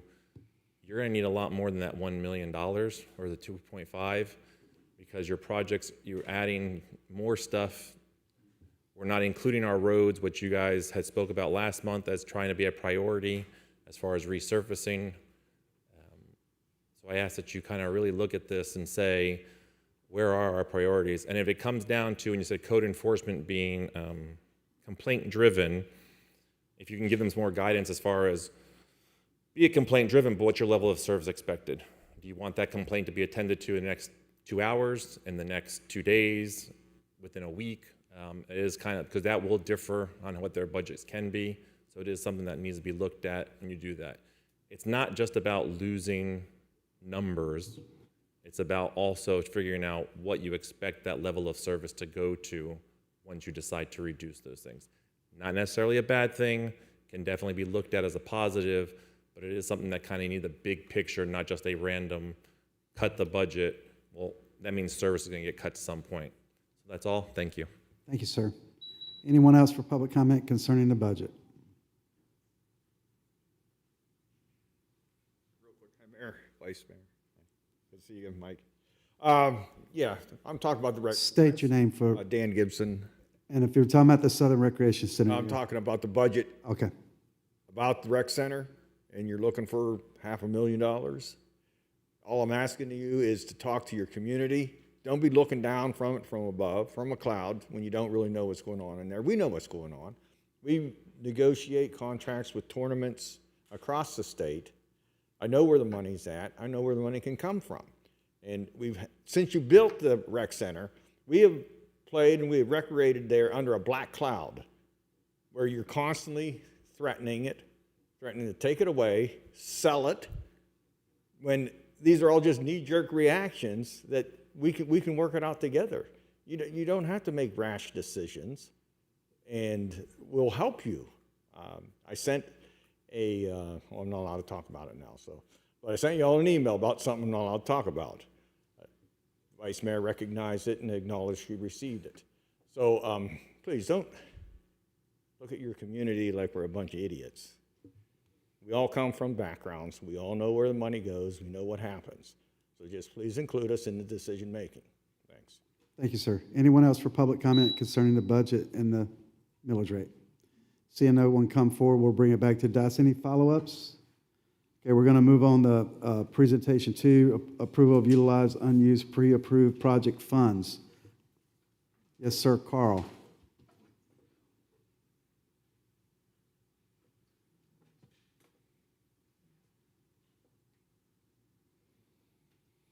I know council asked us to come back here and give you an update on the funds and potential uses of using the funds for the Indian Trails project. So I thought I'd kick us off by, oh, video's not working, so I'm just going to skip to the next slide. So we did just finish Indian Trail Sports Complex. It came out great.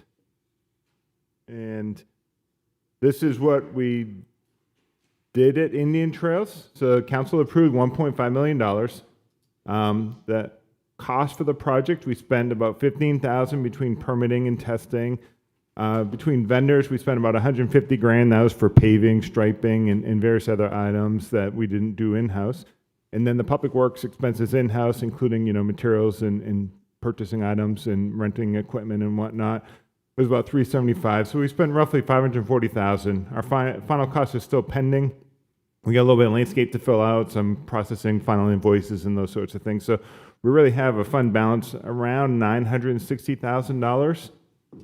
That is made up of two funding sources. Capital Projects Fund was 46.71% of that, and Recreation Impact Fees is 53.29% of that. And this figure here just shows that the gray areas, the additional parking, and there were some grass spaces in green that were added as well as impervious. So council asked us to come back. We had identified, you know, Southern Rec last meeting. Council mentioned a few projects at Indian Trails Sports Complex to look into, as well as the skate park. So we got $960,000. These are 5 potential items where those funds could go to, and I'll go through each one by one.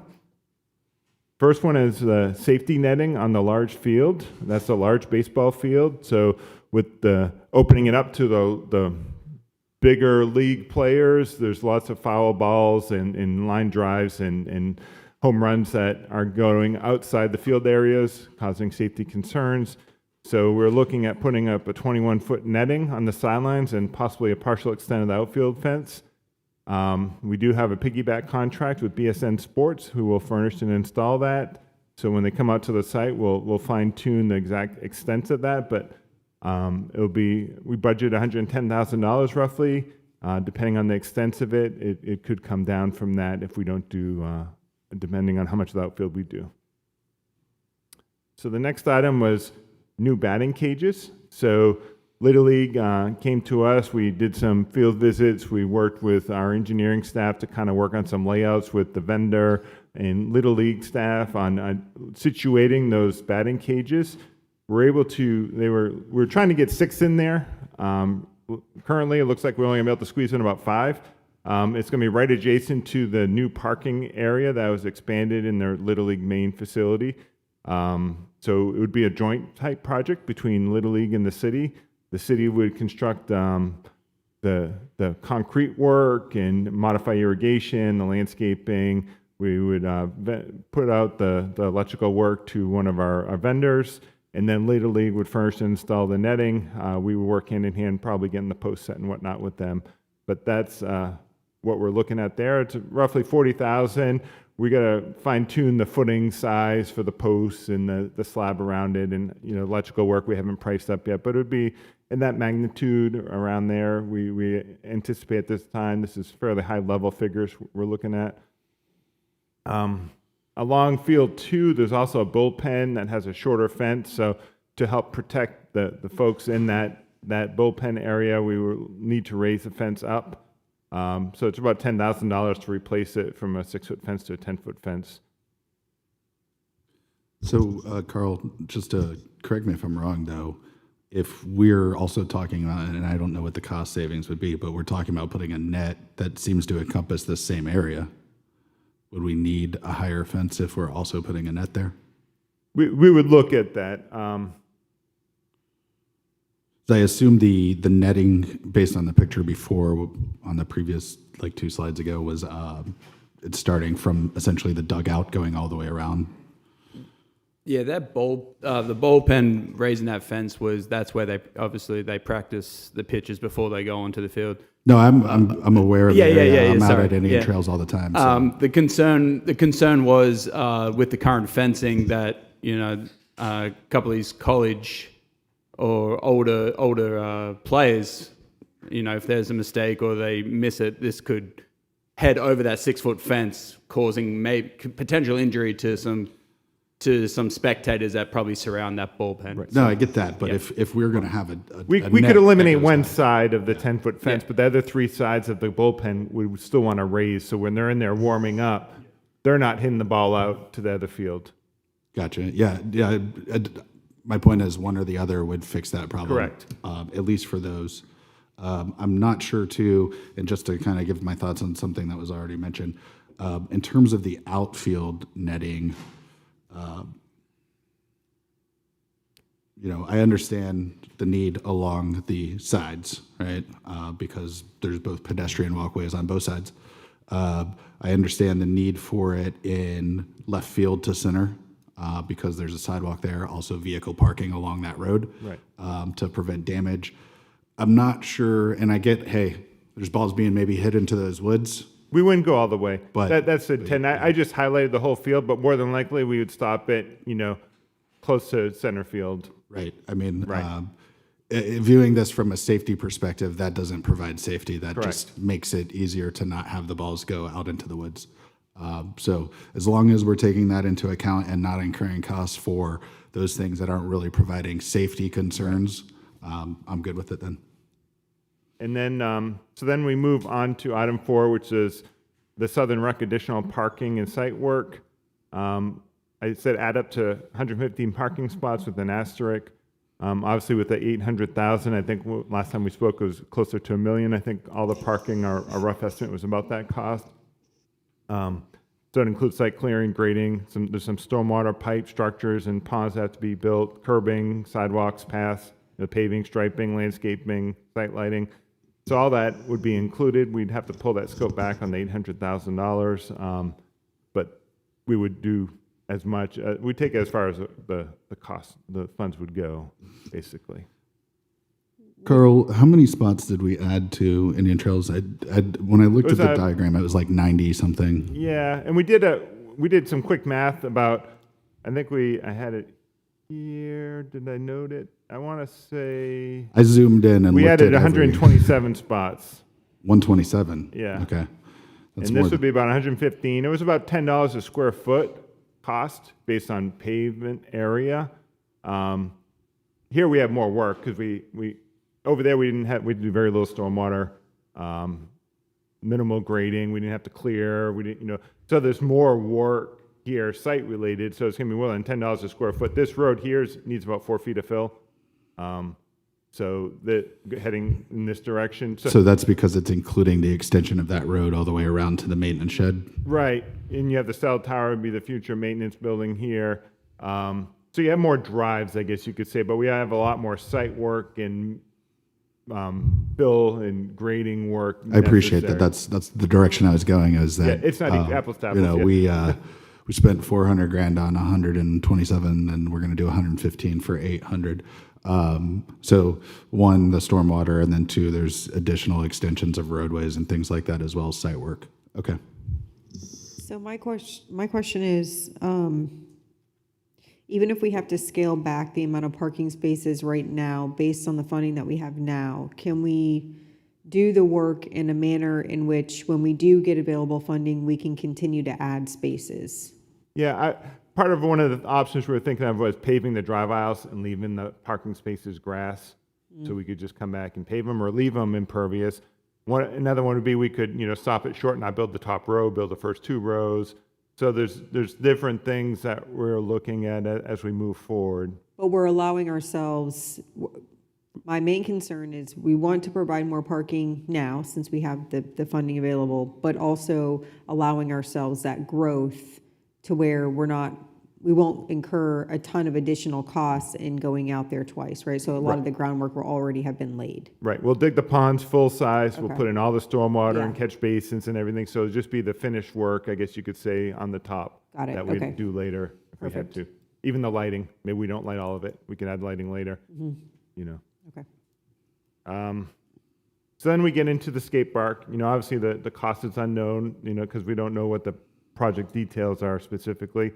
So I just kind of wanted to go through what we have. The county has about a 20,000 square foot pad with prefabricated elements over at Wadsworth Park. on 100. Most recently, American Ramp Company went out there and did about 60% replacement of those prefab components at roughly $240,000. Ralph Carter Park, when that park was built and opened in 2009, it had roughly a 5,000 square foot pad with some above ground ramps. American Ramp Company provided those components as well. We've done some minor repairs at the time. Those components cost $75,000. There's lots of guidance out there regarding skate parks and how much you should have for a community. Every community is different, but I just put that, but there's a rough rule of thumb, 10,000 square feet for every 25,000 residents. So, we're over 100,000. We should have, at least 40,000 square feet of skate parks or we're more. heading to 50,000. Yeah. So it's just going through some various sizes, some typology just to give you, and they've done some research, this is again 4 years old or so. You got a small skate park, it's under 5,000 square feet. Then you get into neighborhoods, they're 10 to 20. A small neighborhood's maybe 5 to 10, but then a larger neighborhood is 20 to 30, and then above 30, it's more of a regional type facility. But they're in the $75 per square foot cost. These are all concrete, poured type structures. I pulled this one up because this is a recent construction contract. I think it was awarded in January down in Pompano Beach. They have an existing park, restrooms, parking, that an open field area where they're going to construct a concrete, facility. New Line Skate Parks is a design build company. They've done a tremendous amount in Florida. It was $1.8 million. So this is just a skate park on an existing field. And you can see there's not a lot to it. There's a bowl, some flat areas, some components. It is 20,000 square feet, but it adds up quickly. They haven't started that construction. I think it started construction. I think I saw on Facebook some videos of some of the work occurring. I'll be down there. I might stop by and try to take a look at it. This one here is a newer one, 2017. It opened up. It was on existing park as well. It was in Jacksonville Beach. It was just over 23,000 square feet. Again, concrete. Team Pain Skate Parks is another design builder that's pretty common in Florida. It's done a bunch of skate parks. This was done for $2 million, but that included a little bit of offsite. I think they did some tennis court and some shade pavilions, but the majority of that went into it. One thing different on this one is they advocated for a deeper bowl here. I think it's a 12-foot depth bowl. Some of the higher level skateboarders wanted a more performing bowl. There's more bowls in this one, but you can see those are 2017 costs. So this is probably $3 million or more in today's dollars. They get some shade pavilions and some other components, of the facility. So just as an example, this is Artist Walk. Kind of put this out there as a different approach. This was a combination project with DOT as part of a 6-acre redevelopment connecting North Bank and South Bank Riverwalk. So it was under an overpass, so it gives shade, protects from the rain and those sorts of things. 30,000 square feet. California Skate Parks was the design builder on this one. It just opened in 2024, but it was $8.8 million. But that's not just the skate park. That's there's more to it in that. So the skate park component, I don't have those specific costs. That's just a great use of space, though. Great use of space, absolutely. And this one here I put in because this is one that more I think takes all aspects of different levels in ages and adds some variety, for a multitude of users. This is 34,000 square feet. It was built by New Line Skate Parks, one of the previous ones we looked at. 2021, it was part of a larger multi-million-dollar park rehab. So again, I don't have the breakdown. We can put in if we want to get more information, we can. But this has a pump track in it. It has a bowl. It has different components. So this just shows you a variety of things that could be done. Going through how do you do a skate park? It's like any of our capital projects. It requires proper planning, community involvement, funding. Then you need to look at site selection, design. Go through approvals, construction. It's a long process and so many steps. But for it to be successful, you really need to get that designer or truly a design builder, and this approach seems to be very successful.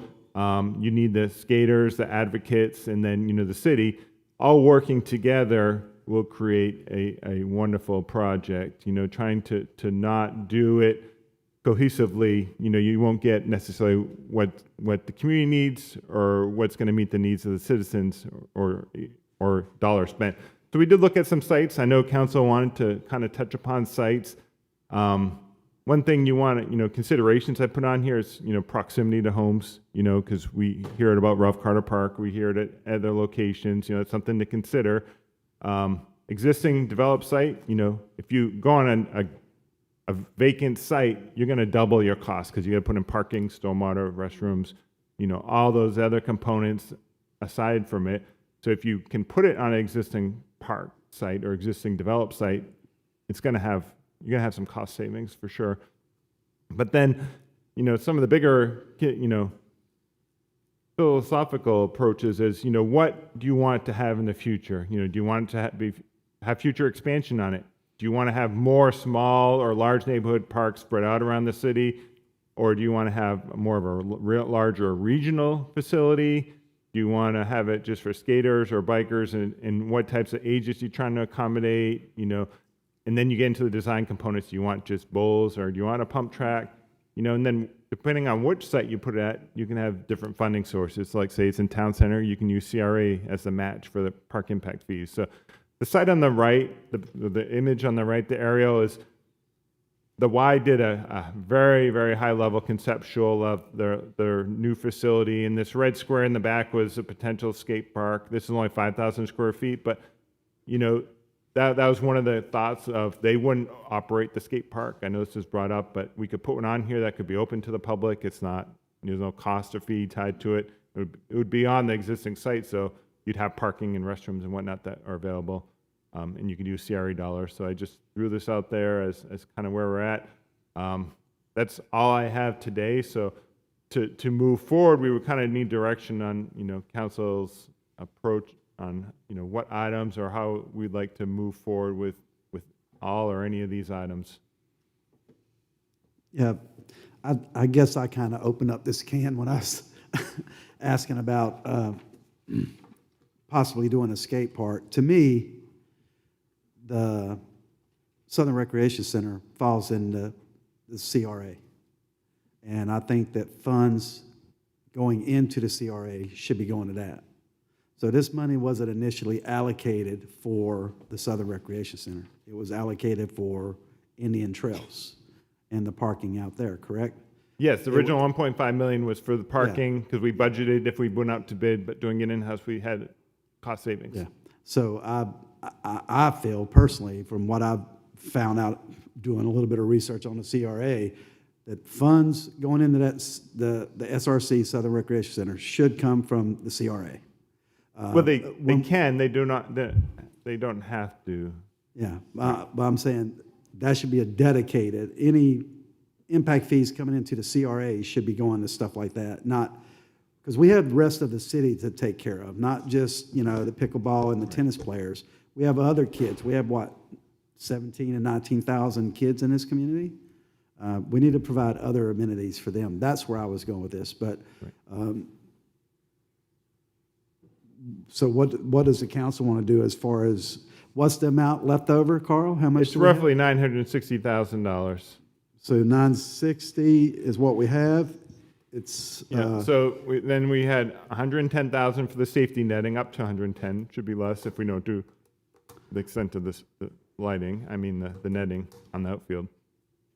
So is that something council would like to do you guys want to focus on the safety improvements out at Indian Trails and have the rest spill over? Because I can't agree to having that impact fee go to the SRC. I just can't. Like I said, I think it should come out of the CRA. Yeah, I mean, I would like to do what staff is suggesting, only because I do think the safety improvements are really important. And I think, in an effort to kind of finish the work that we've been doing out there, we've got the lights going out there. We're going to have a really nice, comprehensive facility. And I'd say this is kind of the last bow to tie that up, being that we did get the extra TDC money for the lighting on those other 4 fields. So I'm definitely, and I opened, to your point of opening up a can of worms, I opened up this can of worms with the safety improvements. So I think definitely the safety improvements. The reason I am in favor of the parking at SRC is because of some of the things we've already discussed today, in that we do need to do improvements out there that will bring more membership, that can bring more tournaments. The parking out there is awful. The gentleman said at one point, you all need to get on the ground and look at what's going on out there.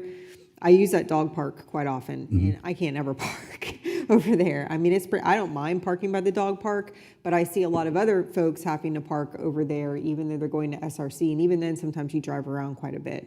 So the parking is a problem. I have never been there, and parking has been easy. No, it's never always- once, and I've been there 50 times. Yeah, it's really difficult. So I think we do need parking at SRC. Now, as far as the skate park goes, I do want to see us have a skate park. I, though, am in favor of putting it on the YMCA property. And I know we had some folks that were here previously that were not in favor of that because they felt the YMCA would be running it. That's not the case.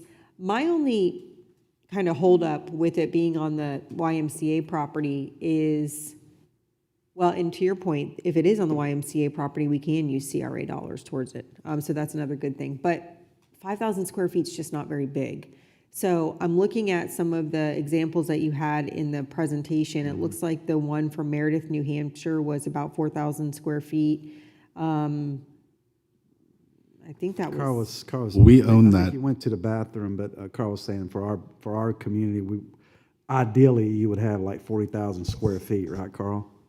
Is that what you were saying earlier about the size? Total county, the county, we have about 25,000 now. We really need to double that, is to meet the needs of our community. And we don't have a concrete bowl. So really having a concrete type skate park up around that 20,000 square feet is probably what I would recommend putting in. Because you can look at this Pompano Beach one.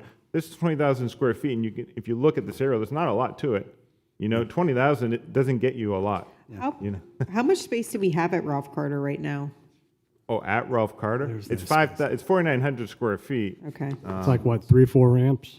But when people... Yeah, we have, it's tiny. You can see the aerial here. So Yeah. we have this it's not tiny little considered ramp and then skate. this half pipe and then, a couple other components on this side. That's like entry level. Yeah, one of my biggest, with the pushback I've been receiving is, well, we already have a skate park at Wadsworth Park. Well, that's a county park. And someone that lives up on the north end in the L section, it's a stretch for a kid to get from the L section down to Wadsworth Park. That's why we need something closer to the center of the city, in my opinion. And this is a different component. This is the prefab component. It's a different type of skate park facility. When we have received the feedback in the past, the feedback has been this is not the type of facility that we like to use, in modern times. They want a bowl. I've got a question Right. in regards These concrete to ones, the ones that had in the samples, that's can- typical. This is what people are building nowadays, all the concrete. We can put a bowl on the YMCA property. You can. Yes, You can put you a bowl can. there. So, I mean, look, I know we're talking about something that, I have to point out, this was never part of the parks master plan, right? So we're trying to accommodate to add something in, and I'm okay with that. I think we do need it. But we also have to be realistic here. Are we going to be able to meet all of the needs that our community wants in the form of a skate park tomorrow? No, it's not feasible. It is what it is. But could we plan to put a bowl in the 5,000 square feet that we have on the YMCA, use CRA monies, know that it's going to be developed at the same time. So when we're talking about cost savings, economies of scale, things of that nature, I think it's a good opportunity. And we can keep a lookout for other opportunities, for a larger option down the road. I don't think that it would make the bowl obsolete by any means. And So just if I could add in, if you don't mind, on the Y site, we have the stage you can see just cut off, I was in going to say the we have aerial. property behind it. What we have in our budget is, when the Y contract comes to council, we budgeted some dollars. I want to say it was 65,000 or so to do a master plan of the entire site. So if we're going to expand the stage, cover the stage, or we're going to do anything with that, how's that going to work with the Y? So we were going to use the same design team as the Y and look at the entire property. And as part of that, we can have them work on fitting in that skate park. And you can see it could come down onto that arts parcel. You know, so we could easily expand the skate park square footage. So that's, Mr. Mayor. I just wanted to jump in with my thoughts on this. In terms of, we're talking about, okay, this is a small piece and it's going to take time and takes money. One of the recommendations and what we saw, I think, in Orlando with their recently completed one, as well as Ocala, was a larger site plan that was phased over time, that you put in, you know, small portions of it every few years. And so I think this would allow us to, one, incorporate the later phases into the master parks plan so that we have a plan for it and that we're saving money for it, but also kind of accommodate on the front end the near-term need or wants for this as well, with a smaller piece that we know will grow later. It may not be, you know, the finished piece of what everybody would like right away, but eventually it would get there, and it would give some of those things. So that's what I would advocate for, is kind of looking at this. I think in one of the slides you talk about kind of like a phased approach from some of the previous, you know, the models that you had looked at from other cities. Like the one under construction here. If you look at some earlier renderings, they have a pump track, but wasn't in the current contract, but they have ability to add the pump track on. Yeah, and there was some of that on the Ocala one. I think John has a lot of information, I believe, on it as well, that we did a bunch of research back, I think 5-6 months ago, when all of our skating advocates came to council. And I think the Espositos gave a lot of feedback on, you know, different examples throughout the state. So I think we have a lot of that information. Additionally, some of that was done on a much lower cost per square foot basis than some of these ones that you're showing here. I don't know what they did differently, but the one in Orlando, which is fairly small, I think it's Barber Park is where it was put in. I think that was completed for $350,000 or something. I think that might have been prefab. I don't think. No, it was concrete. concrete. Okay. Yeah. It was on an existing parcel, so they just put it on existing, already cleared land, and it already had, you know, bathrooms and things like that, parking, so you didn't have to worry about that. But so there's examples of smaller, like, phased approaches to this that I think would be appropriate here, especially given, you know, crossing multiple parcels, not having the full site plan yet, but we could incorporate kind of what the usable space is there for the skate park to see how far we can expand it, like how many square feet are available for the ultimate final design, and then look at it from kind of a one bite at a time approach. And Mr. Mayor, can I throw something out real quick? What do we do with the property for Frida Zamba? Because I agree with the mayor's point. Somebody in the L section shouldn't have to be crossing all the way to town. I mean, the property where Frida Zamba's at, the pool, is more central, right? And I know we're kind of looking at the Y, but what do we do with that property? That one, we have a master plan in the budget for 50 grand. Once the Y moves, we're going to look at that, because the tennis courts are dilapidated, would have to get reconstructed. Do we do that? The handball courts, you know? So the whole thing is to go through community involvement, council direction. What do we want to do with that park? That's a good question. I mean, that'd be a great place for a skate park, right? How many acres is that? How many acres are available out there? It's pretty big, because you get the pool and you get the field area. So you do have quite a bit of area there as well. And it's central. It's in the middle of the city. Well, it's closer to the center than. Yeah, the center. I mean, I think Fire Station 21 is the geographic center. You'd have to find the match, you know, so that's our difficulty with all of our park projects, is we don't have the existing citizen match. And you'll see that when I present the capital project fund. We're going to have like $20 million in 5 years, and there's no match from residents to do anything with it. Unless you use fund balance. The entire property is about 500,000 square feet. Just for Frida Zamba? Yes, that's including the stormwater pond, though. That's kind of in the corner, so it's probably closer to 450. I don't know. I mean, you know, we're going to phase that pool out anyways. But I mean, you even have that field is just a field. You could convert the pool into the bowl. That won't cost. They do that in L.A., right? They drain a pool. Mayor Mike will do the first drop into the pool. But I do agree with making the next significant skateboard park more centrally located. So is there consensus to move forward with the parking? Is what's up, what you? Yeah, so Yes, I support the parking. I was going to just follow on with two more points. One, I agree with the safety measures at Indian Trails, right? And then two, it's not just about the Southwest Recreation Center. It's about Lehigh Trail, right? It's about the dog park. I mean, we need that parking there for expansion. And I think the more capacity we have, it will help us and help James, look at options to bring back on, potential revenue options. The place is packed all the time. Right by my house, right? So yeah, I see it nonstop, and so I support those two projects moving forward. So we're good, everybody? I was going to ask, so Ms. Pontieri said netting, are you just, not the batting cages, just the netting? All the safety improvements. So batting cages too? Plus the parking. Yeah. So batting cages, all safety improvements, the parking, and what direction about the skate park? It's going to have to be something for in the future. Something for another day. Yeah. Continue to look at. Oh, we put it on our SAP, so we've added it to the SAP, so it's just trying to find funding and. We'll make sure we include it as part of our bell tear and why, at least master plan for looking at space when we do those updates and Yeah. come back to council. But if we could take a look at that property as possible option over at Frida, it's more central to. I really. What are the timelines for that park? The plan for Frida Zamba property, that plan won't occur until after we move out of that facility? Well, we put the money in next year's budget, so we Okay. can start at any time. Okay. So obviously, we want to do the plan ahead of time so we can then program any changes, when the pool does shut down. Yeah, I just want to make sure that, everybody's fully aware, like when we say we're going to do it later, is that in the upcoming budget or is that 3 years from now? I have it in a line item in the CIP I proposed in August for council to consider.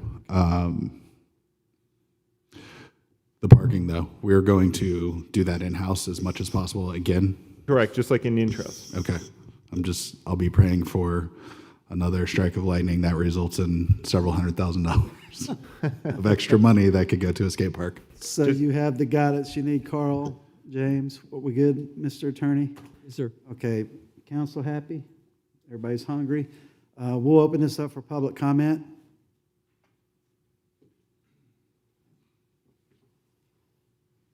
Yes, sir.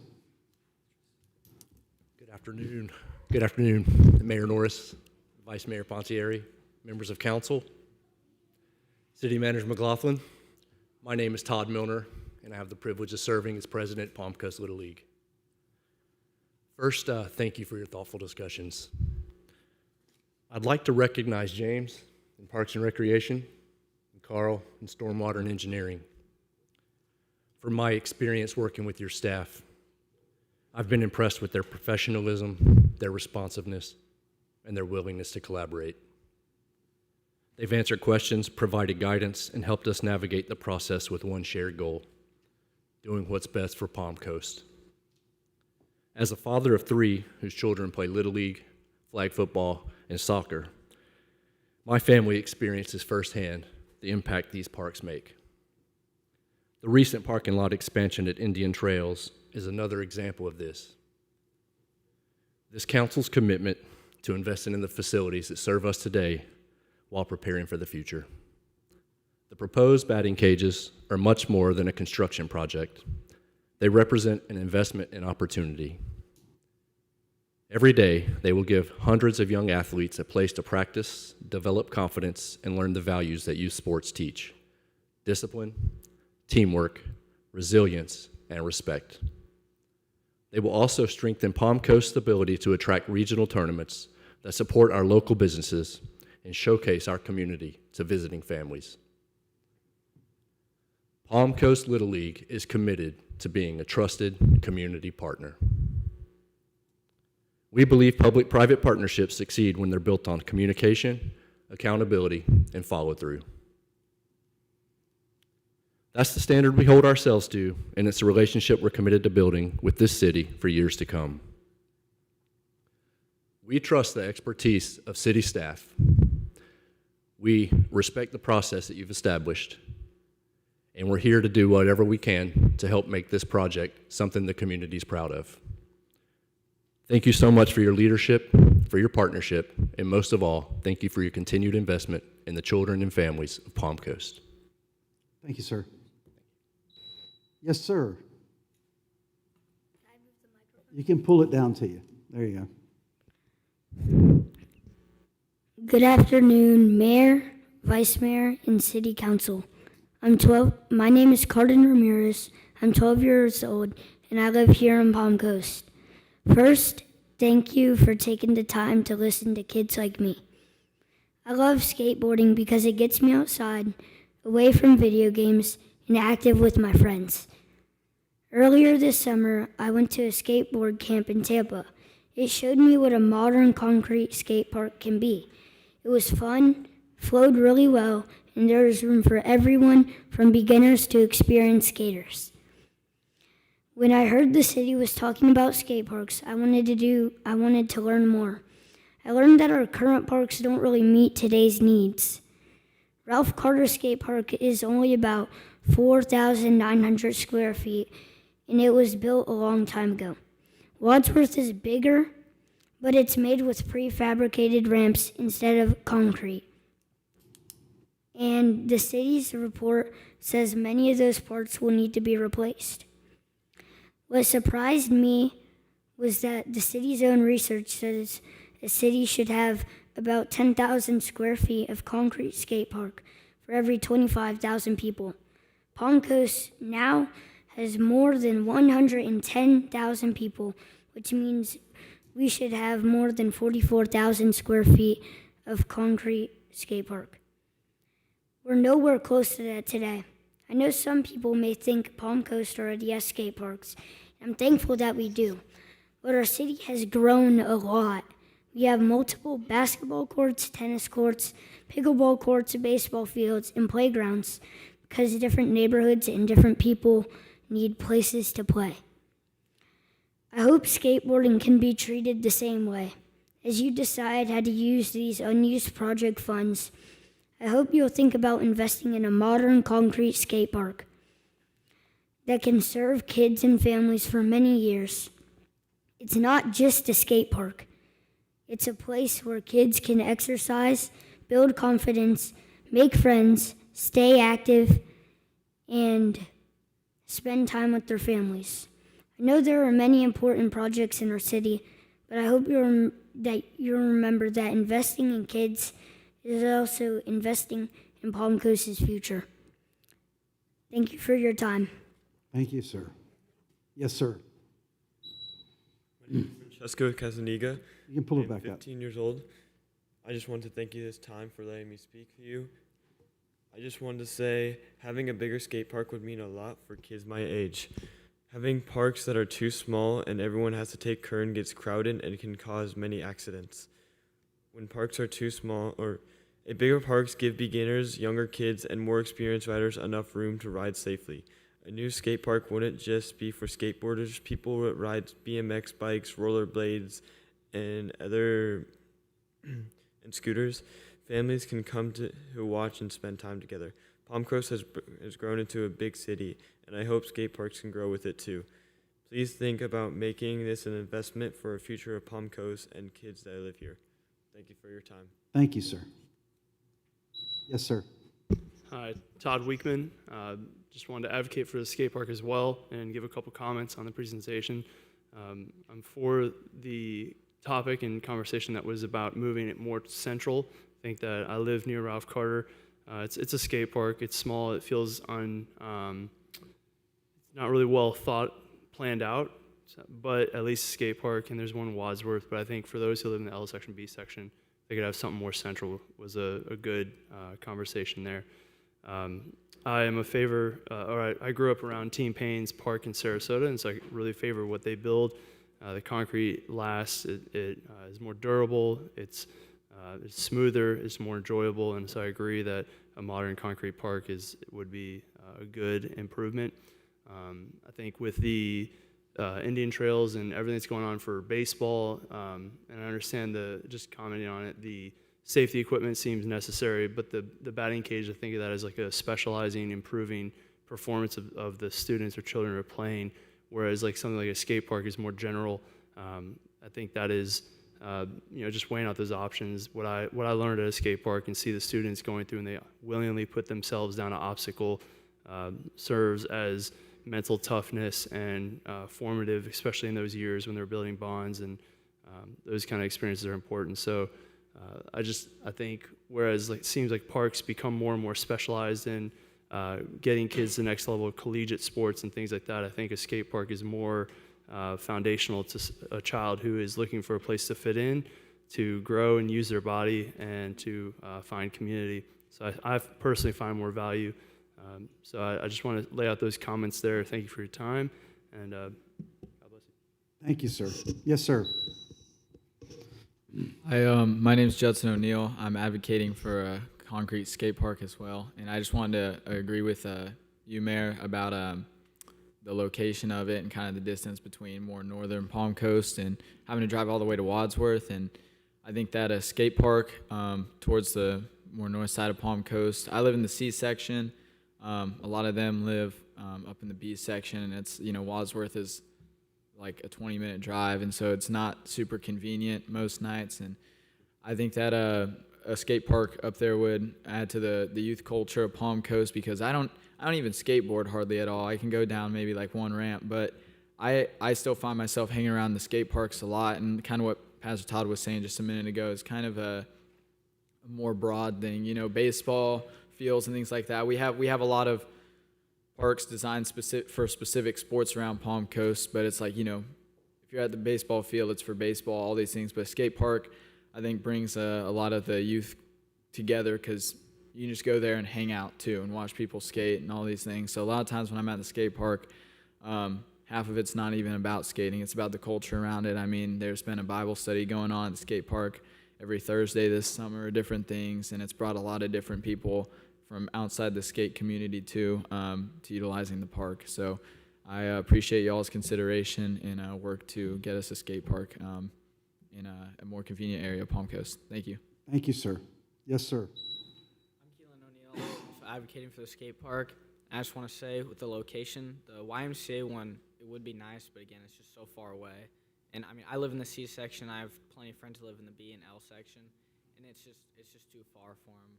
And I just want to advocate for a better location somewhere near the B section or even Wadsworth, the school. So, thank you, sir. Yes, sir. I'm Caden Olson, and I'm advocating for the skate park. Thank you. Thank you, sir. Yes, ma'am. How you doing? Sherry Sanders, speaking for the additional parking at the SRC.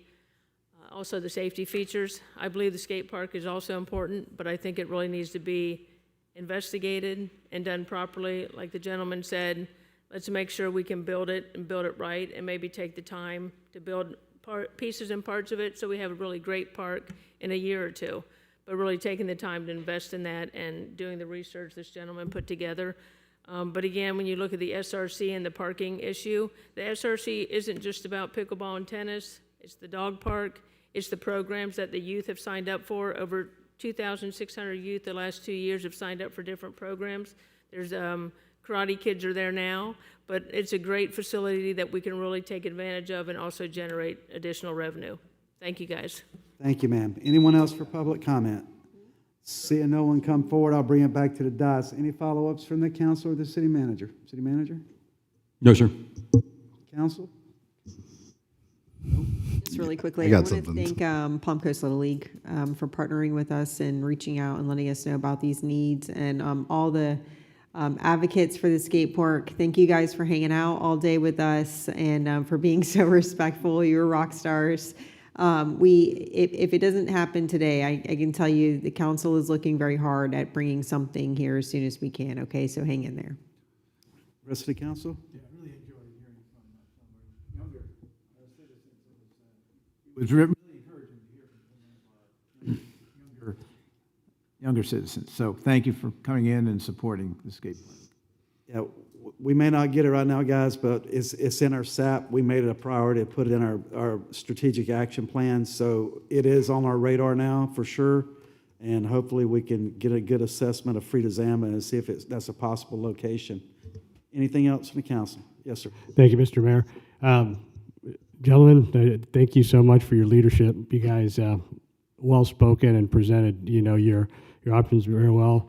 And Mr. Castaneda, I took a picture. I'll send it to your mom. She'd be very proud of you.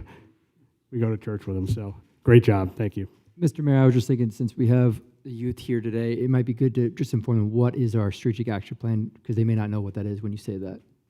Well, it's what we're planning for the future for the city, and we added this. I don't know, what else did we add? I know we continue with the master parks plan, the skate park. It's what priorities that this council has set for us to go forward in developing this city. What else? What else? Can you name anything off the top of your head? I know the master park plan. The fire service fee. There's a few other things that we specifically noted on our Yes, sir. Yeah, we did. After we completed a few, rolled off a few. I think we condensed down to about 8 to 10. Yeah. This time, but yeah, a lot of the specific ones are escaping me right now. And some shifted over to Yes, sir. operating Yes, sir. practices.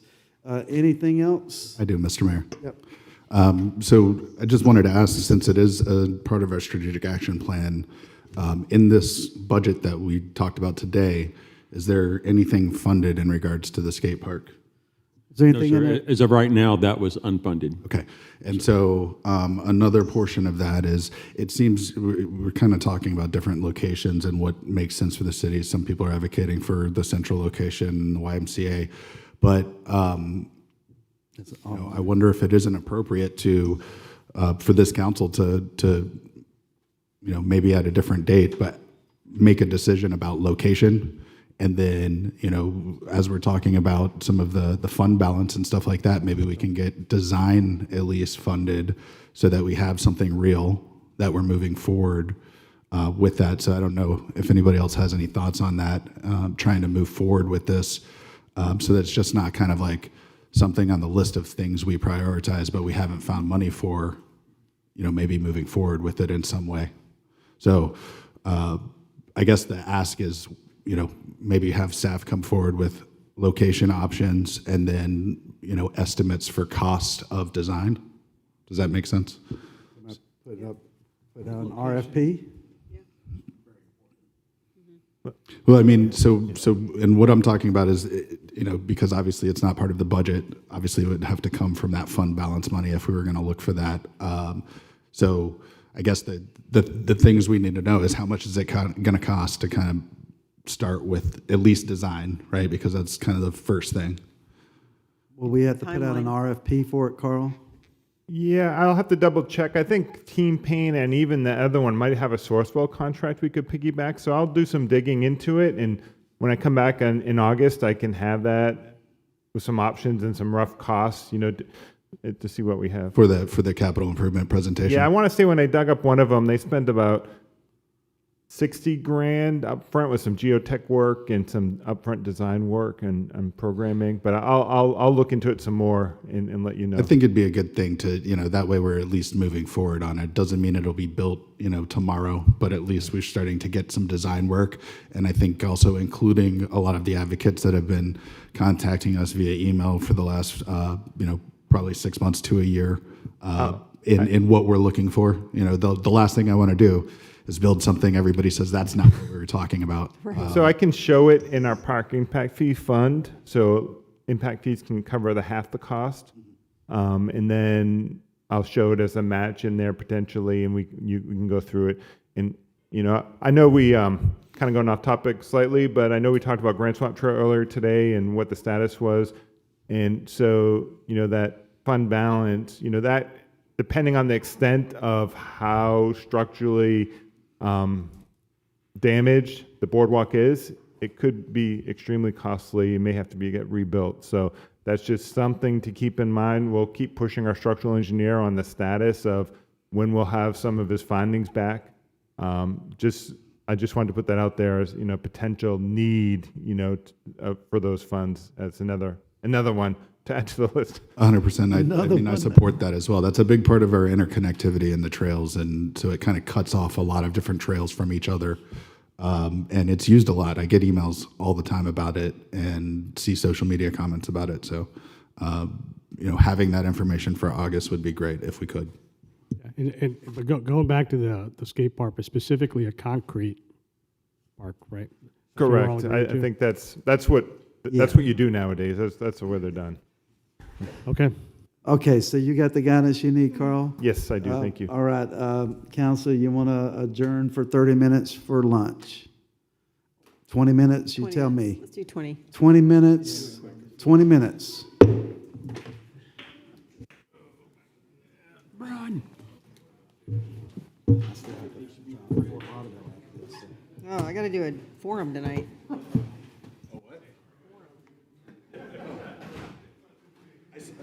I saw that both Carver Gym and Flagler Women's Group are both promoting a school board forum at the same time.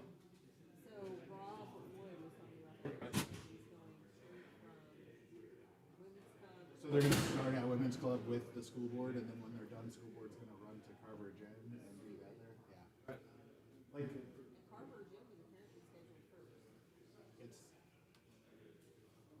it's not hard to schedule. Right. And you don't have to do all of them because, for instance, like you could do your forum as part of the general election, right? Like you don't have to get it all done before the primary. Yes, you do. All right. I didn't go to those anyways. Yeah. Oh, man. You get your coffee?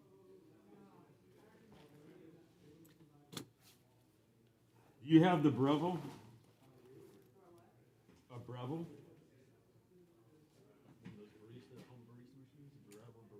So I have a Keurig, but what I drink is mushroom coffee, so I have like a little, what do you call it? Not infuser. Thank you, sir. Have a good rest of your day. Thanks for coming in. And the comments, thank you, sir. A frother, I guess is what it's Yeah, called? yeah. Yeah, I've got one of those that mixes up the mushroom powder and, yeah, so it's good. I've never tried mushroom.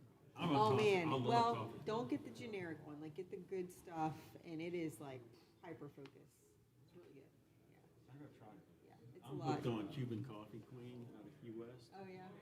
Or Kuau. Oh, yeah, they're off the good. Big Island. Yeah.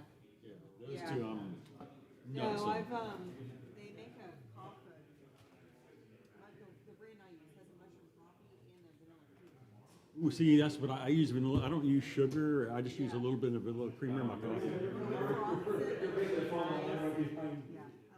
So that's what our youngest son gave us for Christmas last year, or maybe the year before, was one of the Breville Barista Oh, Pros. nice.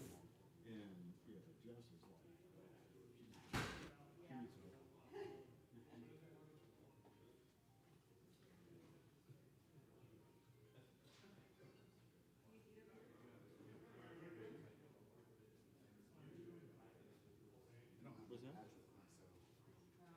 Okay. Thank you.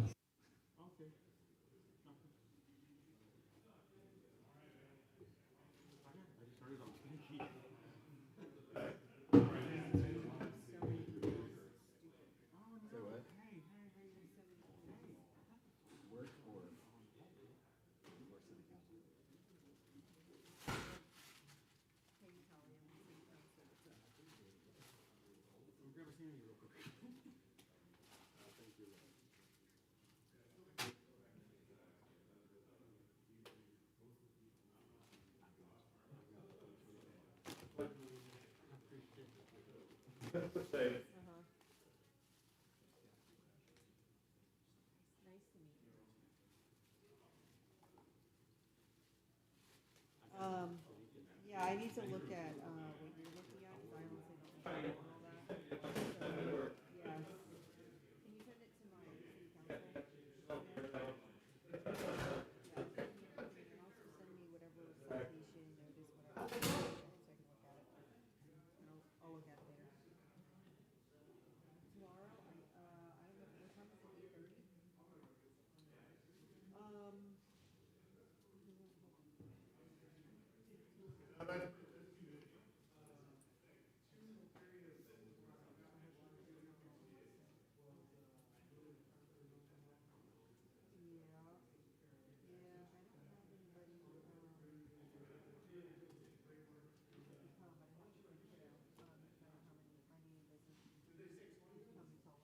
So But, I mean, I think if you wanna send me everything and then, send me the, whatever they sent you, I mean, I don't know if you need me to be there, I can come, but I'd have to bring Ben with me, so it's up to you, I don't mind, he's coming from the field. Who are you meeting with at the county? He's great.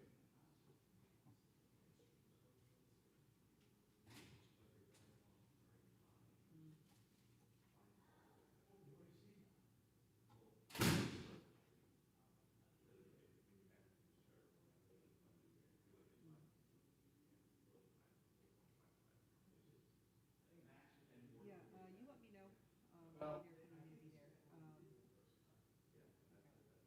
I don't worry about that, I'll go in my capacity as city council. Yeah, just send me the information for the meeting too, so I know where I'm going, but, yeah, send me all that stuff so I can look at it later. Yep. Okay, yeah. All right, I'll talk to you later. We're giving him a hard time about his building that he put up there, cause he didn't get a freaking permit. The venue building? Yes. He just does stuff, man.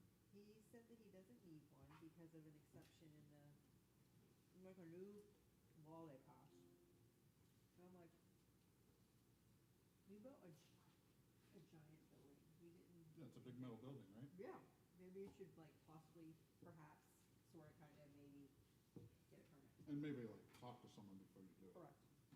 Who built it? You did? Yeah. I saw him on there. I saw like, he's like, Sable Palm, $500. Like he was ripping them all out when he was building stuff for his ranch. I was like, you serious? Like it's just laying on the ground Yeah. side of it. I have a quick question, it's a general question. Do you think the general public knows that Google will own the site that's being built right now? I have no idea. That the what? The cable site, landing site, over here, Mhm. we're building. Who owns the building? Google, not Yeah. Big Block. Well, and then they subdivided the lots and then an LLC purchased the other lot. And the registered It's agent okay, under the it's okay. LLC is DC Blocks. And by the way, our moratorium, if we pass one, on more data centers, does not include that building. It doesn't include No. the MPD because it's Right, the specifically the entitlements for the MPD. Part of the MPD.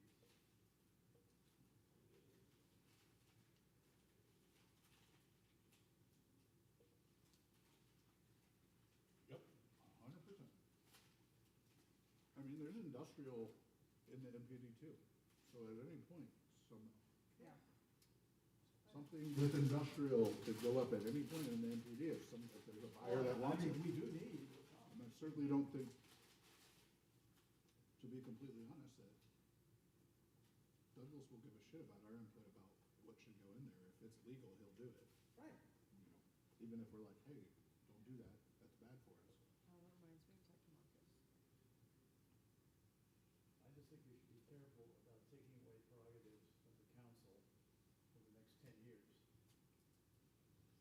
Yeah. Well, I understand that.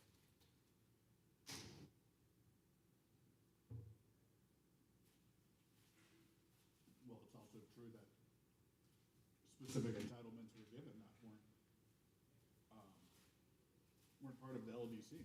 And so us as a future council now has to deal with those things. that were added. Remember that little note we found on the, when we were doing the comprehensive plan and all that about, oh, well, all the ICI lots don't have to pay, full, Yeah, that was crazy. remember that? Yeah. That was a footnote in one of the slides. Don't have to pay what? Don't have to pay impact fees. Or don't have to pay current impact fees. They were grandfathered in? Yeah. All of them. In what comp plan? Did that happen? I forget, but it was a rule that this council agreed to, and not like 10 years ago, but maybe 5 or 6 years ago. I forget what it was. I don't think it's impact fees, but it's like utilities or something Utility, yeah. that, like Tony, the Emeralds, Yeah. because they paid all that through the county years back. Mhm. And so now when they try to hook up, like the city's like, hey, we utility fees, and they're like, no. In 1978 we did, and here's the receipt. Right. Well, and Mr. Mayor's son to run for city council. Holy cow, he was unbelievable. I know, right?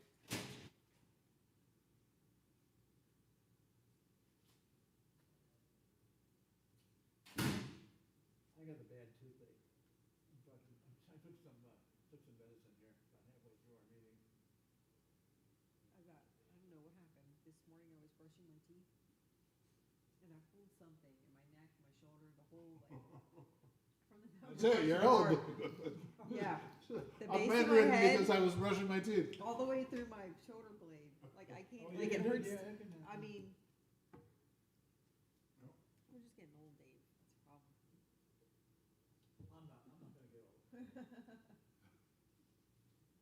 speak for me. I'm coming back the other way now. I already got to old, and now I I'm like going it. back to the other way. I'm never gonna make it to your age, Dave.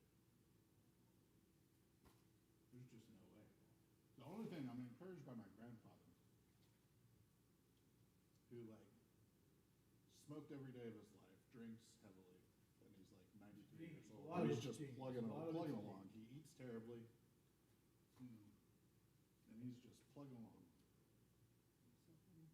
How old is he? 93. I'm like, well, if I got any of his genetics, they're really good at 93, I think. 93. So that was it. really good at antioxidant activities and stuff like that. If I got any of that DNA, I'm good. This kind of cool. I gotta steal that trash. Carbonation. Ew. I don't know what it is. All right. Did he say what time? Well, it's easier to just sit here for me. There's nowhere else for me to go. Five after. What time did he say to be back? 5 after. So we got This 9 minutes. must be so old. So all the Coca-Colas that they purchase at some point are flat. I got it. I already have it. I got it up here. Well, I got a turkey. Usually I get turkey. He's got somebody else's. No, that must be mine. Well, it's yours. Yeah. Give it back. No, but there were 2 turkeys. You don't need it anyways. I read they were exactly the same thing. We could build a skate park with all of Teresa's onion turkey sandwiches. Or at least the money for them. No, I eat them. I eat them afterwards. I can't eat Well, right not in the this middle of the time. day.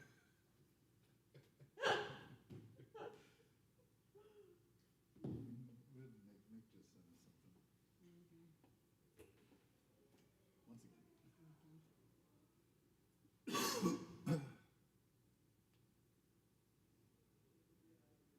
Oh, he's just forwarding someone sent this to him.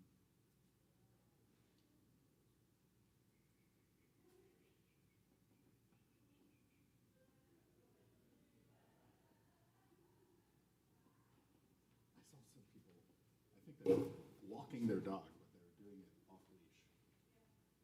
I didn't stop to ask them if that was their dog, but like literally the dog's like running from like yard to yard and they're like walking like 80 feet behind it. And I was like, who does this? Like, who's like, let me just take my dog out in the street without a leash?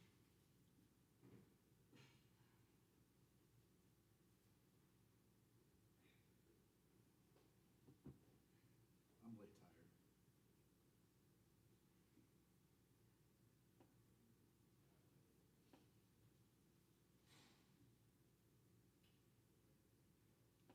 City of Palm Coast has closed my ticket. Who do you think's going to win the end of the soccer thing this weekend? Oh, that isn't over yet? I stopped watching as soon as the U.S. lost. No, there's a game.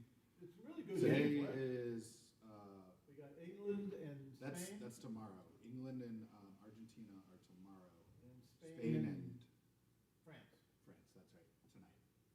Well, it's 3 o'clock, I think, which at first I was like, why did they do this? But they probably figured Sure. that viewership in the U.S. will drop dramatically when the U.S. is out.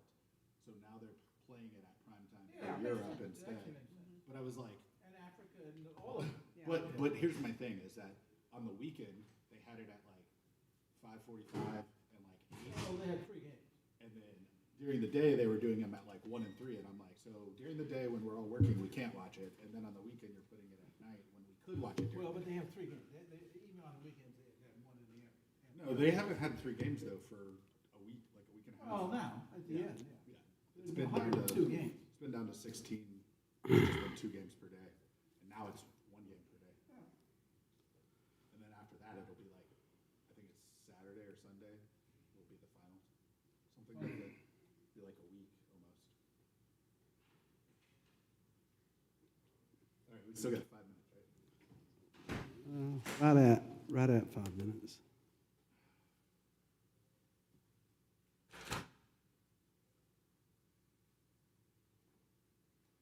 it hot out there? Raining out there? What's going on outside?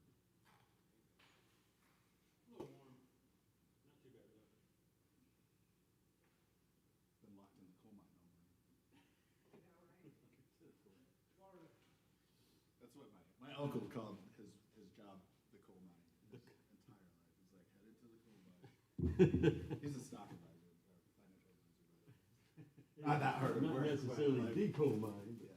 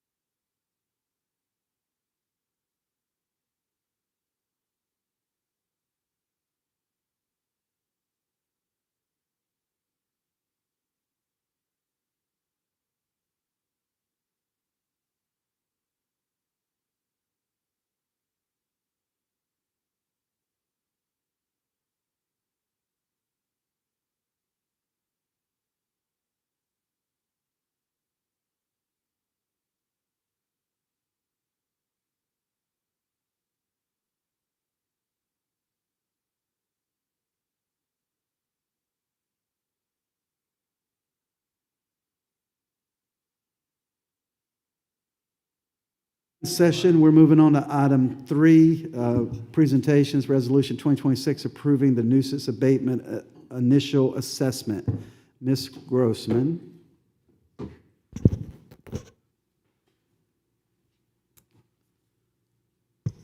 Good afternoon. Then I also have Caitlin Norberg with me, and she is a co-tech, and she's with Urban Forestry, and she does a lot of the abatement issues with wildfire mitigations and stuff, so she'll be speaking too. Yes, ma'am. This agenda item relates to the 2026 nuisance abatement initial assessment. This was required by law to conduct the initial assessment hearing and the final assessment hearing. This is the initial hearing.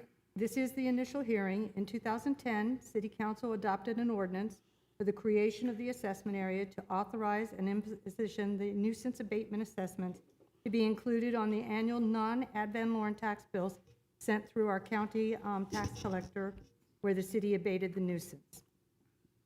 Every year, the city is required to prepare an initial assessment and final assessment roll.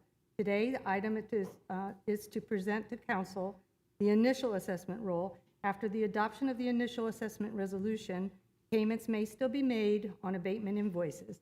The final assessment roll will then be updated for council's consideration for the September 1st, 2026 business meeting, and therefore after the roll will be provided to the county tax collector to be placed on the tax roll.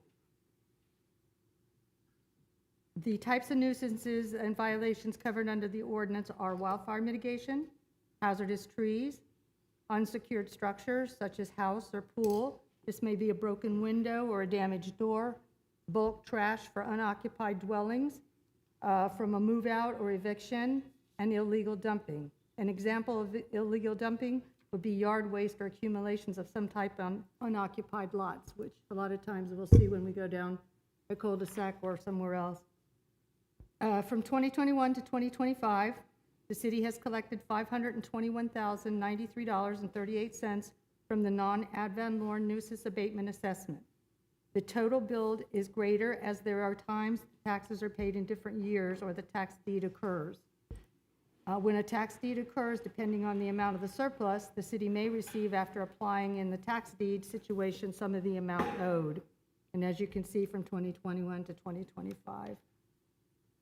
The rate of return from 2021 to present.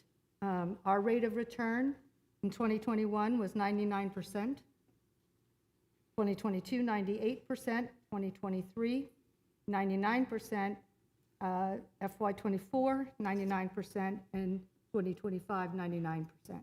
So we have a good return on through our tax roll.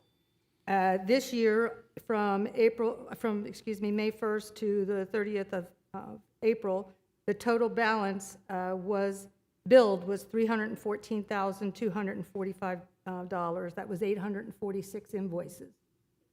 Collected was $195,170. The amount balance due as of is $119, and they still have the right to pay until 1st of September. And then, of course, it would go over. The city is required to pay a 2% processing fee of payments collected to the tax collector for placing these in the tax roll each year. And as you can see, the recorded amounts are down there in the bottom. If we were to lien the properties, a lien could stay on the property for 20 years. Also, in order to lien the property is a $10 charge, and to release the lien is a $10 charge. So it's much cheaper to go through the tax roll, and we get a good return. Because then otherwise, we could have up to a 20-year, bill on there that they didn't pay. I have a question for you Yes. in regards to, so what we're seeing when we see these assessments are the ones that are not paid, right, through the normal process? That is correct. That could be, like I said, a hazardous tree. It could be a wildfire mitigation. It could be an overgrown lawn. It could be like we had a fire over on Fellshire. We had to board up the property because you have to give the property owner a reasonable time to correct the violation. Right. So what it's called, instead of doing a notice of violation, we call it a notice of remedy. So my question would be in terms of, so the monies that we're not seeing here, because this is part of the assessment and the abatement process, but what percentage would you say, I don't know if you have those numbers somewhere else or by memory, Are we seeing an increase in people not paying through the normal process in terms of percentages, or is it staying roughly flat, or? Well, it normally stays about the same. You could see the. It looks money- like these numbers, which are through the abatement process, are staying fairly flat. They're staying fairly flat. So the opposite side of that, when people receive a notice to correct or receive a bill because we corrected it, they're paying roughly the same percentage. Right. It sounded like 2/3 were being paid and then a third is not being Yes, paid. and I'm going to let Caitlin talk about that in just a minute, but, and she'll go through, because what we do is we give them a letter when we have people that live out of the state, out of the country. Right. And you're going to send them a notice of remedy. We also send them what they call a letter of authorization, which Caitlin will get through to that. If they sign that, then our. Then we can take care of it. yeah. Yes, yes. And if they ignore us, we still take care of it, and then we send them a bill, and then it would go on the tax roll. Gotcha. Thank you. You're welcome. Ms. Pontieri, I did check on repeat offenders. I couldn't find any municipalities that did anything with repeat offenders. I went through West Palm Beach, Springfield, Wakulla County, Green Acres, South Daytona, Port Orange. Not all of them use the service that we use either. West Palm Beach uses nuisances. Springfield only does fire services. Wakulla County, capital improvements only. Green Acres does nuisance, South Daytona does nuisance, and Port Orange does only fire protective. There was one that I did have, but they must have a police department, because it got into prostitution and things of that nature, where it could be more expensive of a repeat offender. But I think it's a criminal assessment. So I couldn't find anybody that has repeat offenders. And the other thing with the repeat offenders that I was looking at is they're not always the same address. Somebody could own 10 properties, and not at all one time all 10 properties are in violation. So one year they might be getting it for 20 Cochise Court, and another year they might be getting it for 7 Cimarron. So it's not always the same address, the same year, where they're taking advantage, or kind of taking advantage. They wait until we do it. But so you do know, there are 342 invoices left to go on the docket, on the tax roll. I did go ahead and look at ICI, I did look at MPC, and they've got one other subsidiary. Out of all of those, there were 38 invoices. All right, and they weren't all the same addresses, but now I didn't go back and check for 5 years either. This is trees and fire abatement. There's type things. pretty much our wildfire mitigation. Yeah. Yes. Okay. Because I assume we're talking about if these are builders, that they're empty lots and then they just become overgrown. Right, well, then what we just recently had Brightland Homes, which actually went to code board because they cleared all the lots. So then we've got to kind of mitigate them back, like the first 15 feet from edge of pavement needs to be a bahia grass, and then we made them sod and seed. The trees are a little iffy because you don't have water out there, so it's kind of hard to keep trees, But we were fortunate enough that another builder bought all 13 lots, and they've pulled permits for all 13 lots. So we're not going to have that concept. So sometimes it works in our favor. So I did check, and I'll continue to check, but I haven't found anything yet. Thank you for doing that. I appreciate it. Yeah. Okay, Ms. All right. So our procedures for lawns, weeds, and overgrowth. The process is as follows. A notice of remedy is issued to the property owner and/or property manager giving a reasonable amount of time for compliance, which is usually 5 to 7 days.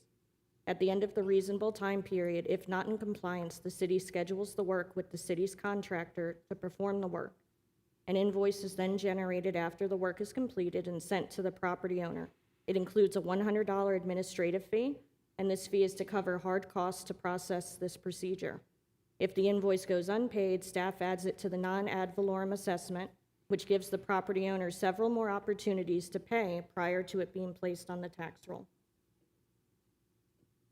So this is the same process as weeds and overgrowth, except the allotted time for compliance is 30 days, and this is for hazardous trees and fence. The difference with this is we go to undeveloped properties, so we also include a letter of authorization where the property owners, a lot of times out of state, can authorize the city to do the work on their behalf. And the procedures for wildfire mitigation is a similar process, except it is a notice of violation given to the property owner allotting a 30-day notice. After the 30 days run, if still not in compliance, the property is posted for non-compliance for 30 days. Then if still not in compliance, the city schedules the city's contractor to perform the work to bring the property into compliance.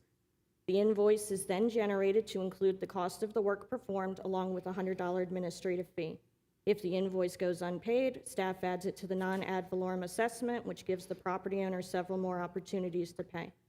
So a lot of the processes tend to be the same. And there is a $100 administrative cost on every invoice, on every property. Any questions for Ms. Grossman? I do not. This is like annual housekeeping. We've done this before, so. Okay, no questions from the council. We'll open this for public discussion. No one comes forward for public discussion. Bring it back to the dais. Any follow-ups? Thank you, Ms. Grossman. Thank you. We're moving on to item 4, Resolution 2026, approving the Community Development Block Grant, CDBG, Federal Fiscal Year FY 26/27 Annual Action Plan. Ms. Jackie and Mr. Papa. That's such a cool name.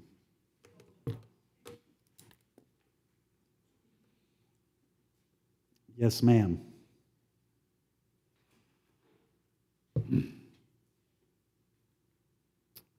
Good afternoon, City Council, Mayor. My name is Jackie Gonzalez, Community Development, Site Development Coordinator, and with me today is Jose Papa, Senior Planner with Community Development. We're here to talk about our federal fiscal year 26 action plan. We do this every year. It's our budget basically for CDBG, and we need to go through it, and it has to be reviewed, and any changes need to be made to it before we submit it to August 16th to HUD for approval. We receive funding to complete the following needs. Consolidated strategy plan, we do that every 5 years. Actually, in 2027, it's coming up for us to redo it, so you'll see the 2027 5-year period extended consolidated strategy and action plan for the next 5 years. We have to do the community action goals, which is decent housing, suitable living environment, and expand economic opportunity. To receive the funding, we have to meet the following. We have to complete an action plan every year. We have to analyze the imminent to fair housing choice, a comprehensive annual performance and evaluation report that we do yearly, usually in November or December. Activities, we got to meet one of the national objectives, which it either needs to benefit low and moderate income persons or areas, prevent or eliminate slum or blight, address urgent community needs in an emergency such as a hurricane or a natural disaster of some sort. CDBG example activities that we currently do: housing-related activities, public service, limited to 15% of the grant allocation, economic development improvements, infrastructure improvements, planning, administration, and monitoring of the program, which is also limited to only 20% of the allocated funds we receive yearly. Allocated funds continue activities from previous years since we have already had a consolidated action plan. The current action plan allows us to do housing rehabilitation, first-time home buyers. We allocate that 15% to public service mini grant, which includes the mini grant that we do for homeless shelters, emergency needs, and then summer camp programs. We also allocate funds to cover general administration, compliance with the rules, which would be our consultants that we hire for our monitoring and services that they provide for us to be able to administer the program. Staff salaries are also included in that 20% allocation. So the 2026 action plan is as follows. We're getting 73% of the housing activities will be coming from, 70% of the funds would be going towards our housing activities. So we have $299,606 going towards home repair, 50 towards first-time home buyers. Then the 50% allocation for public service is going to be the mini grant at $37,283, summer camp program at $35,000, and the planning and administration at $60,000, which is a total of our total grant award this year of $481,889. So our next step, we have a 30-day period that we have to advertise. We've already done that. It needed to come to workshop. In July, it's going to go to public hearing next week, and then we have to have it all turned in to HUD by the 16th. Any questions on our budget for this year? Any question from the council? No questions from the council. Thank you, Ms. Jackie. We'll open this up for public comment. Ms. Hatfield, no public comment. We'll bring it back to the dais, no follow-ups. Okay, we'll move on to the last item, presentation, Community Development Block Grant recommended updates. Ms. Jackie. Once again, good afternoon. I'm Jackie Gonzalez with the City of Palm Coast Community Development Department. Recently, we did a lot of updates from last year, so staff likes to keep everybody informed of what's happening with our CDBG funds and what we've accomplished. First, the city proposed a new program to help staff with software. So we've explored the software with our IT department, and we're going to use part of that CDBG administration funds to pay for this eligible software. It actually helps us keep in compliance. It will also relieve some staff's time that we're using. It streamlines the process. It makes it all online. Currently, the county is using the same program to accept all their applications for SHIP program. So eventually, as we progress with the program will be able to communicate. So if you apply with the county, you can use the same application with the city. You don't have to reapply. So this will be really efficient for the applicant, where they can be able to have access to both programs at the same time. One application covers both SHIP and CDBG. That makes it really easy for them. Also, it works great because it also notifies us when we need to draw down funding from HUD to help with finance. So finance will also be able to have access to this program to be able to make everything run smoothly for the CDBG program. We updated the website, and we created a housing dashboard. Went to a lot of conferences last year, and a lot of the cities are being transparent with what they're doing with their housing dollars. So we decided to follow suit and create a housing dashboard. It gives the general demographics of our housing program here, also demographics of the City of Palm Coast, so developers who are looking to come here and want to build and develop affordable housing, they have the numbers and the information that they're looking to right up front. They don't have to go around searching through the site to do this. And we're going to try to update this annually as we get the information from the Schimberg Center at UF and other housing and HUD information that comes available to us. Only question we have for the council, is there any information that they think that we should add or update more information to be more transparent? Another thing that we saw from other counties, they have a housing dashboard that shows all the incentive strategies that have been approved for AHAC, as well as for our housing study. So we created both incentive strategies, and you can keep track on our progress on those strategies, so then that way they can see that we are actually working on those strategies that were approved by City Council, and not just having them sit out there and nobody knows what's happening with those incentive strategies. So both of those are now also available on the new housing website, and they're up to date and current at this time. Staff actually worked this year, and we received, as the city, staff individually applied for our CLT certification. Previously, the county held that certification.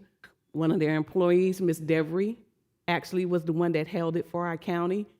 Unfortunately, she is now currently working for Habitat for Humanity, or we could say fortunately, she's been promoted to the director of Habitat.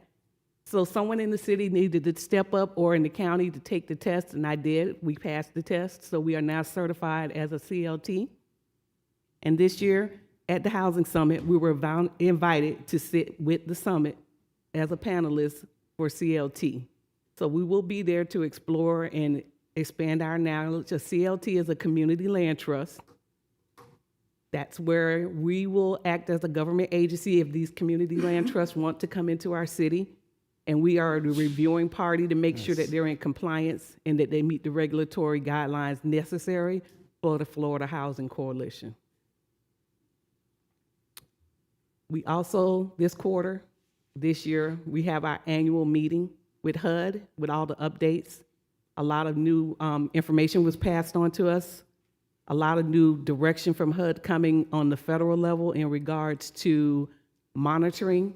There's going to be a lot more monitoring and a lot more information. The environmental review portion has been increased significantly, and the reporting on that is necessary. But they gave us a lot of information, and we have a lot of work that we'll be having to do as far as them analyzing our process and how we're using the funds to make sure that we're doing it in a timely fashion. Then last but not least is the Housing Empowerment Series 2026 has been decided upon.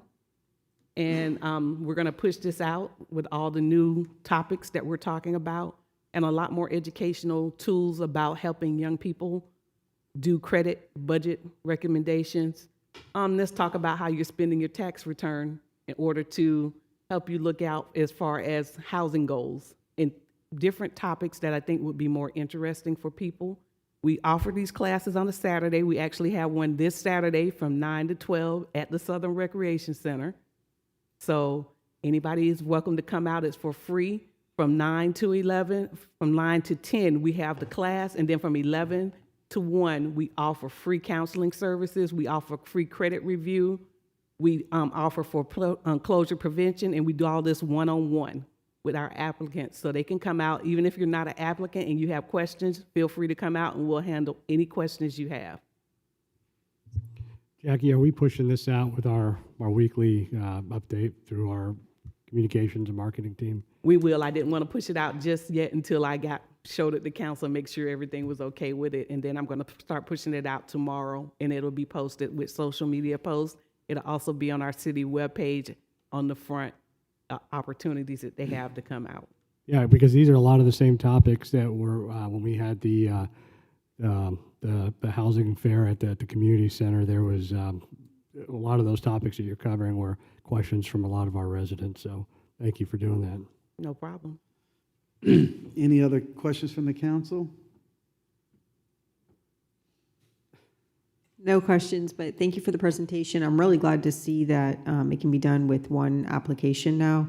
I've talked to people about CDBG and also SHIP, and they've always seemed to feel very overwhelmed when I kind of give them instruction, where to find information, how to access applications and things like that. So this is great. As far as the seminars that we're doing, the schedule that you had up on the screen a few minutes ago, do we advertise that anywhere or put it out to the public so that they know these are going on? Yes, we'll have a social media post running weekly about when the classes are going to be taking place. They'll also be on our webpage, and we're also going to start trying to advertise them in other social media platforms to get them out there so people will understand. Okay, awesome. Thank you. Something going on every month. Anything else from the council? I just thank you. Thank you for the Jackie? solid presentation. Jackie, I'm sure you know the answer to this. Are foreclosures going up in the county? Yes, they are. Do you know the numbers off the top of your head?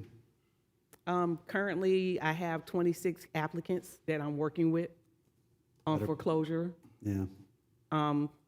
And that's not going to sugarcoat it. Half of them are Habitat homes, unfortunately. And I saw, I don't know if I heard it on Toby Tobin's show or not, like 10 houses or so sold for under 250 in the last month or so. I think, Correct. if that's correct from his show. It's, yeah. And the majority of them are Habitat homes. Right. Like I said, I have 20 that are active.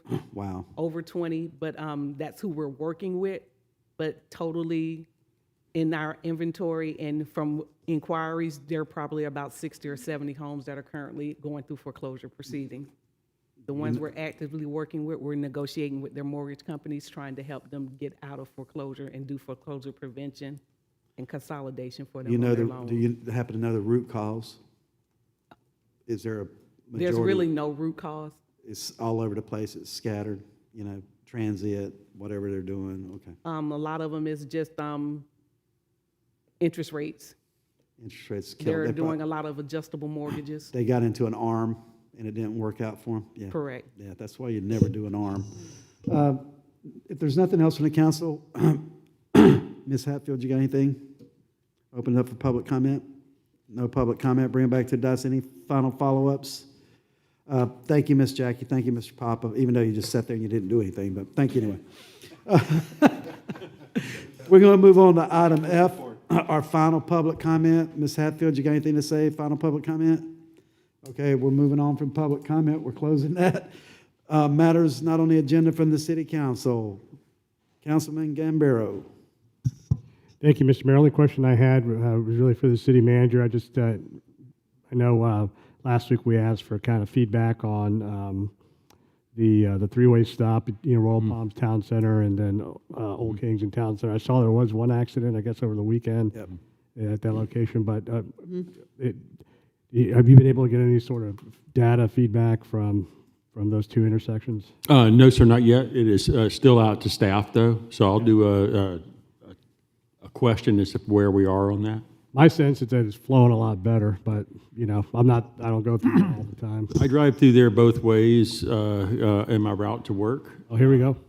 Commander Woodward has an update for us. He raised his big old meat hook. Yeah, and it's taken a little bit to get used to as a driver that goes through the area, but I've been able to navigate it okay. I saw somebody blow right through the stop sign. It's just. Did you? Oh, I've seen that, yeah. What you got, Commander? So the update that I have, I don't have the actual report yet. It hasn't merged yet, but it was a single vehicle, and I believe they were cited for careless driving, so it had nothing to do with the traffic pattern at all. Okay. Just careless driving. Good to know. I know a lot of people complain about it, but if you're an observant driver and you've driven four-way or three-way stops before, it's not that hard to figure out. I intentionally drive through it just to see how it's doing. Yeah, I've been doing that. And it seems to be working well. I know on social media, first there was outrage because we don't like change. Mm-hmm. And then I've seen on social, and this is anecdotal, right? Because, I don't know what everybody thinks about it, but I'm starting to see a lot more positive comments about, hey, I didn't think it was going to work. I thought it was stupid, but I'm actually waiting much less now and things like that. So I think hopefully as people become aware of the traffic pattern, I think the biggest problem is people coming to it not knowing for the first time and thinking it was what it was and, maybe going through that stop sign on Town Center where Royal Palms is. And just going through because that's how it was before and things like that. I think as they become more comfortable with it and aware of it, it'll work even better. I think most of the complaints I saw was before it was even converted. Right. I was like, what are you complaining about? It hadn't even happened yet. Anything else, Councilman? That was it, Mr. Mayor. Thank you. Thank you, sir. Councilman Sullivan? Just got my mail-in ballot over the weekend, so I always encourage people to vote. Thank you, sir. Councilman Miller? Councilman Vice Mayor? That was weird. I'm both today. Okay. Councilwoman and Vice Mayor. Yes, ma'am. I wanted to thank everybody in the community for coming out to the Children's Business Fair, and thank you to Maria Delgado for putting that on. It's always a really fun event, and always love to see how creative and hardworking our kids in the community are. So thank you for everybody who partook in that.